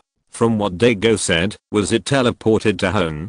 Tetsuya thought for a moment, and said with some surprise. Daigo nodded. "Yes, the power of the unknown totem is really powerful. Metagross, Boscadora and I were all teleported there. This kind of interregional space teleportation is obviously not something that ordinary elves can do. Even if it is replaced by some mythical beasts, it may not be possible. After all, some mythical beasts have to walk home." "Wait a minute." Tetsuya quickly raised his hand to stop the communication. "Excuse me, how many days have passed since we went to the ruins?" He immediately found something wrong. Even if Daigo returned as fast as possible, it would take at least half a day to get from Hone to Johto. But the weather outside the window at this time was still morning. "This is the 5th day. You suddenly appeared in the underground ruins at around 1 AM today." Asu kindly answered Tetsuya's doubts. Sure enough, Tetsuya looked as if he didn't expect it. The speed of time in that place is really different from that of normal space, he thought. In his perception, the things he experienced in the 3 fantasy stage took only 2 or 3 hours at most. But in the real world, more than 3 days, nearly 4 days, had passed. The difference can be imagined. If he was delayed in the 3 fantasy stage for a while longer, he might not be able to catch up with this year's Silver Conference. They said so much. "What about you?" RC said. He crossed his arms with a dissatisfied look on his face. "It's not long since you fainted and recovered, and now you're doing this again." Fortunately, Miss Joy said that you just fainted because of overwork and there is nothing wrong with your body. Otherwise, you won't be able to go out before the start of the Silver Conference. Don't, this is just a small accident. Zaya waved his hands repeatedly. I should have been teleported to Synopsis and happened to meet Sirona. Synopsis. The three were shocked, but they didn't doubt the authenticity. But they couldn't help but be amazed. This is much farther than the distance of home. It seems that the transmission of unknown totems is completely random. There is no pattern at all. Daigo frowned and said. Asuka still didn't know who Sirona was. Tetsuya asked curiously, speaking of which, what about those unknown totems? Are they all gone? No. Asuka, who is mainly responsible for the exploration of the ruins, explained enthusiastically, I don't know why. Many unknown totems in several areas disappeared at once, leaving only a few scattered ones still living in the stone walls of the text. Maybe it's because of the transmission of the three of us. Such a powerful force must have some price. Hearing Arceus' words, Tetsuya knew that the unknown totems were hiding out of fear. Of course, he knew the reason why the unknown totems were reduced. However, he didn't want to interfere with their lives. What if one of them was not happy and threw him alone to the three illusions stage? If it happened again, there would really be no Sirona and no Arceus Phantom. You don't know, a big thing happened during the days we disappeared. Asuka sneaked up to Tetsuya and said mysteriously, what's the matter? Tetsuya asked with interest, after getting off the bed. He was very confident. After seeing the space-time twin dragons, Pluto Dragon and even Arceus, there were not many news in the world that could surprise him. Ho-Oh has appeared. Huh. Tetsuya tilted his head in confusion. This is not right. This doesn't match the original script. It should have to wait until Zaozi set out, or even the second or third year after he set out, for Ho-Oh to appear in front of people again. What's the rhythm of nearly 10 years in advance? Hehe, surprised, right? Asuka said proudly. He didn't care that he had a similar reaction when he learned the news and even exaggerated it. Actually, it's a little different from what he said. It's not that Ho-Oh appeared, but the red light that accompanied Ho-Oh's appearance appeared above the oak forest. Many trainers believe that there will be Ho-Oh living there, or at least they will pass by. Daigo explained for Asuka. The rainbow light. Tetsuya breathed a sigh of relief. He really thought someone had seen Ho-Oh. Unexpectedly, it was just a special effect of appearance. It is not difficult to see from this how deep the people of Johto's obsession with the return of the Ho-Oh is. Speaking of which, that guy AB took advantage of this opportunity to make a fortune. RC smiled and added, in recent days, there have been so many trainers going to the Oak Forest to explore. The accommodation and food alone have boosted the economic development of Hinoki Town by a large margin this year. Not to mention that your group of Alido and the nearby group of Alakazam seem to have been discovered, and there are many people going for them. However, no one has been able to take them away successfully. Is that so? ZHE did not find it strange. The Oak Forest is not big or small. Usually, no one would go there to catch bug-type Pokémon. But the rumor of the Ho-Oh is different. With so many trainers pouring in, the probability of the Ralts group and the Cassie group being discovered is really high. Just like the result, and what RC said. Discovering is one thing, but whether you can take Cassie and Ralts away for breeding is another matter. Tetsuya also knew that the Gardevoir and Alakazam there were quite powerful. It was definitely impossible to take them by force. And it was notoriously difficult to gain the recognition of psychic-type Pokémon. The smart and arrogant Cassie and Ralts were very picky about their trainers. It's a pity that neither of them has a flying type, otherwise I would definitely capture one as my partner. Asuka said with great regret. The other three rolled their eyes at his words. I'm afraid that only this guy would have such an idea. For most trainers, psychic-type Pokémon, especially Cassie and Ralts, are quite perfect. Not only are they suitable for various team systems, but they are also very intelligent and considerate of trainers. Most importantly, they are very strong. I'm relieved that you are okay, Tetsuya. But this time it was my negligence that caused the problem, so I'm very sorry. During the conversation, Daigo suddenly bowed solemnly to Tetsuya and Asuka. This scared the two. No, no, no, Daigo-senpai, the power of the unknown totem is unpredictable. How can this be due to your negligence? Yes, and it's okay. It's fun to experience space teleportation occasionally. Tetsuya and Asu comforted him. The former knew that this was due to Daigo's physical condition, not his personal wish, and not the so-called negligence. The latter didn't take it to heart at all. As a trainer, it is common to encounter 7 or 8 dangers in the wild in a day. Even the perfect person cannot guarantee that he can be perfect. No, this is a problem caused by my personal reasons. If I had solved it earlier, this wouldn't have happened.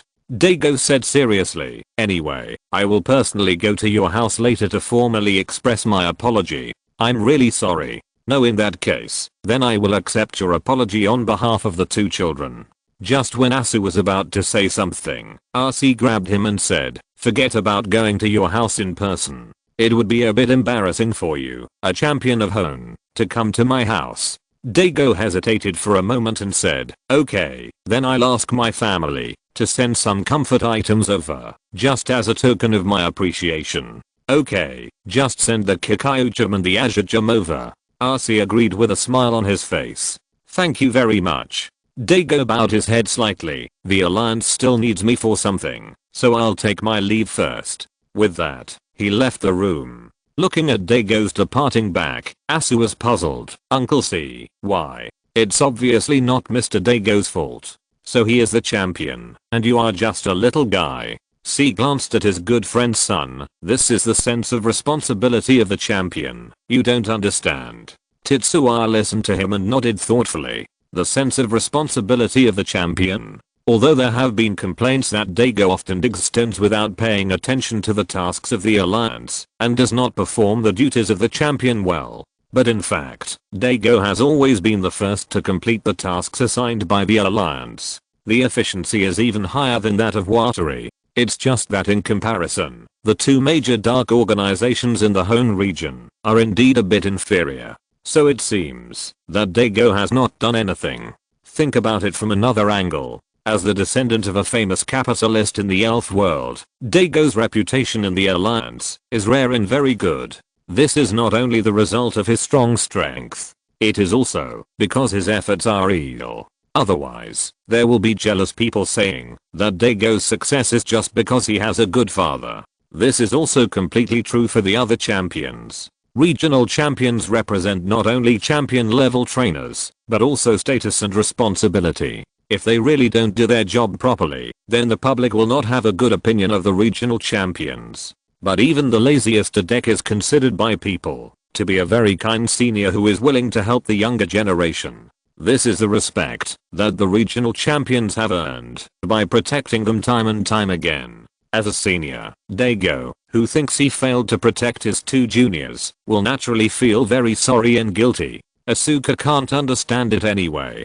But under the threat of RC's Iron Fist, he has to understand it. Even if he doesn't understand it, his father went through this, let alone him. Anyway, you just need to accept the apology gift obediently, and I will talk to your father. RC made the final conclusion. Asuka nodded helplessly.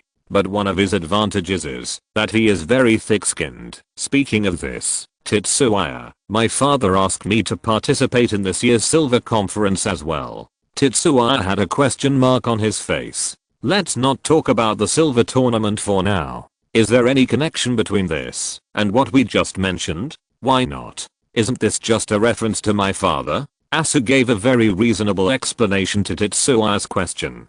Wow, Tetsuya sighed subconsciously. Most people really can't understand the brain circuits of middle school boy. Right. You are also looking forward to fighting me in the Silver Tournament, right? Then it's decided. I will lose to you in the finals. Asu said the most unconfident words in the most vigorous tone. Speaking of which, who else will participate in the Silver Tournament this year? Reiji will go. After all, his progress is similar to mine, and it seems that I can beat him up again. Yuji seemed to have said last time that he would come to participate in the Silver Tournament, saying that his family arranged it for him. I don't know if the other guys who traveled in Johto have collected badges. It would be interesting if I could meet them. Looking at Asu who was talking endlessly, Tetsuya fell into thought. This silver conference looks a lot messier than last year's quartz conference. But the championship is mine, and no one can take it away. Full version. Chapter 543 New Year's Fireworks Display. Ding, the melodious bell sounded throughout the Pokémon world.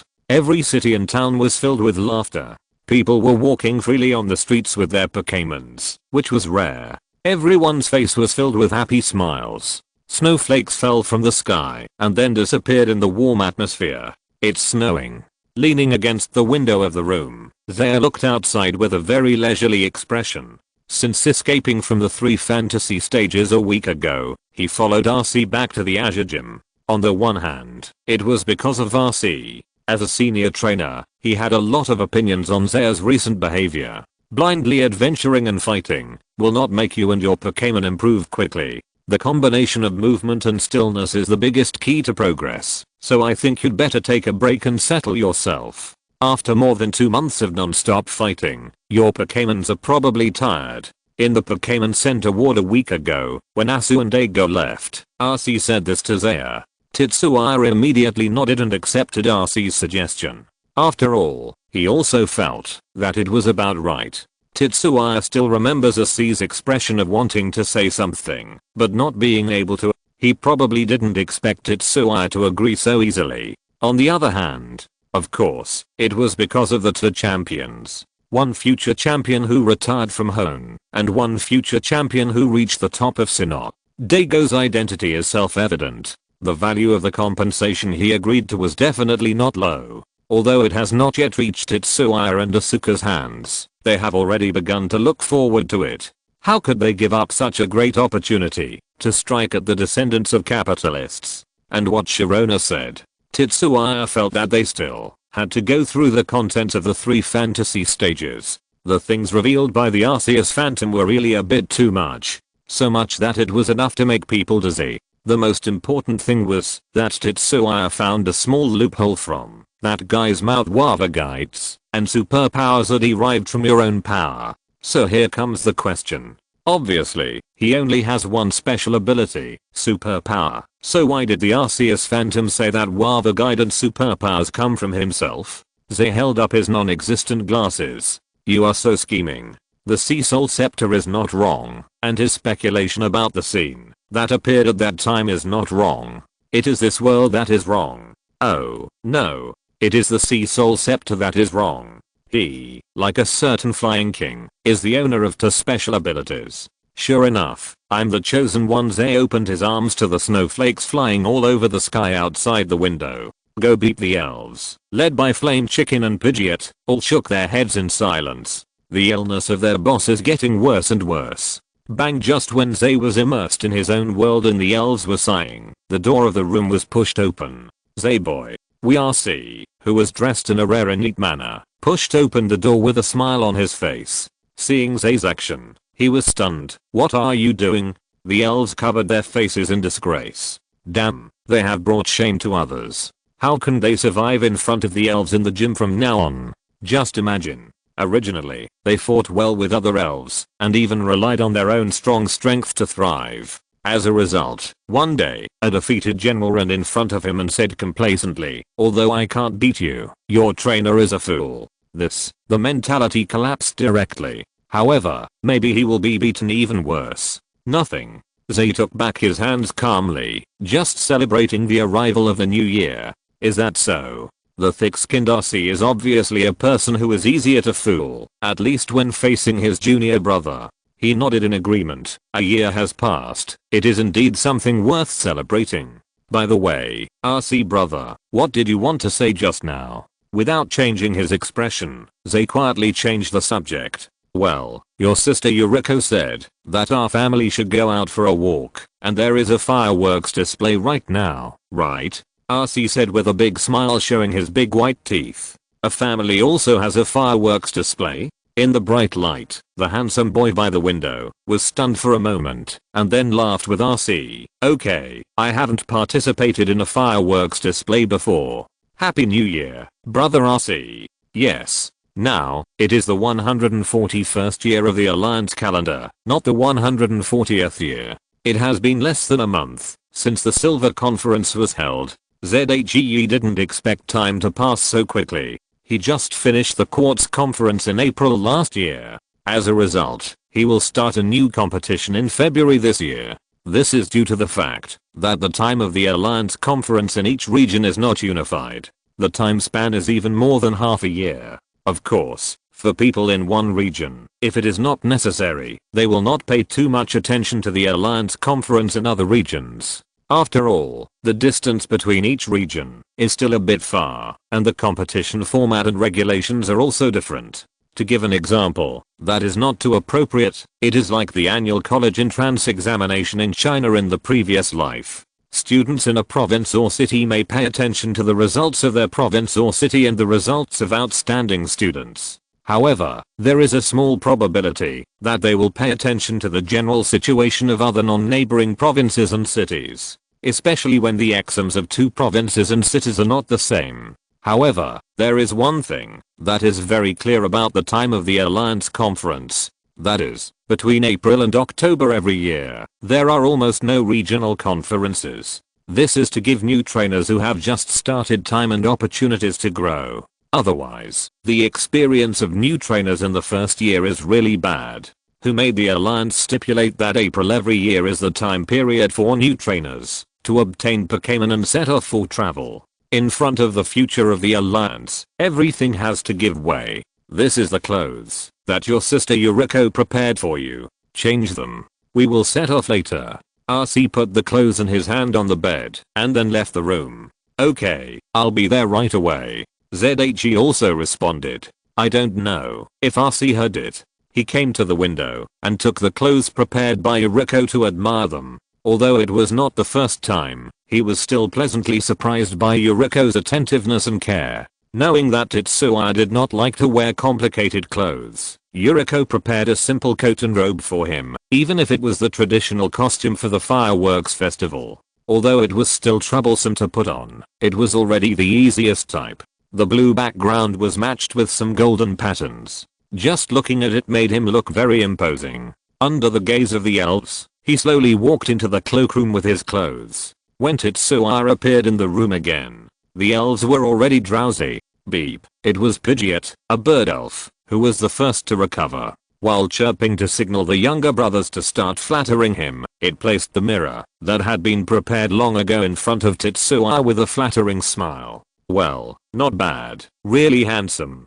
Tetsuya, who had seen himself in the cloakroom a long time ago, sighed again. This dress has no other disadvantages, except that it is difficult to wear. The elves showed a considerable degree of acceptance of his narcissistic behavior. Some of the little guys even thought that Zay's understanding of them was too simple. This was already handsome beyond the tribe. In response, Zay rolled his eyes in annoyance. Come on, I don't know you guys yet.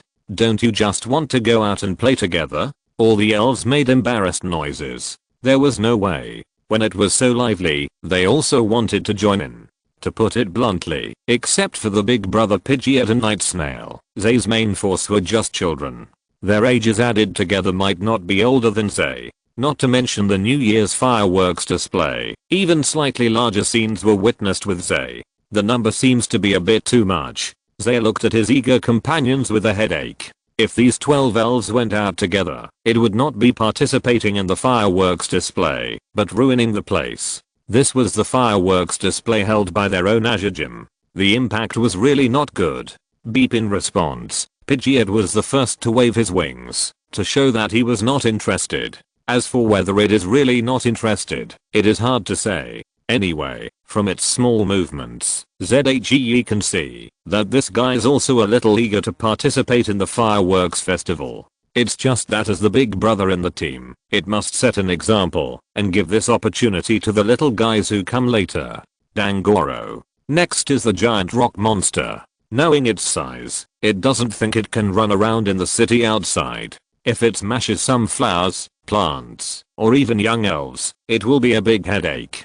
Cairo. Then there are Night Snail and Ice Ninetail. The former is not surprising.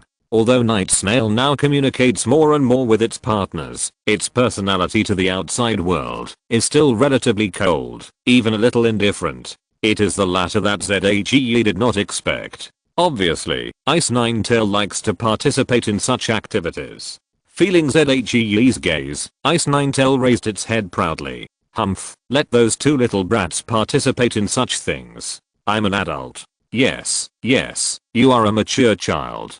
Zay understood what it meant, smiled and touched the head of Ice Ninetail. Now, the other elves couldn't sit still, and said that they would not go out either. Well, let's do this. Looking at the messy scene in front of him, Zay thought for a while, and made a decision.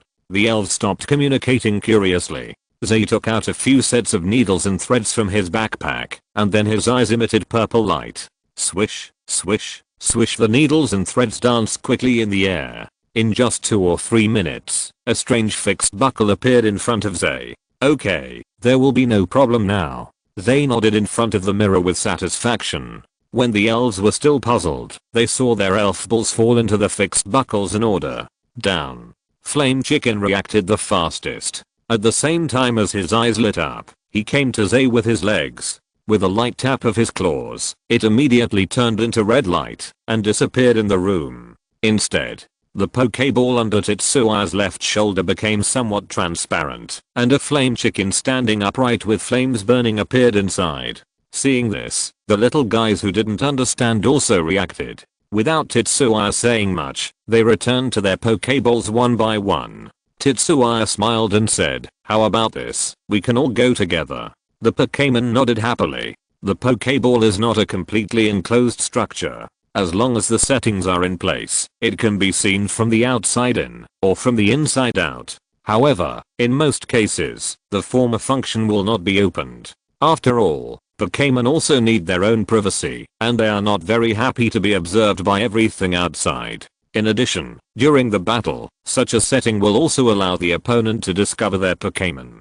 So the whole function is really rarely used. Let's go. Brother 4 and Sister Yuriko are still waiting for us, Tetsuya said to his companions, then opened the door and walked out of the room. In the lobby of the Azure Gym, looking at Zaya, who was wearing something out of place, RC and Yuriko, who were talking and laughing, were both frozen in place. Your outfit is really... RC didn't know whether to laugh or cry. Zaya looked at himself blankly. What's wrong? Is there any problem? He didn't think there was anything wrong with this outfit. At most, it was a little heavy and the clothes were sliding down. But with superpowers, it didn't matter. Nothing. It's fine. RC and Yuriko looked at each other and answered in unison. The three of them walked out, talking and laughing. On the street, from time to time, people cast curious eyes at Zaya. After all, 12 Pokeballs of different shapes were hanging on his chest, and the Pokemon inside could be seen in various shapes, which was really eye-catching. But that was all. Even many trainers looked at Zaya with shining eyes when they saw his outfit. They walked into the clothing store on the street very decisively. Not long after, similar outfits as Zaya appeared on the street. For trainers, they usually pay much attention to the handsomeness and beauty of their appearance. But compared with their own Pokemon, handsomeness and beauty are not so necessary. If you can spend the New Year's fireworks display with your own Pokemon, it is more important than anything else. Bang bang bang, colorful fireworks bloomed in the sky. Tetsuya and his friends in the Pokeballs on his chest raised their heads blankly. It's really beautiful, he murmured to himself. RC and Yuriko smiled at each other, and the latter snuggled in the former's arms and happily looked at the colorful fireworks in the sky. Full version. Chapter 544, heading to Fengwangyuan. Come to think of it, there don't seem to be New Year's fireworks displays in Sinnoh, right? Yes, after all, the customs and practices of each region are different. But they also have their own New Year festivals. RC, who has traveled to various regions and has a rich resume, explained with a smile. In the Hone region, the annual New Year festival is called the Wishing Festival. Before and after the Wishing Festival, meteors will occasionally streak across the night sky. People say that this is a gift from the Sky Dragon. Of course, some people say that it is a precursor to the Wishing Star. When the number of meteors passing by is enough, comets will follow. On the night of the comet, which occurs once every 1,000 years, the wishes made will come true. It sounds really romantic. Most of the apprentices of the Azure Gym are young children, and their eyes lit up when they heard this. ZHE, who was listening on the side, also smiled. A gift from the Sky Dragon? It seems that there is nothing wrong with saying this. After all, given Rayquaza's personality, the probability of humans wanting to observe meteors is really not high, especially in the home region, where its nest is located. Maybe the half month before, and after that was Rayquaza's slacking time. As for the legend of another comet, Wish Star Jirachi, ZHE certainly knew the 7-day miracle. According to legend, it will only wake up for 7 days, after sleeping for every 1,000 years, and then fall into sleep again. He thinks that this is probably related to the source of its power, the comet. The long return cycle of the comet's elliptical orbit makes Jirachi in the spirit world only able to sense its own power during those few days, and thus be awakened. To put it simply, sleeping is more like its self-protection. Otherwise, it will soon become weak and die without the source of power. Isn't it a bit too unromantic? Looking at the group of children who were listening with relish not far away, ZHE suddenly shook his head. In fact, it is a very good thing to look at the world with a more emotional eye occasionally. If everything is related to power, it is really not a Pokémon. RC's New Year Story Conference continued. In Synopsis, the traditional New Year festival is called the Ice and Snow Festival. Let me tell you. A girl with a band-aid on her nose raised her hand. This is because most places in our Sinnoh region snow all year round. The temperature is so low, if you hold a fireworks festival in winter, it will be very cold to wear clothes like today. Snow all year round. It must be beautiful. Many apprentices' eyes were full of longing. In Kanto and Johto, there are very few places where snow exists, especially in Azure City, which is close to Hoenn and the sea. It is not an exaggeration to say that it is rare to encounter snow weather here for more than 10 years. Not to mention the degree that it is big enough to pile up. Of course, this refers to normal natural snow days. With the ability of Pokémon, it is not a very difficult thing to create a short temporary snow day. Just like before the fireworks festival today, when you travel to the Sinnoh region in the future, just find me when you arrive in Vale City. I promise to make you have fun. The girl with the band-aid patted her chest and promised. Okay, Ollie, I want to play the game console. The game city in Curtain City is very famous. Stones, there are many interesting stones in Curtain City. A group of half-grown children discussed it. No one thought that this band-aid girl was just talking casually. She is fully capable of this. She is the future successor of the Curtain Fighting Gym. It is not difficult to see how high RC's status in the fighting world is. You should know that the Curtain Fighting Gym is also one of the 8 major gyms in Sinnoh. In terms of status, Azure and Curtain are actually the same. But the current owner of the Curtain Fighting Gym, Ali's father, chose to send his daughter to RC to study. And he knew that it was impossible to learn the core content of the Azure Gym. Anyway, the more he came into contact with ZHE, the more he felt that his senior brother was not simple. Ali is also worthy of the identity of the successor of the fighting gym. However, she was already nicknamed Barefoot Genius Fighting Girl when she was only 10 years old. This is the honor she earned with countless scars in fighting competitions. Brother Zay, will you go to Vale City later? While a group of companions were chatting enthusiastically, Lee quietly approached Zay. I have something to ask of you, she said with a red face. Is it related to your father? In more than a week of life, Zay had a lot of understanding of the personalities and experiences of several outstanding apprentices in the Azure Dojo. Therefore, it was not difficult for him to guess the purpose of Lee's visit to him. Yes. Lee nodded somewhat embarrassedly. If it were you, Brother Zay, there should be a way to make Dad stop staying in the game city all day. She looked at Zay with hope. Zay smiled helplessly. It's strange to say. Every powerful trainer has some inexplicable hobbies. For example, Lee's father's hobby happens to be playing video games. I don't know how this middle-aged uncle can be so passionate for decades. Anyway, in the eyes of his daughter, this is a manifestation of not doing his job properly. Well, I think you have to go back and talk to your father in person about this. When you inherit the gym from him, give him a good beating, and he will be convinced. Of course, Zay couldn't interfere in other people's affairs. This is not good from any angle, but it didn't stop him from instigating Lee. Lee showed hesitation in her eyes. Beat up her own father? This doesn't seem a good idea. Don't worry, you are his precious daughter. I think your father will be so happy if you can beat him. Is that so? Hearing what Zay said, Lee suddenly realized. Then she nodded heavily. I understand, brother Zay. I will go to continue training now. She walked out barefoot with a firm face. RC, who heard everything, was speechless. Based on my understanding of Zaoli, he will probably be very happy. Then he will leave all the things to Ollie and go to the game hall to play games. Speaking of which, why don't you find some time to inherit the Azure Gym so that I can travel around the world with your sister Yuriko? Brother C, why are you like this? ZHE also covered his forehead, feeling helpless. RC rolled his eyes. What do you think being a gym leader is? Apart from having a little status and being respected, we are exhausted dealing with affairs every day, and we don't even have time to sleep. Not to mention that the Alliance doesn't give us holidays or bonuses. It's really stingy. Zaya would not listen to RC. If I remember correctly, the affairs of our Azure Gym are all handled by Sister Riko, right? Brother C, apart from signing, you exercise and train disciples every day. Well, RC smiled awkwardly, unable to make any rebuttal. That's right, you don't even bother to sign. Just let me do it. Fujishu, who appeared out of nowhere, expressed his approval of Zaya with a look of approval. He raised the surfboard in his hand. Today's weather is very suitable for surfing.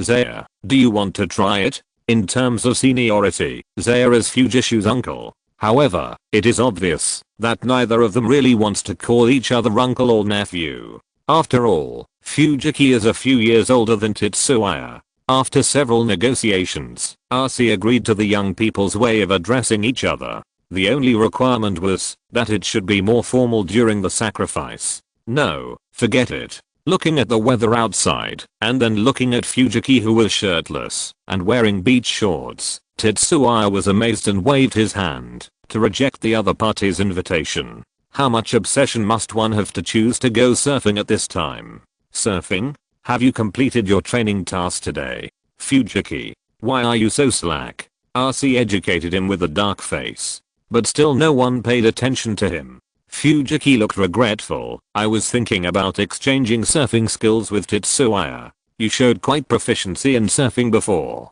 No. Tetsuya touched the back of his head embarrassedly, just playing around. The two of them were communicating enthusiastically, completely ignoring RC's existence. Master's wife asked you to dry the clothes before she left, but you didn't do it. Just to remind you, Master's wife will be back from visiting her friends in half an hour. Just when RC was about to lose his temper, Fujiki's light words made him panic. What? It's over. I forgot. RC's wailing sounded instantly. Lee, hurry up and follow me. Use the flame fist to dry the clothes. NIK looking at the two figures running out one after the other. ZHE also shrugged. Let's make a bet. I think Brother C will burn the clothes. I bet the yard will burn.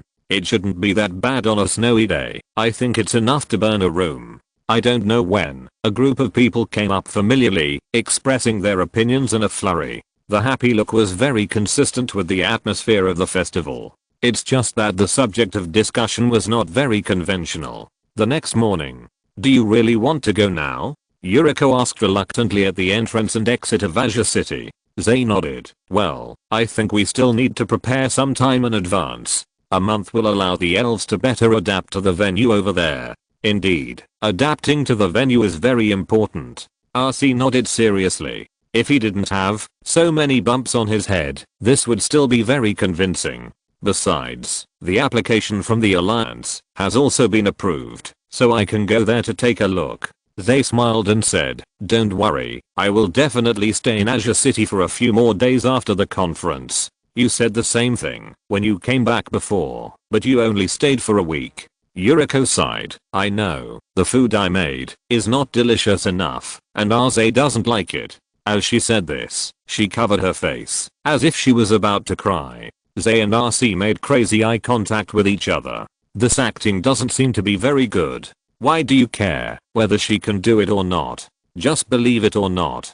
Believe it or not? Brother C, I misjudged you. Sister Yuriko was crying so sadly, and you didn't even comfort her. This is obviously your mistake, right? Why should I pay for it? The two brothers winked and blushed. You too. Yuriko suddenly put her hands on her hips. I'm very sorry. We were wrong. We will definitely correct it next time. Tetsuya and C immediately apologized with a 90-degree bow. The speed was so fast that even a gust of wind blew. Yuriko was immediately amused by their tacit understanding. Okay, no more jokes. She looked at Tetsuya. This time, nothing can happen when you go out. Your brother C and I are very worried about you. Tetsuya grinned. Don't worry, Sister Yuriko. I will be a good person and never cause trouble. But if something happens, it is not something I can control. He added silently in his heart. Yuriko was obviously satisfied with his promise. Okay, if something goes wrong, your brother C can forget about going home to sleep. C's face was bitter. No, why should he be responsible for the trouble caused by Tetsuya? This is unreasonable. However, facing his wife's words, he could only nod his head with tears in his eyes to express his agreement. Then I'm leaving flying on the back of Pidgeot. Tetsuya waved to C and his wife on the ground. Remember to come and watch the silver conference. I will. Don't be lazy, don't worry. It will definitely be better than you. Brother C, drying your clothes. C's laughter and scolding echoed in the suburbs of Azure City. Silver Mountain, a huge mountain located in the east of the Johto region, west of the Kanto Champion Road and the Quartz Plateau. The most famous thing on it is not the current alliance headquarters in the Johto region. It is the quasi-god family in the Johto region, the Bangaras. This is the only place in the world where a large number of Bangaras people live together. Well, the so-called large number is also relative. If it is really in terms of quantity, pick any small town, and there may be many times more caterpillars in the wild forest outside the town than these. As a powerful elf with the title of Desert Tyrant, Bangalas is a partner that many people desire to obtain. Therefore, countless poachers cast their greedy eyes on Silver Mountain every year. Although none of them succeeded, the expected profit beyond the limit still makes many people continue to go. And near the foot of the mountain, a small temple the size of an ordinary house is crowded with people. Everyone comes in and out with a look of admiration on their faces. Everything seems very harmonious. A sudden shout disrupted everything. No, the abbot is not good. A little monk ran into the temple in a hurry and shouted, the guards have been attacked by wild elves again. What? Many people were shocked. Why was this place attacked by wild elves? Of course, there were also many people who watched calmly, with a smile on their lips. Let me think. The last time I encountered something like this was when I met Dr. Soraji in Wakaba Town. ZHE thought speechlessly while mixing in the crowd. Chapter 545. The old actors of the Hoenn and the Silver Tournament selection meeting. I know that everyone is here to watch the torch relay that begins today, but I'm really sorry that there was a small accident in the temple. If you want to watch the torch relay, you may have to wait a little longer. After calling a few monks to run out, the old monk known as the abbot also stood in front of everyone and briefly described the situation. Although he was very old, he was still full of energy. In the noisy environment, everyone could clearly hear his words. Ah, how could this be? Isn't Hoenn protected by Ho-Oh? Are you stupid? Hoenn only has Ho-Oh's flames. Who told you that Hoenn is a place protected by Ho-Oh? That's right, Hoenn was destroyed by Ho-Oh in the past. How can it be said to be protected by Ho-Oh? What are you talking about? Didn't Ho-Oh show up in the oak forest before? Ho-Oh didn't put out the flames, so how can it not be protected? There are still people who believe what the forum says. Those who know about things without pictures will know. Huh? You don't believe what so many people have seen? You are really a guy who likes to see with your own eyes. A group of trainers who came to watch started arguing. It even quickly turned into a small-scale conflict. But this is in Silver Mountain after all, and everyone still has a trace of reason. Let's go. I want to see what you are capable of. When you lose, shut up. Ha. Shouldn't I be the one to say this? A brainless guy like you. I guess your strength will only stay like this in this life, you know? Let's go. Since we can't see anything, what's there to wait for? God knows when it will end. That's right, I still have to prepare for the selection meeting. A group of people quarreled and walked towards the exit of Silver Mountain. They also took away a lot of confused guys. The abbot's face showed a trace of relief. Then he looked at the dozens of trainers left in the square in front of him and bowed silently. Please wait patiently. I need to go to the temple to solve a problem. After that, he turned around and left the scene without caring about the trainers' expressions. Do you believe it? No one would believe it. It's not the first time. There's nothing we can do. The safety of the holy flame must be guaranteed. This place is still a little too remote. It's not convenient for Silver Mountain to deploy a large-scale protection force. Otherwise it will easily cause panic. I understand. The remaining trainers talked to each other with a relaxed look. If there was anyone who didn't understand, they would quickly react after hearing the conversation of this group of people. All this was just a show to protect the Phoenix Flame. Among those people who fanned the flames, there might be the shadow of the Alliance. It's a good thing for us that they believe it and leave. A trainer with an unusually mature look chuckled. There are only so few people left this year. We can finally see what the holy flame looks like when it is first passed. The trainers around all agreed. Last year, they were all a bunch of old hands. More than 100 people stayed. In the end, the headmaster of the Ho-Oh temple had no choice but to let those Pokémon drive some of the people away. That's right, I finally managed to squeeze in last year, but in the end, I was thrown down. Those Pokémons with super strength and arm strength really didn't leave any strength at all. Many people told their own experiences. ZHE was confused when he heard it. Squeezing. Is it necessary? Isn't the main road very empty? But after thinking about it carefully, he knew. Although the Ho-Oh temple is only in a remote corner of the Silver Mountain, it does not affect the identity of the trainers that the Alliance will select to enter. Trainers like those with poor strength and messy foundations will definitely not be able to enter the Silver Mountain, even in a remote corner. Otherwise, if someone with a special identity sneaks in, it will be a big trouble. The Silver Mountain is so vast that it is quite easy to hide a person. Even psychic Pokémons cannot search all places quickly. It is estimated that his identity has been confirmed without his knowledge. That is why he was able to reach the location of the Ho-Oh. As for those who sneaked in without verification, this is the Silver Mountain, the habitat of the quasi-god Bangira tribe. Once the patrolling guards inside find out, it is reasonable to kill them as poachers. It is your ability to hide. If you can't hide, the price will be very high. At this time, Tetsuya, who was holding a stone with his head down and bored, suddenly raised his head. He sensed a familiar breath. It seems that the flame of the Silver Conference is really the flame of the Ho-Oh. Tetsuya thought so. The sacred fire of the Quartz Conference that he passed on last year did not come from the Ho-Oh, but from the Moltres. No matter from which aspect, the gap between the two is still very large. The origin of the Ho-Oh fire of the Ho-Oh is also very interesting. Just as some of the trainers who just left said, the Ho-Oh is actually a site destroyed by the Ho-Oh a long time ago. Legend has it that there was a very fierce battle in this place in the past. The intensity of the battle caused the death of most of the Pokémon living nearby. The war became more and more intense. There were fewer and fewer people and elves, and the land was barren. The angry Phoenix King who passed by burned the human weapons with a fire. Then, under the illumination of the rainbow light, the originally broken lake and land revived in an instant and became full of vitality.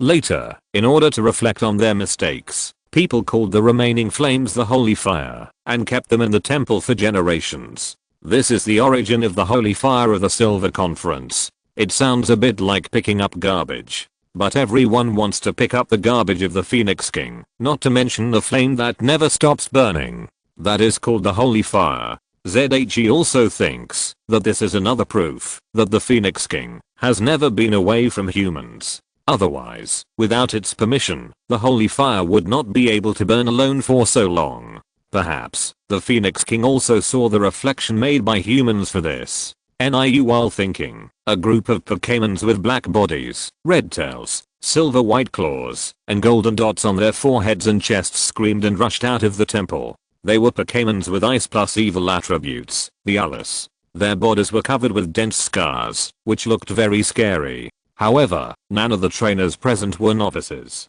It was not difficult to see that the seemingly serious injuries were in some insignificant parts. Even Miss Joy did not need to recover. Taking the orange fruit internally and externally could solve all the problems. NIU. But the others were very dedicated. They showed their sharp teeth to the trainers outside the temple. Bo, the sound of instruments switching on and off sounded. As the red light kept flashing, a group of Pokémons with different final evolution forms appeared in the square.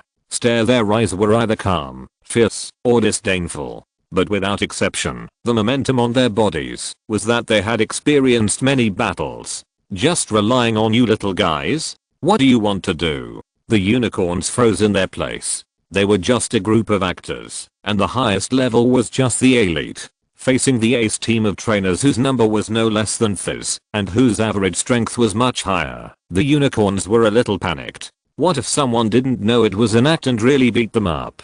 NIU. The long howl echoed in the forest. The unicorns seemed to have heard the order, and they all turned into black shadows and disappeared in the woods. Hey cool. When the unicorns disappeared, the skinny kid like Armstrong and the muscular hunk Guri came out of the temple late. Is this year's script actually Armstrong Guri vs unicorns? I thought it was the same as last year, with unicorns and Armstrong Guri causing trouble. I've already said that there are fewer people this year, so there's no need to scream them again. Just about anyone will do. The trainers' faces remained unchanged, and their lips moved slightly to communicate. HMPH. They still ran away. A monk snorted in dissatisfaction. If they dare to come next time, I must teach them a lesson. Brother is right. The monks around all echoed. It was a bit awkward and fake, but it was a bit like an actor. Not sure. Let's wait and see. The trainers who were watching had similar thoughts in their minds. Ahem. The abbot stood in the square with a calm face and bowed to the trainers. You all saw that some Pokémon accidentally broke into the Ho-Oh temple just now, so that the original Holy Flame Relay ceremony was delayed. It was really not the scene we wanted to see. But fortunately, as the guards of the Ho-Oh temple, we successfully protected the Ho-Oh fire and did not affect the Holy Flame. Next, please follow me into the temple for the Holy Flame Relay ceremony. Otherwise, how could he become the abbot? Several young monks on the side were almost unable to hold back, but the abbot was still very calm and followed the script. This kind of play where I know that all of you know that I'm acting, it is really impossible to do it without some concentration. Squeak. Following the words of the abbot, the monks standing on both sides of the door also pushed open the door. Everyone, please. The abbot made a gesture and walked into the door first. The trainers did not hesitate and followed him in. The Ho-Oh temple, which looked small on the outside, was indeed not big on the inside. There were only a few dozen trainers and monks, and it felt crowded inside. Under the leadership of the abbot, the group soon came to the deepest part. They stopped in front of a huge wooden door, and the abbot's expression became serious. Please disperse. The holy fire is behind the door. Needless to say, no one who came here was a fool, and they quickly stood on both sides of the passage, looking at the wooden door with curiosity. Seeing this, the abbot pushed the door open with a sacred face. A feeling of heat instantly swept through everyone's body. The bright and warm golden light shone on the trainers, appearing extremely gentle. Calm down and look behind the wooden door. A huge statue of the Ho-Oh came into view. Between the wings of the statue, there is a round golden vessel. In the center of the vessel, a light white gold flame is floating in the air and burning. Tetsuya raised his eyebrows. This is not the same as the sacred flame he saw before.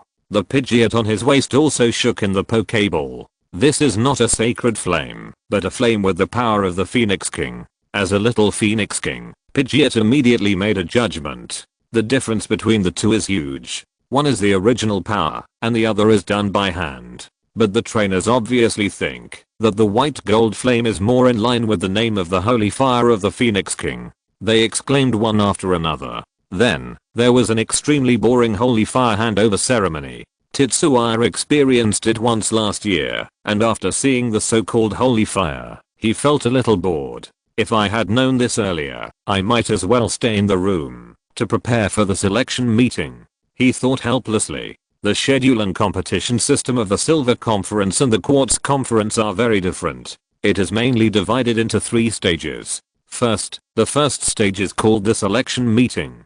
The duration is from the start of the torch relay ceremony until the torch goes around the Johto region and returns to Silvertown to be ignited. Nearly 10,000 participating trainers will have an indefinite number of one-on-one battles. The results of the battles will be considered to determine whether they can enter the top 48. Another comprehensive factor to be considered is the performance when challenging the gym. Just like the test scores are a combination of the regular scores and the final scores. Yes, unlike the 64 top players in the Quartz Conference, there are only 48 top players in the Silver Conference. The reason can be attributed to the second stage of the preliminary league schedule of the Silver Conference. In this schedule, a 3-person round-robin tournament and a 3-on-3 elimination system will be adopted. That is, the top 48 are divided into 16 groups. Among them, the winner of each battle will score 3 points, the loser will score 0 points, and if there is a tie, the 2 players will each score 1 point.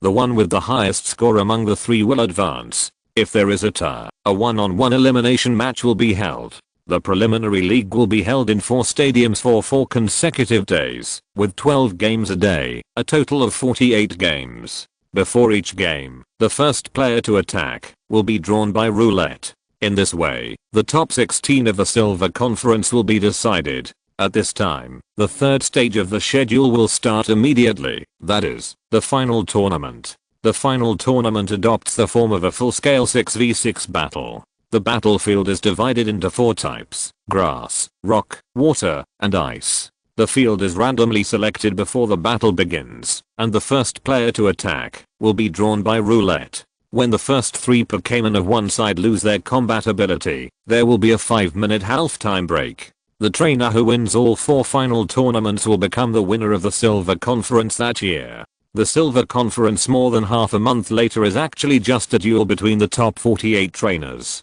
The real selection has quietly begun at this moment. Looking back at the closed gate of the Hoon, he used his superpowers to sense a certain item in the backpack that had returned. ZHE also turned his head. Then, it's my turn next. Full version. Chapter 546. Meet the trio again. The first selection meeting. Silvertown at the foot of Silver Mountain. As the venue for the Metropolis Conference, although it is a town, the scale of Silvertown is not smaller than some cities. It is even more prosperous in some aspects. Looking down from the sky, the structure of the entire Silvertown is like the letter Y. There are wide rivers leading to the sea on both sides. The circular arena for the decisive tournament is located in the middle of the entire town. A little further north is the Pokémon Center, which is known as the largest and most luxurious Pokémon Center in the Metropolis area. It is made of glass and looks like a pair of wings spread out, and it looks like a 3-dimensional sharp angle structure. There are 33 floors here alone. At the same time, with the circular arena as a center, the Silver Pokémon Center also forms a larger circle with the venues for the selection and preliminaries. The 4 rectangular venues for the preliminaries are located on both sides of the Pokémon Center, forming the upper semicircle with the Pokémon Center. The many small rectangular venues for the selection are located in the southeast and southwest in an orderly manner, forming the lower semicircle together with the main road into Silvertown.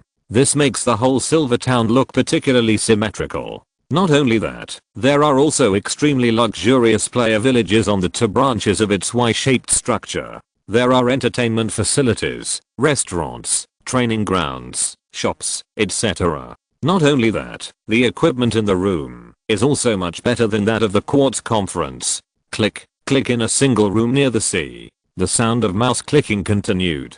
I didn't expect that the traditional Johto region's use of technology is much better than Kanto. It's really interesting. Sitting in front of the computer, ZHE also moved his neck, which was a little tired from sitting for a long time. On the computer desk in front of him, there are 2 thick stacks of paper materials. One on the left, and one on the right. Looking closely, those all record the general information of the trainer and the opponent's Pokémon. As the saying goes, despise the enemy strategically, and pay attention to the enemy tactically. Although the 6 Pokémon who joined the team first, led by Blaziken and Pidgeot, have reached the king level. But ZHE is still an ordinary elite level trainer in the Alliance's input information. As long as it is at the elite level, there is still a possibility of defeat. What if there is a guy like him? Although the probability is as small as Groudon taking off on the spot, it cannot be completely ignored. Therefore, after returning from the Huan yesterday, ZHE also devoted himself to the hard work of collecting intelligence.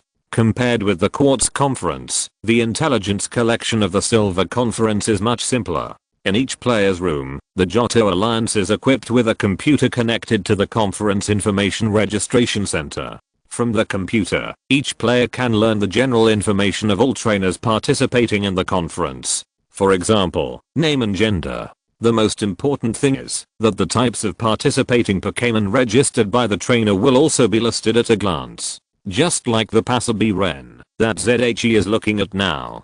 Passabi-Ren, the current registered Pokémon are 2 Sandslash, 1 Diglett, 1 Rumble, 1 Raiden, and 1 Tyrannosaurus. A total of 6 Pokémon. Only the name and number, no level. After all, the specific strength of the Pokémon is still relatively confidential information, and the alliance cannot be made public. It is already very good to have these two. At least it is better than collecting them through other channels by yourself. Obviously, this Passabi-Ren is good at ground and rock. From the perspective of cultivation, such a Pokémon Linoop is indeed very convenient. You don't even need to spend more time on the design of Pokémon recipes. But at the same time, such a Linoop will undoubtedly suffer some disadvantages in regular battles. Once the opponent is a trainer who specializes in water Pokémon, then this Passabi-Ren will be beaten to the point where he doesn't even know where to go, unless his strength is far ahead of his opponent. But, from the existence of Rumblestone and Tyrannosaurus, it is not difficult to see that the strength of this Passabi-Ren is not that strong.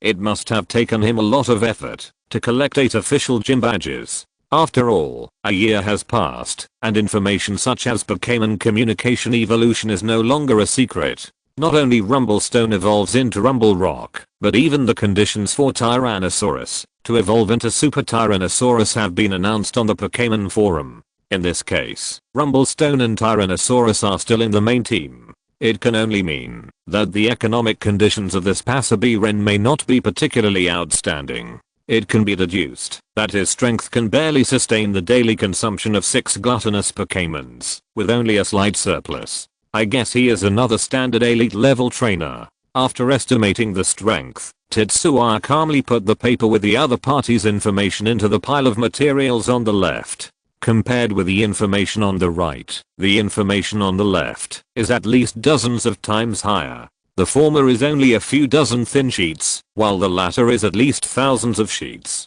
The standard of distinction is also very simple. That is to see whether there is roughly the strength of a seeking. For this kind of thing, as long as there is a name and information, it is not difficult to find information. It's just that the workload will be very large. Unless there is a superpower like Tetsuya as a support. Otherwise, a normal trainer will not go out of his way to look at everyone's information bit by bit. Of course, Tetsuya's prediction is not 100% correct. It is very likely that some trainers will not take out their race Pokémons for registration in the early stage of the selection meeting. The main reason is that losing a game in the selection meeting does not mean that you will definitely not be able to enter the top 48 of the Silver Conference. This is a conclusion drawn after comprehensive consideration. Therefore, many trainers choose to hide some of their strength.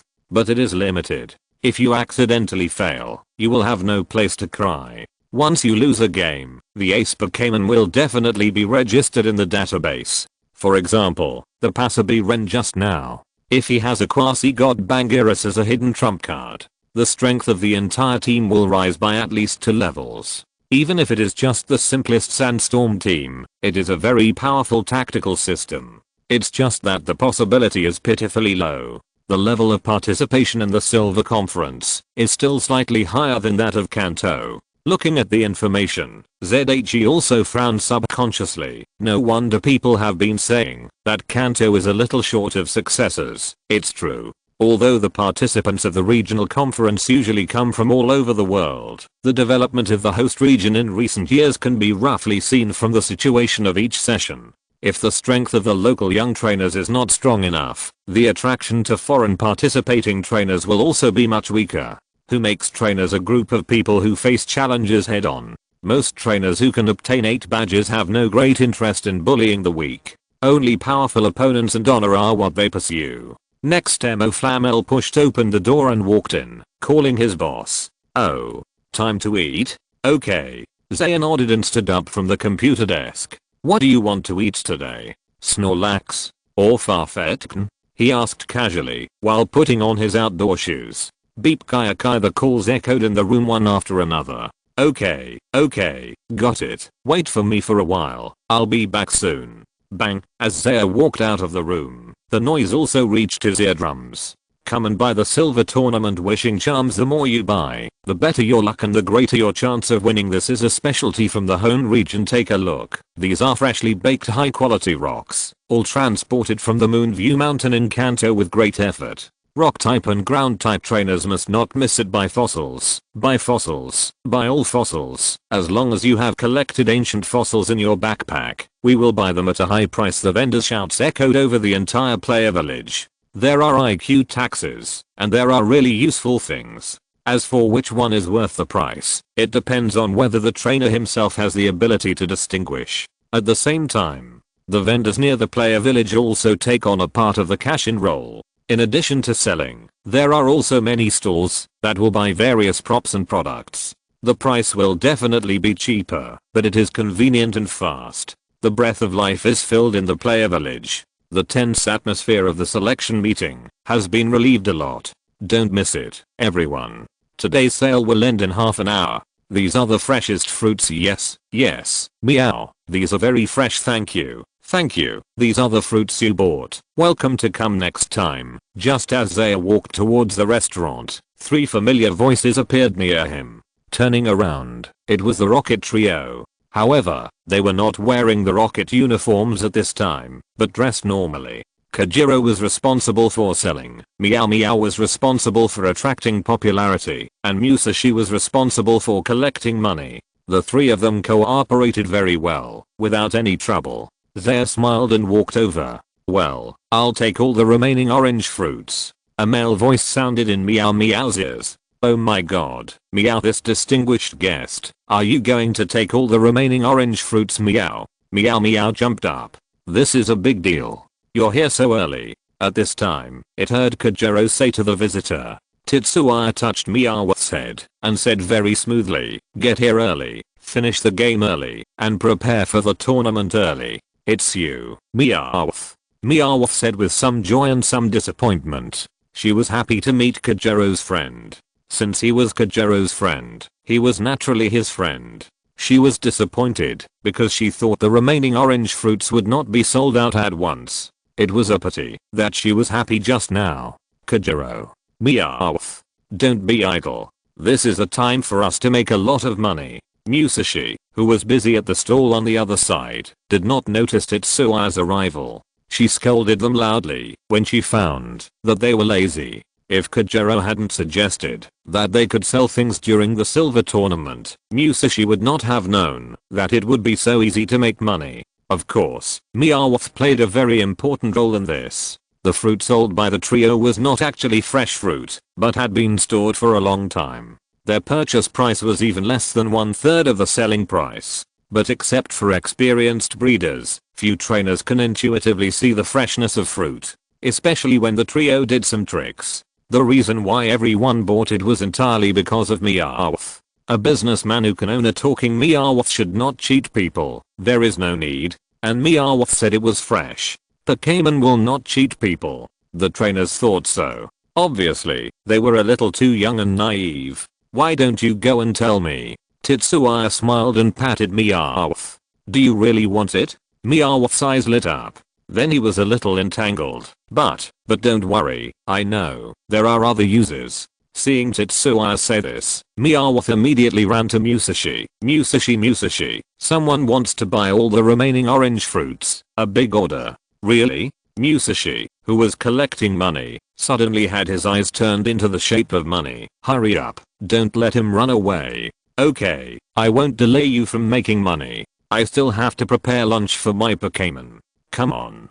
After paying the money and taking the tree fruits, Tetsuya said goodbye to the trio and left the stall. What a nice guy. Meow meow meow sighed at Tetsua's back. Of course, he's my best friend. Ha ha ha ha. Kojiro was very happy with his hands on his hips. Under the sun, a necklace with a bottle cap engraved with a wind chime pattern sparkled around his neck. When Tetsuya finished buying lunch and walked back, the trio still had already gone somewhere. According to their personalities, they probably don't have the concept of business licenses and paying taxes. Moreover, the trainers will come to make trouble after discovering the quality of the tree fruits. Selling out and running away is the best choice. Tetsuya smiled silently while carrying a bag of not so heavy orange fruits. For him, an expenditure of less than 10,000 is nothing. The trio's capital is there, and there is no way to expand the scale. Anyway, they are all friends, so it doesn't matter if they pass by to help. What's more, these orange fruits can be used to feed those wild Pokémon. Tetsuya still has to rely on them to train 2 little dragon guys this month. Eat. There will be a competition in the afternoon after dinner. This time it's decided that it will be Emperor Naboni. Poga. Cough eat slowly. Don't be nervous. I'll take you to see the world in the contestant room. The voices of the trainer and the Pokémon exchanging words could be faintly heard. Situations like this happened in many places at the same time. Looking at Silver Town from above, a crowd as dense as ants was walking towards a battlefield that was not much bigger. Group E, Field Number 2, Tetsuya Tamaki from Kanto Tokiwa vs Soren from Johto Drew. The game begins. Full version. If you're listening to this novel on a channel other than Fanfic World, it means they downloaded and uploaded it without effort. We cordially invite you to visit our channel, Mundo Fanfic Novelos. There you'll find the original version of this story and you can explore many other novels of various genres. We're waiting for you to immerse yourself in a world of incredible novels. Chapter 547, A More Cruel Silver Conference. This battle is a one-on-one duel, with a time limit of 15 minutes. Next, the system will randomly select the order of first move and first attack. Please wait. The referee nodded to the 2 players standing on both sides of the field. As he spoke, the electronic screen beside him also flashed red and green lights in turn. The lights stopped. The red light came on. Then, the red player, Tetsuya, will take the first move and first attack. Please send out your Pokémon. Seeing this, the referee immediately waved the flag in his hand. This is one of the differences in the rules between the Silver Conference and the Kanto Conference. In the Kanto Conference, the player's right to attack first is earned by themselves. Both sides will throw Pokéballs at the same time, and then issue commands to compete for the first attack advantage. In the Silver Conference, this is randomly selected by the computer system. It is impossible to say which of the 2 rules is better or worse. After all, while having the first attack advantage, the Silver Conference also requires players to send out Pokémon first. Players who attack later can completely choose the most suitable partner to fight according to the attributes of the Pokémon sent out by the opponent first. It is equivalent to each having its own advantages. As soon as the referee finished speaking, a Pokéball flew from Tetsuya's hand into the air above the field. Then, I'll leave it to you, Emperor Nabo. Bo. The powerful cry of the penguin echoed in the field. Emperor Nabo? Seeing this, Alan, as the opponent, breathed a sigh of relief. As the leader of the young generation of trainers promoted by Kanto, Tetsuya's reputation is not small at all among the trainers participating in the tournament. The moment Olan saw the opponent's information on the computer in the room, he knew that something was wrong. He won the top 16 of the tournament just 1 year after his debut, and was only defeated by the genius trainer who won the championship of the tournament that year. Another year has passed. No one knows to what extent this monster will evolve. And according to the summary of various gossips, it is said that the opponent's Pidgeot has already reached the terrifying strength of the king level. In many related rankings, his opponent is the well-deserved number 1 seed of this year's Silver Tournament and the strongest competitor for the championship. Fortunately, losing a game doesn't have much impact.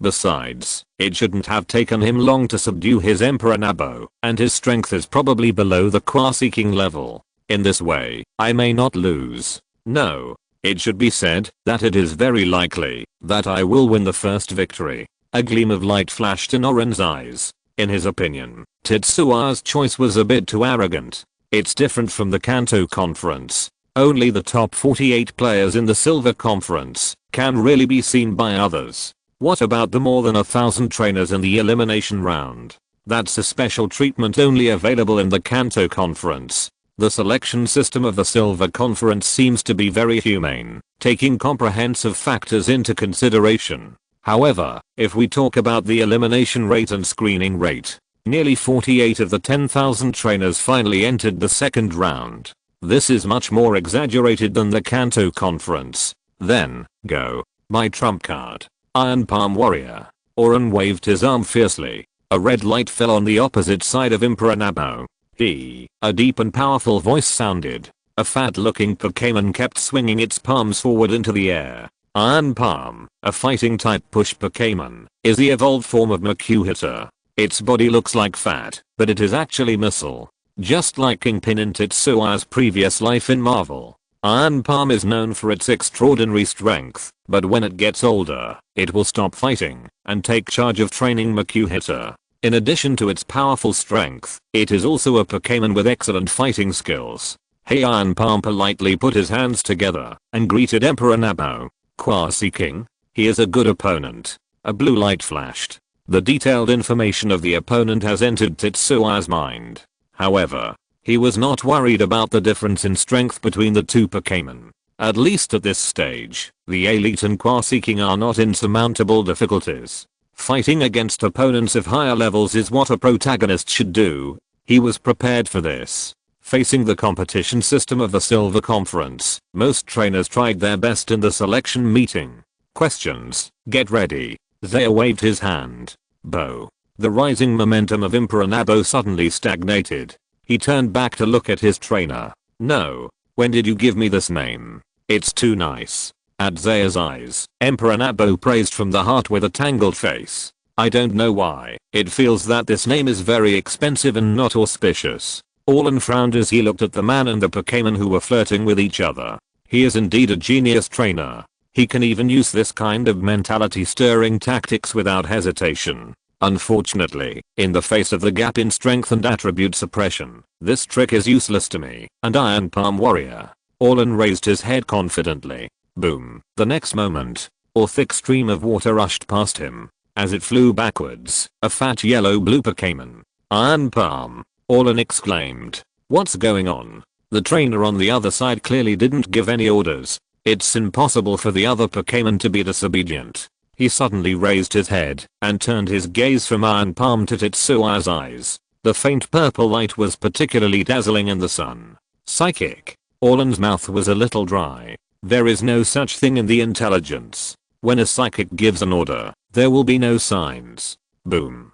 The water flow dissipated. Iron Palm kicked the ground with his legs and stood up quickly with a loud roar. Its eyes were full of solemnity. It's not just a problem of orders. The opponent's water energy condensation speed is too fast. If the normal elite level water elves condense at a speed of 1 and the king level is 10, then this Emperor Nabo is at least 8. Otherwise, Iron Palm is confident that he can react with his own reaction speed. Even if there is a superpower to secretly command. Iron Palm Warrior, use key condensation. Alan, who came back to his senses, quickly issued the first order. Unlike the original expectation of attacking, he now decided to use the defensive counter-attack that Iron Palm Warrior is best at. Although the defense is not too outstanding, the physical strength of Iron Palm Warrior is definitely first class. The move just now is comparable to a water gun of the size of a normal water cannon. Although it looks very powerful, the actual damage caused is completely acceptable.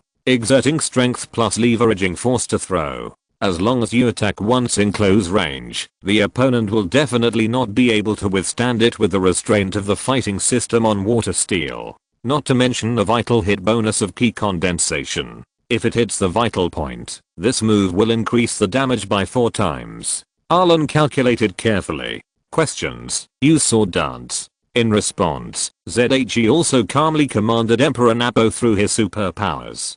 Emperor Nabo protested dissatisfiedly about his nickname for this battle. But he also knew the importance of the conference. With a wave of his wings, Shua 2 white streams briefly appeared in the air with the sound of breaking through the air. The edge of Emperor Nabo's wings exuded a frightening cold light. Water jet. Then the swallow return attack.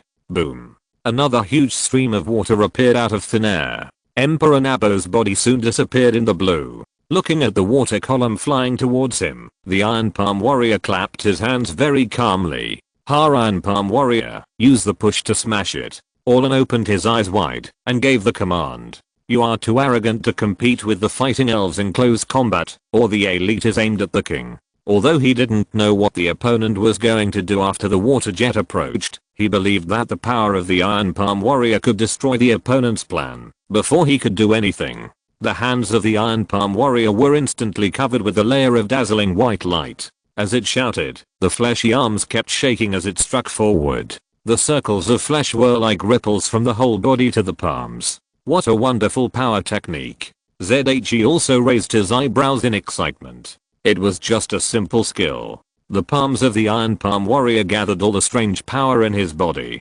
ZHE had no doubt. Even if a monster of the same level came to push hard at this moment, it would not be good. What a pity. I never said I would fight you head on. He was very calm. The good thing about superpower orders is that the opponent has no idea what you are going to do next. You can only counter your moves. But for a powerful trainer, countering your moves means that your rhythm is suppressed by the opponent and you can't turn around at all. If you can't read the opponent's next command first, then the battle will become restricted and you can't perform. The water flow and the huge palms are getting closer and closer. That's it. Push hard. Orlan raised his hands and made the same movements as his own Pokémon. Whoosh. 4 flesh palms pushed out. The strong wind even became tangible around the Iron Palm warrior. After resisting for several seconds, the water flow was ultimately unable to resist the wave after wave of pushes. Wow, the water splashed all over the field. But there was no trace of Emperor Nabo inside. Arlan's face changed. No, it's bad. Swish, a white light flashed. The U-shaped trajectory flashed in everyone's vision. Emperor Nabo, who came behind the Iron Palm warrior, even had the mood to say hello. Before the Iron Palm warrior turned around and took a defensive posture, Emperor Nabo directly raised his wings and crossed them. The Iron Palm warrior let out a painful cry. For a fighting type elf, the flying type swallow return is an effective damage. If it weren't for the level advantage, this move alone would have cost Emperor Nabo most of his life. However, as a fighting type elf, the Iron Palm warrior naturally has an extremely tenacious spirit. While howling in pain, it raised its hands again. Bang! Emperor Nabo had never expected that the opponent could still fight back in this situation. He was knocked away with a confused look on his face. Fortunately, the Iron Palm warrior's move was simply a subconscious attack using his body strength. The damage was negligible. TSK's voice echoed in Emperor Nabo's heart. Emperor Nabo shouted in anger. Humph, look at you. You are so relaxed, and you still have reason? Zay criticized it unceremoniously. I told you a long time ago that you should retreat after the fight, but you still have to say hello to others. What? Are you brave? He chose to let the Pokémon that he captured later, such as Regal Napo,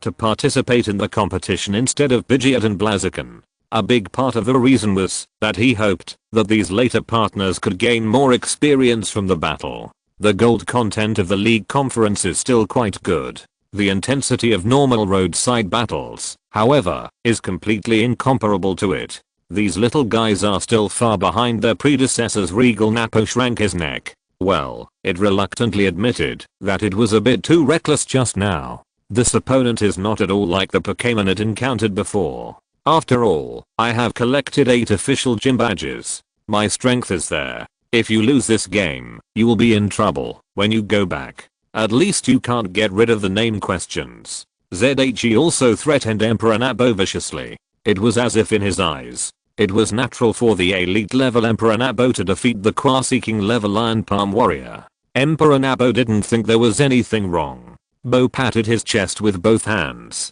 Don't worry, leave it to me. Even if it is to get rid of that inexplicable name, it has to be serious. On the other side, Yulan asked with concern, Iron Palm warrior, are you okay? Can you stand up? Iron Palm warrior waved his hands to indicate that he was fine. But the deep scars on his body reminded it and the trainer. The opponent's attack cannot be faced with common sense at all. Although it has been overestimated, it seems that I still underestimated this pervert. Yulan smiled helplessly. Then his eyes were full of determination. However, it is impossible to win so easily. Ha. The Iron Palm wrestler also responded to the trainer's words with full momentum. Well, don't slack off. Iron Palm wrestler. Get close to the opponent and use the tile split. Oren shouted loudly with full blood. Move at high speed. Fly a kite. The purple light fluctuated slightly in Zay's eyes. There are many special individuals among the Iron Palm wrestlers who are short and light as a swallow and are good at clever strength. But obviously, the opponent Oren's one is very ordinary. If it is good at huge strength and can keep up with the high speed movement of the Emperor Nabo, then this Iron Palm wrestler should not have only the strength of the Quasi King level.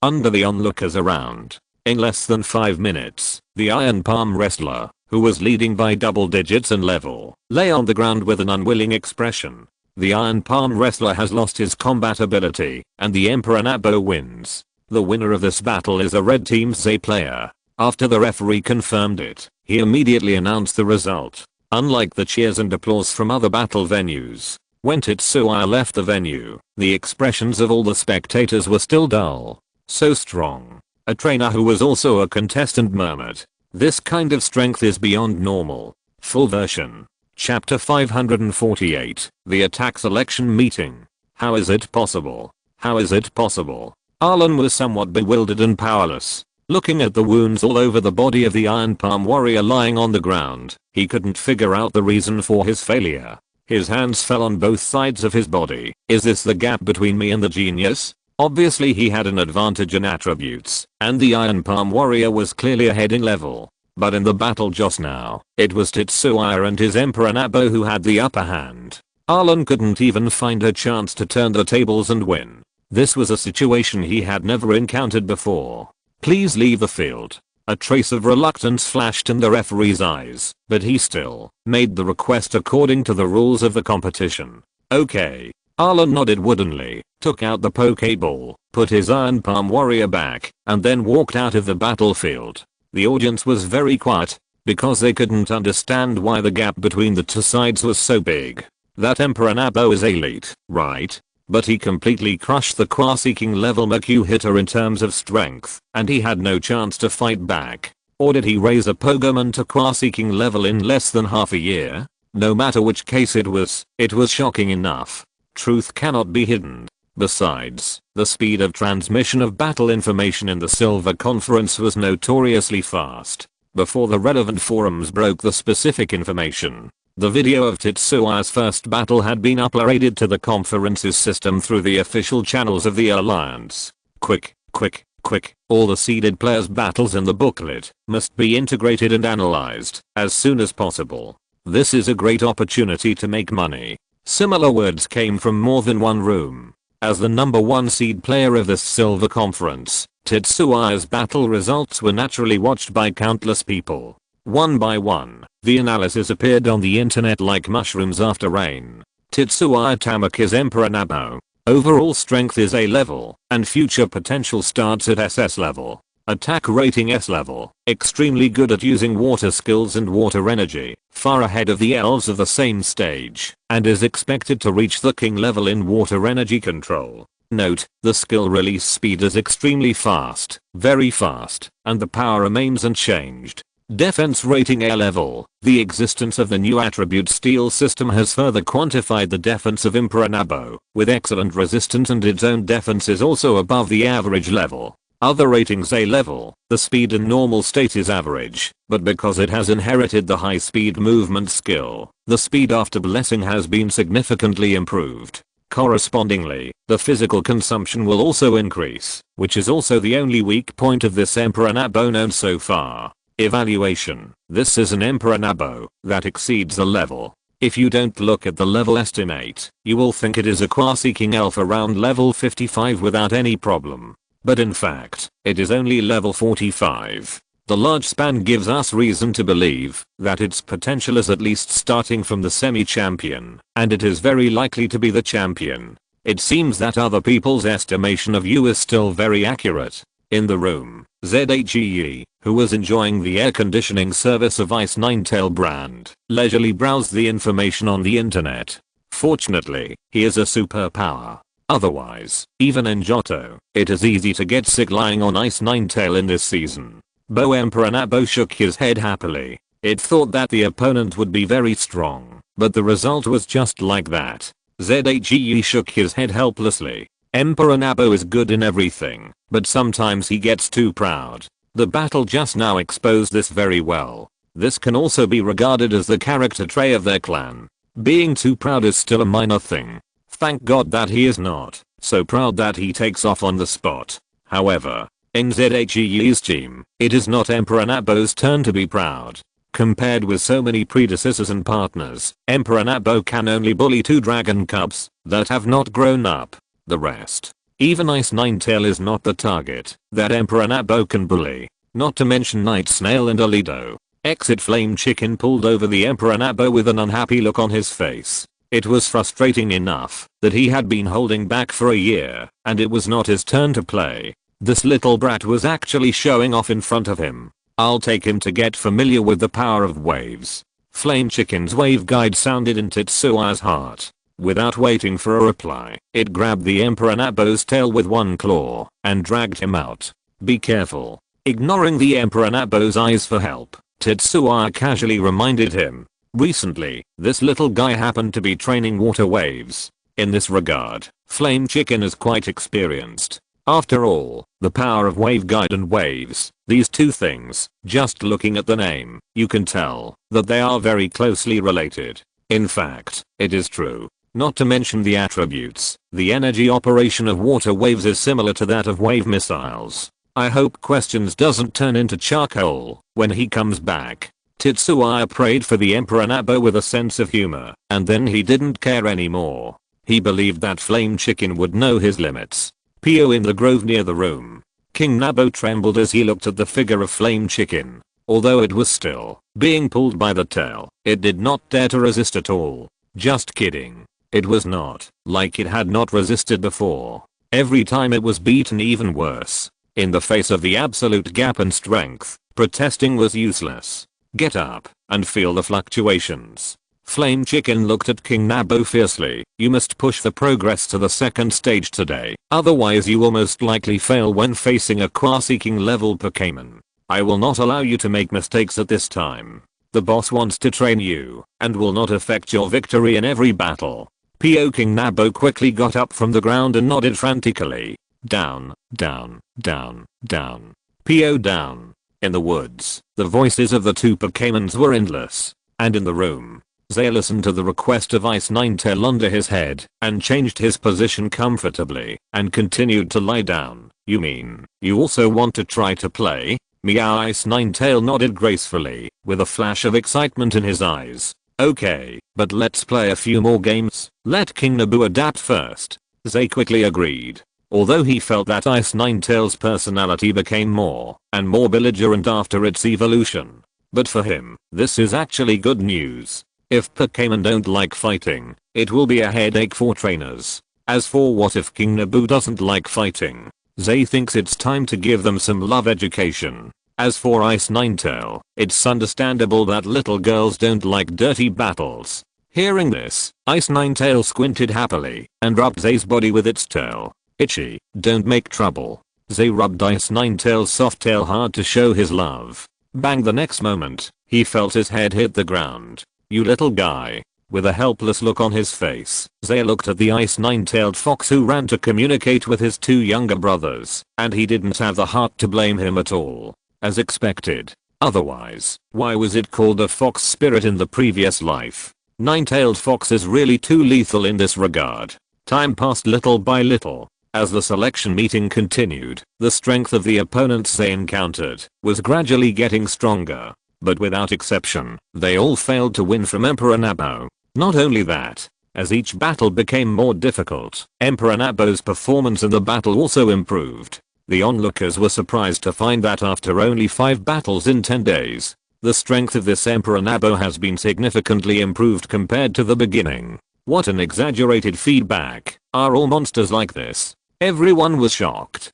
TSK in the office of the organizer of the Silver Conference. A beautiful red-haired woman with flaming red lips was looking at the information submitted below and was amazed. Shiba, tell me, how did Tetsuya train his Pokémon? How should I know? The shirtless man doing push-ups on the side did not give his colleague any face. Why don't you ask it yourself? It's not like you are unfamiliar with it. Oh, I didn't reply in time when he asked me how to cultivate ice Pokémon before. Isn't it a bit embarrassing? Kona said with a smile. That's right, it's the 4 Heavenly Kings from Kanto who made the plan of the 4 Heavenly Kings in the Johto region not officially implemented. Before that, the work of the conference still needs the support of the 4 Heavenly Kings in Kanto. Grandmaster Kyuko has never been interested in such things, let alone taking the initiative to participate. As for Do, he didn't know which corner he went to investigate Team Rocket. Therefore, only the Ice King Kona and the Fighting King Shiba can be responsible for the work of the Silver Conference.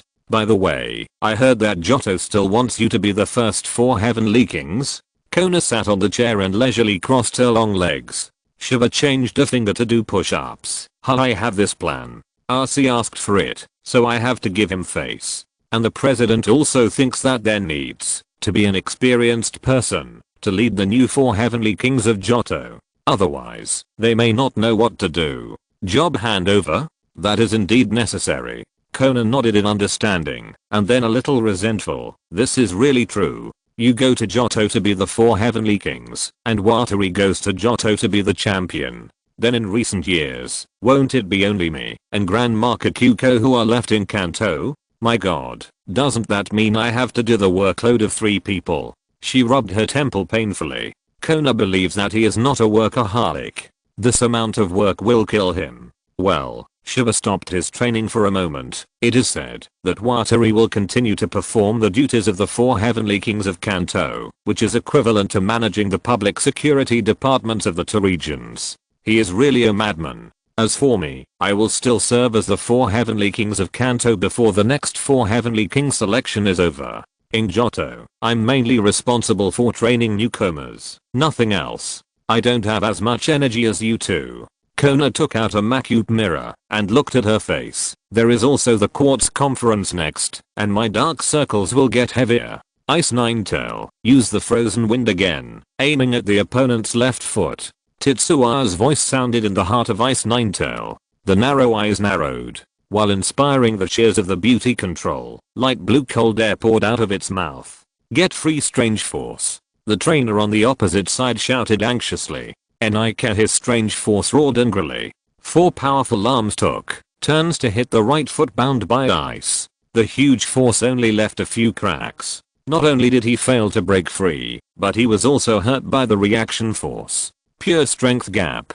The audience and the opponent knew the reason for this situation. This is what made people even more desperate. The birth time of Ice Ninetales is not a secret. When in Manjin City, many people saw Ice Sixtails in Zay's arms at the Pokémon Center. In just over half a year, a newborn Pokémon has become a Qua-seeking level, and it is not the kind that has just entered the Qua-seeking level. This speed is no less shocking than that of the Emperor Nabo. Nika, the strange force with his feet tied and unable to move, waved his 4 hands, but it was useless. Due to the popularity of communication evolution, many strange forces appeared at this Silver Conference. This kind of Pokémon evolved from Haoli communication is indeed a very friendly choice, and its strength is not bad. The trump card of the Fighting King Ziba is a strange force. But, not everyone is Ziba. Facing the Ice Ninetales whose strength far exceeds his own, even the powerful monster with a strong fighting spirit could not help falling into depression. Does it really have a chance to defeat its opponent? After fighting for so long, its body is covered with scars. In return, it only consumed the opponent's energy. It didn't even touch the opponent. This extremely terrifying control ability is simply a numbing Pokémon scalp. Power. Cheer up. We haven't failed yet. The trainer of Power caught the mood of Power and encouraged it passionately. Nika light flashed in Power's dull eyes. His trainer has not given up. So how can it, as a Pokémon, admit defeat? So noisy. ZHE also touched his ears. Ice Ninetale magic flash to end it. This is the first time he has spoken since the battle. Before the opponent can react, the pink light filled his eyes. In the remaining field of vision, the last scene is the figure of power slowly falling to the ground. Kaylee has lost his ability to fight. Ice Ninetale wins, and the winner of this battle is Tetsuya from the green team. The referee wearing sunglasses announced the result with a deadpan look on his face. Well done. Me enjoying the cheers of the audience and Tetsuya's praise, Ice Ninetale proudly lifted his tail. That's right, that's it. It's really great to have everyone cheering for you. Full version. Chapter 549. Flame Chicken wants to fight. Well, it's a simple level opponent. Tetsuya calmly scored the opposing trainer. This was his 6th match in the selection meeting. It was also the first match that Ice Ninetales played in place of Emperor Nabo. Obviously, the result was quite good. In terms of the strength of the ace, this monster was not even as strong as the Iron Palm Warrior in the first match. What a terrifying guy. The players in the audience sighed. Since the top 48 players had to be selected from nearly 10,000 players, the workload required for this process was extremely huge. During the torch relay ceremony that lasted for about a month, each participating trainer had to participate in at least a double-digit number of matches during the selection meeting. So far, Tetsuya's schedule has been roughly maintained at a frequency of 1 match every 2 days. But it will not be like this in the future. The frequency will continue to increase. Because many trainers chose to withdraw after losing consecutive battles. For them, entering the top 48 is already impossible, so there is no need to waste time on it. The number of venues in the Silver Conference selection meeting exceeded 50, making it meaningless to continue fighting. In other words, although it does not seem to be an elimination system, in fact, the selection meeting is more cruel and direct than the elimination system. As the total number of contestants decreases, the frequency of the remaining contestants' battles will inevitably increase. The purpose of the selection meeting is to select the strongest 48 contestants in the continuous battle. Of course, this does not mean that the opponents that Zaya will face next will become stronger and stronger. For a strong contender for the championship like him, the organizers of the conference will not let him meet other competitors during the selection meeting. Otherwise, the subsequent competition will not be good.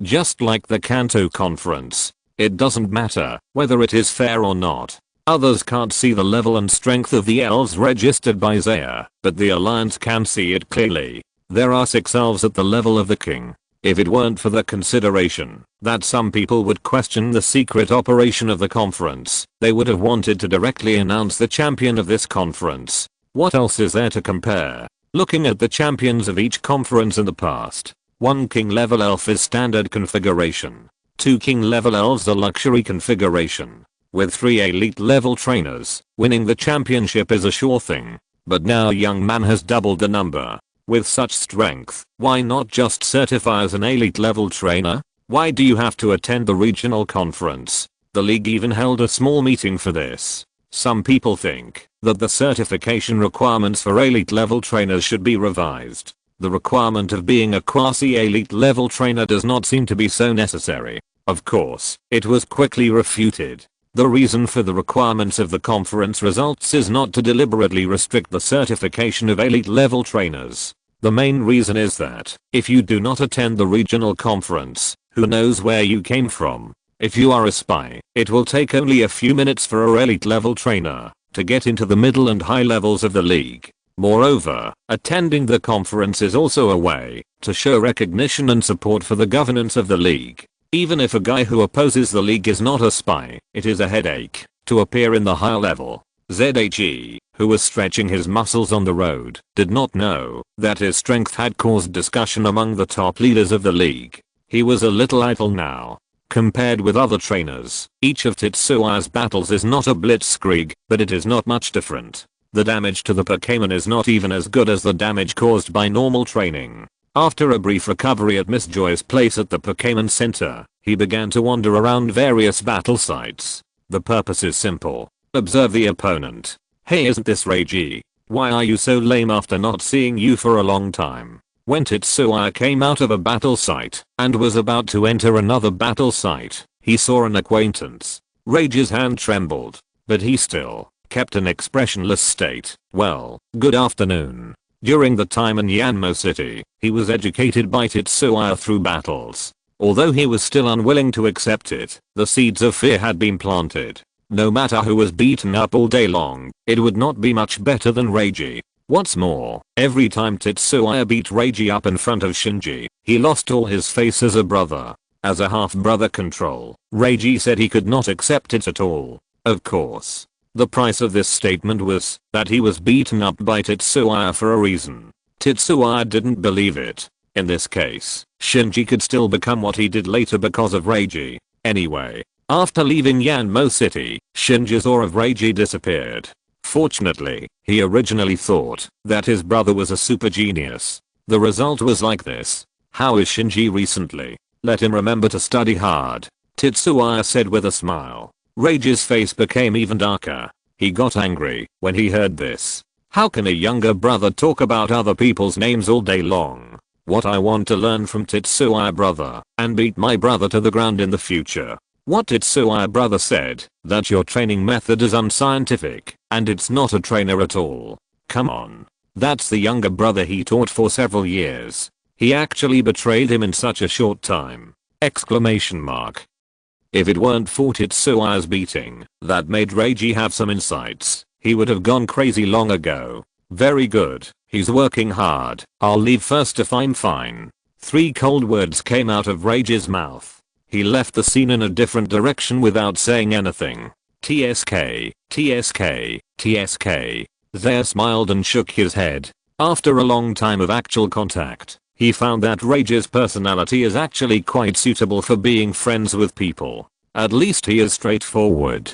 If he can change his attitude towards Pokémon, I guess he will be an excellent trainer like Shinji after the correction. Walk into the competition venue. The next battle has already begun. Although it is a fight between noobs, it does not affect Zair's interest. When will it be my turn to play, boss? The voice of Flame Chicken sounded in Zair's heart. Huh, are you anxious? Zair looked at the Pokeball on his waist and raised his eyebrows. Not really, it's mainly because I'm a little bored. The Flame Chicken in the Pokeball changed its posture and lay down. When the other partners were training hard in the room, it had already followed the trainer outside under the pretext of studying. As a Pokémon of the fire and fighting types, it was really excited watching the battle on the field.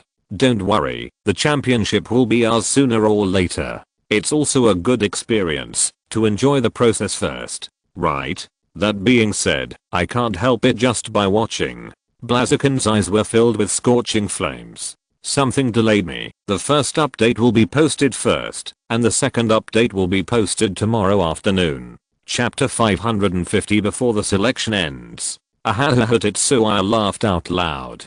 Can't help it? That's true. He looked at the 2 fighting parties below, his eyes flashing with a light very similar to that of Flamel. The 6th battle of the day in Area Ref begins. The winner is Tetsuya Tamaki of the red team. The 9th battle of the day in Area C begins. The winner is Tetsuya Tamaki of the green team. Area E. The winner is Tetsuya. The selection meeting was in full swing as usual. But for Tetsuya and his partners, there was only one thing to do. That was to keep winning. Hey, that guy, right? The difference between people is really big. In the second year of participating in the regional meeting, the second team alone swept the selection meeting stage. What a terrifying guy walking on the streets of the players' village. The whispers in his ears did not change Tetsuya's face at all. It's almost over. He raised his head and looked at the dazzling ball of light in the sky and couldn't help squinting his eyes. A month is not a long time. But it is inevitable that people will feel a little irritable when there are battles scheduled every day. Fortunately, after today's battle is over, the result will come out soon. Tetsuya, which match are you fighting today? We won't bump into each other at the end, right? An enthusiastic voice came. Bang, Tetsuya calmly threw the latecomer out with an over-the-shoulder throw. I've told you many times, don't approach me from behind, Kageyama. He squatted down and poked the waist of the person on the ground with a tree branch. He seemed very skilled. Hiss, it hurts. Kageyama lay on the ground with a painful face. You are taking revenge. Revenge. I don't believe you didn't sense me. Tetsuya tilted his head and said sincerely, no. Really? Kageyama muttered while getting up from the ground. I'm fighting in the 16th match of the area today. How about you? 7th match of the area. Tetsuya walked towards his own battlefield and responded to the other party casually. How lucky I didn't meet him, Kageyama approached with a playful smile. Otherwise, it would be so embarrassing for you, a championship contender, to lose to me in the selection meeting. Huh. You really are. Can you stop dreaming during the day? Tetsuya rolled his eyes to show that he didn't want to pay attention to him. The two walked and talked and laughed. It was a bit unexpected for Tetsuya to meet Kageyama at the silver tournament, because he hadn't heard him mention this matter at first.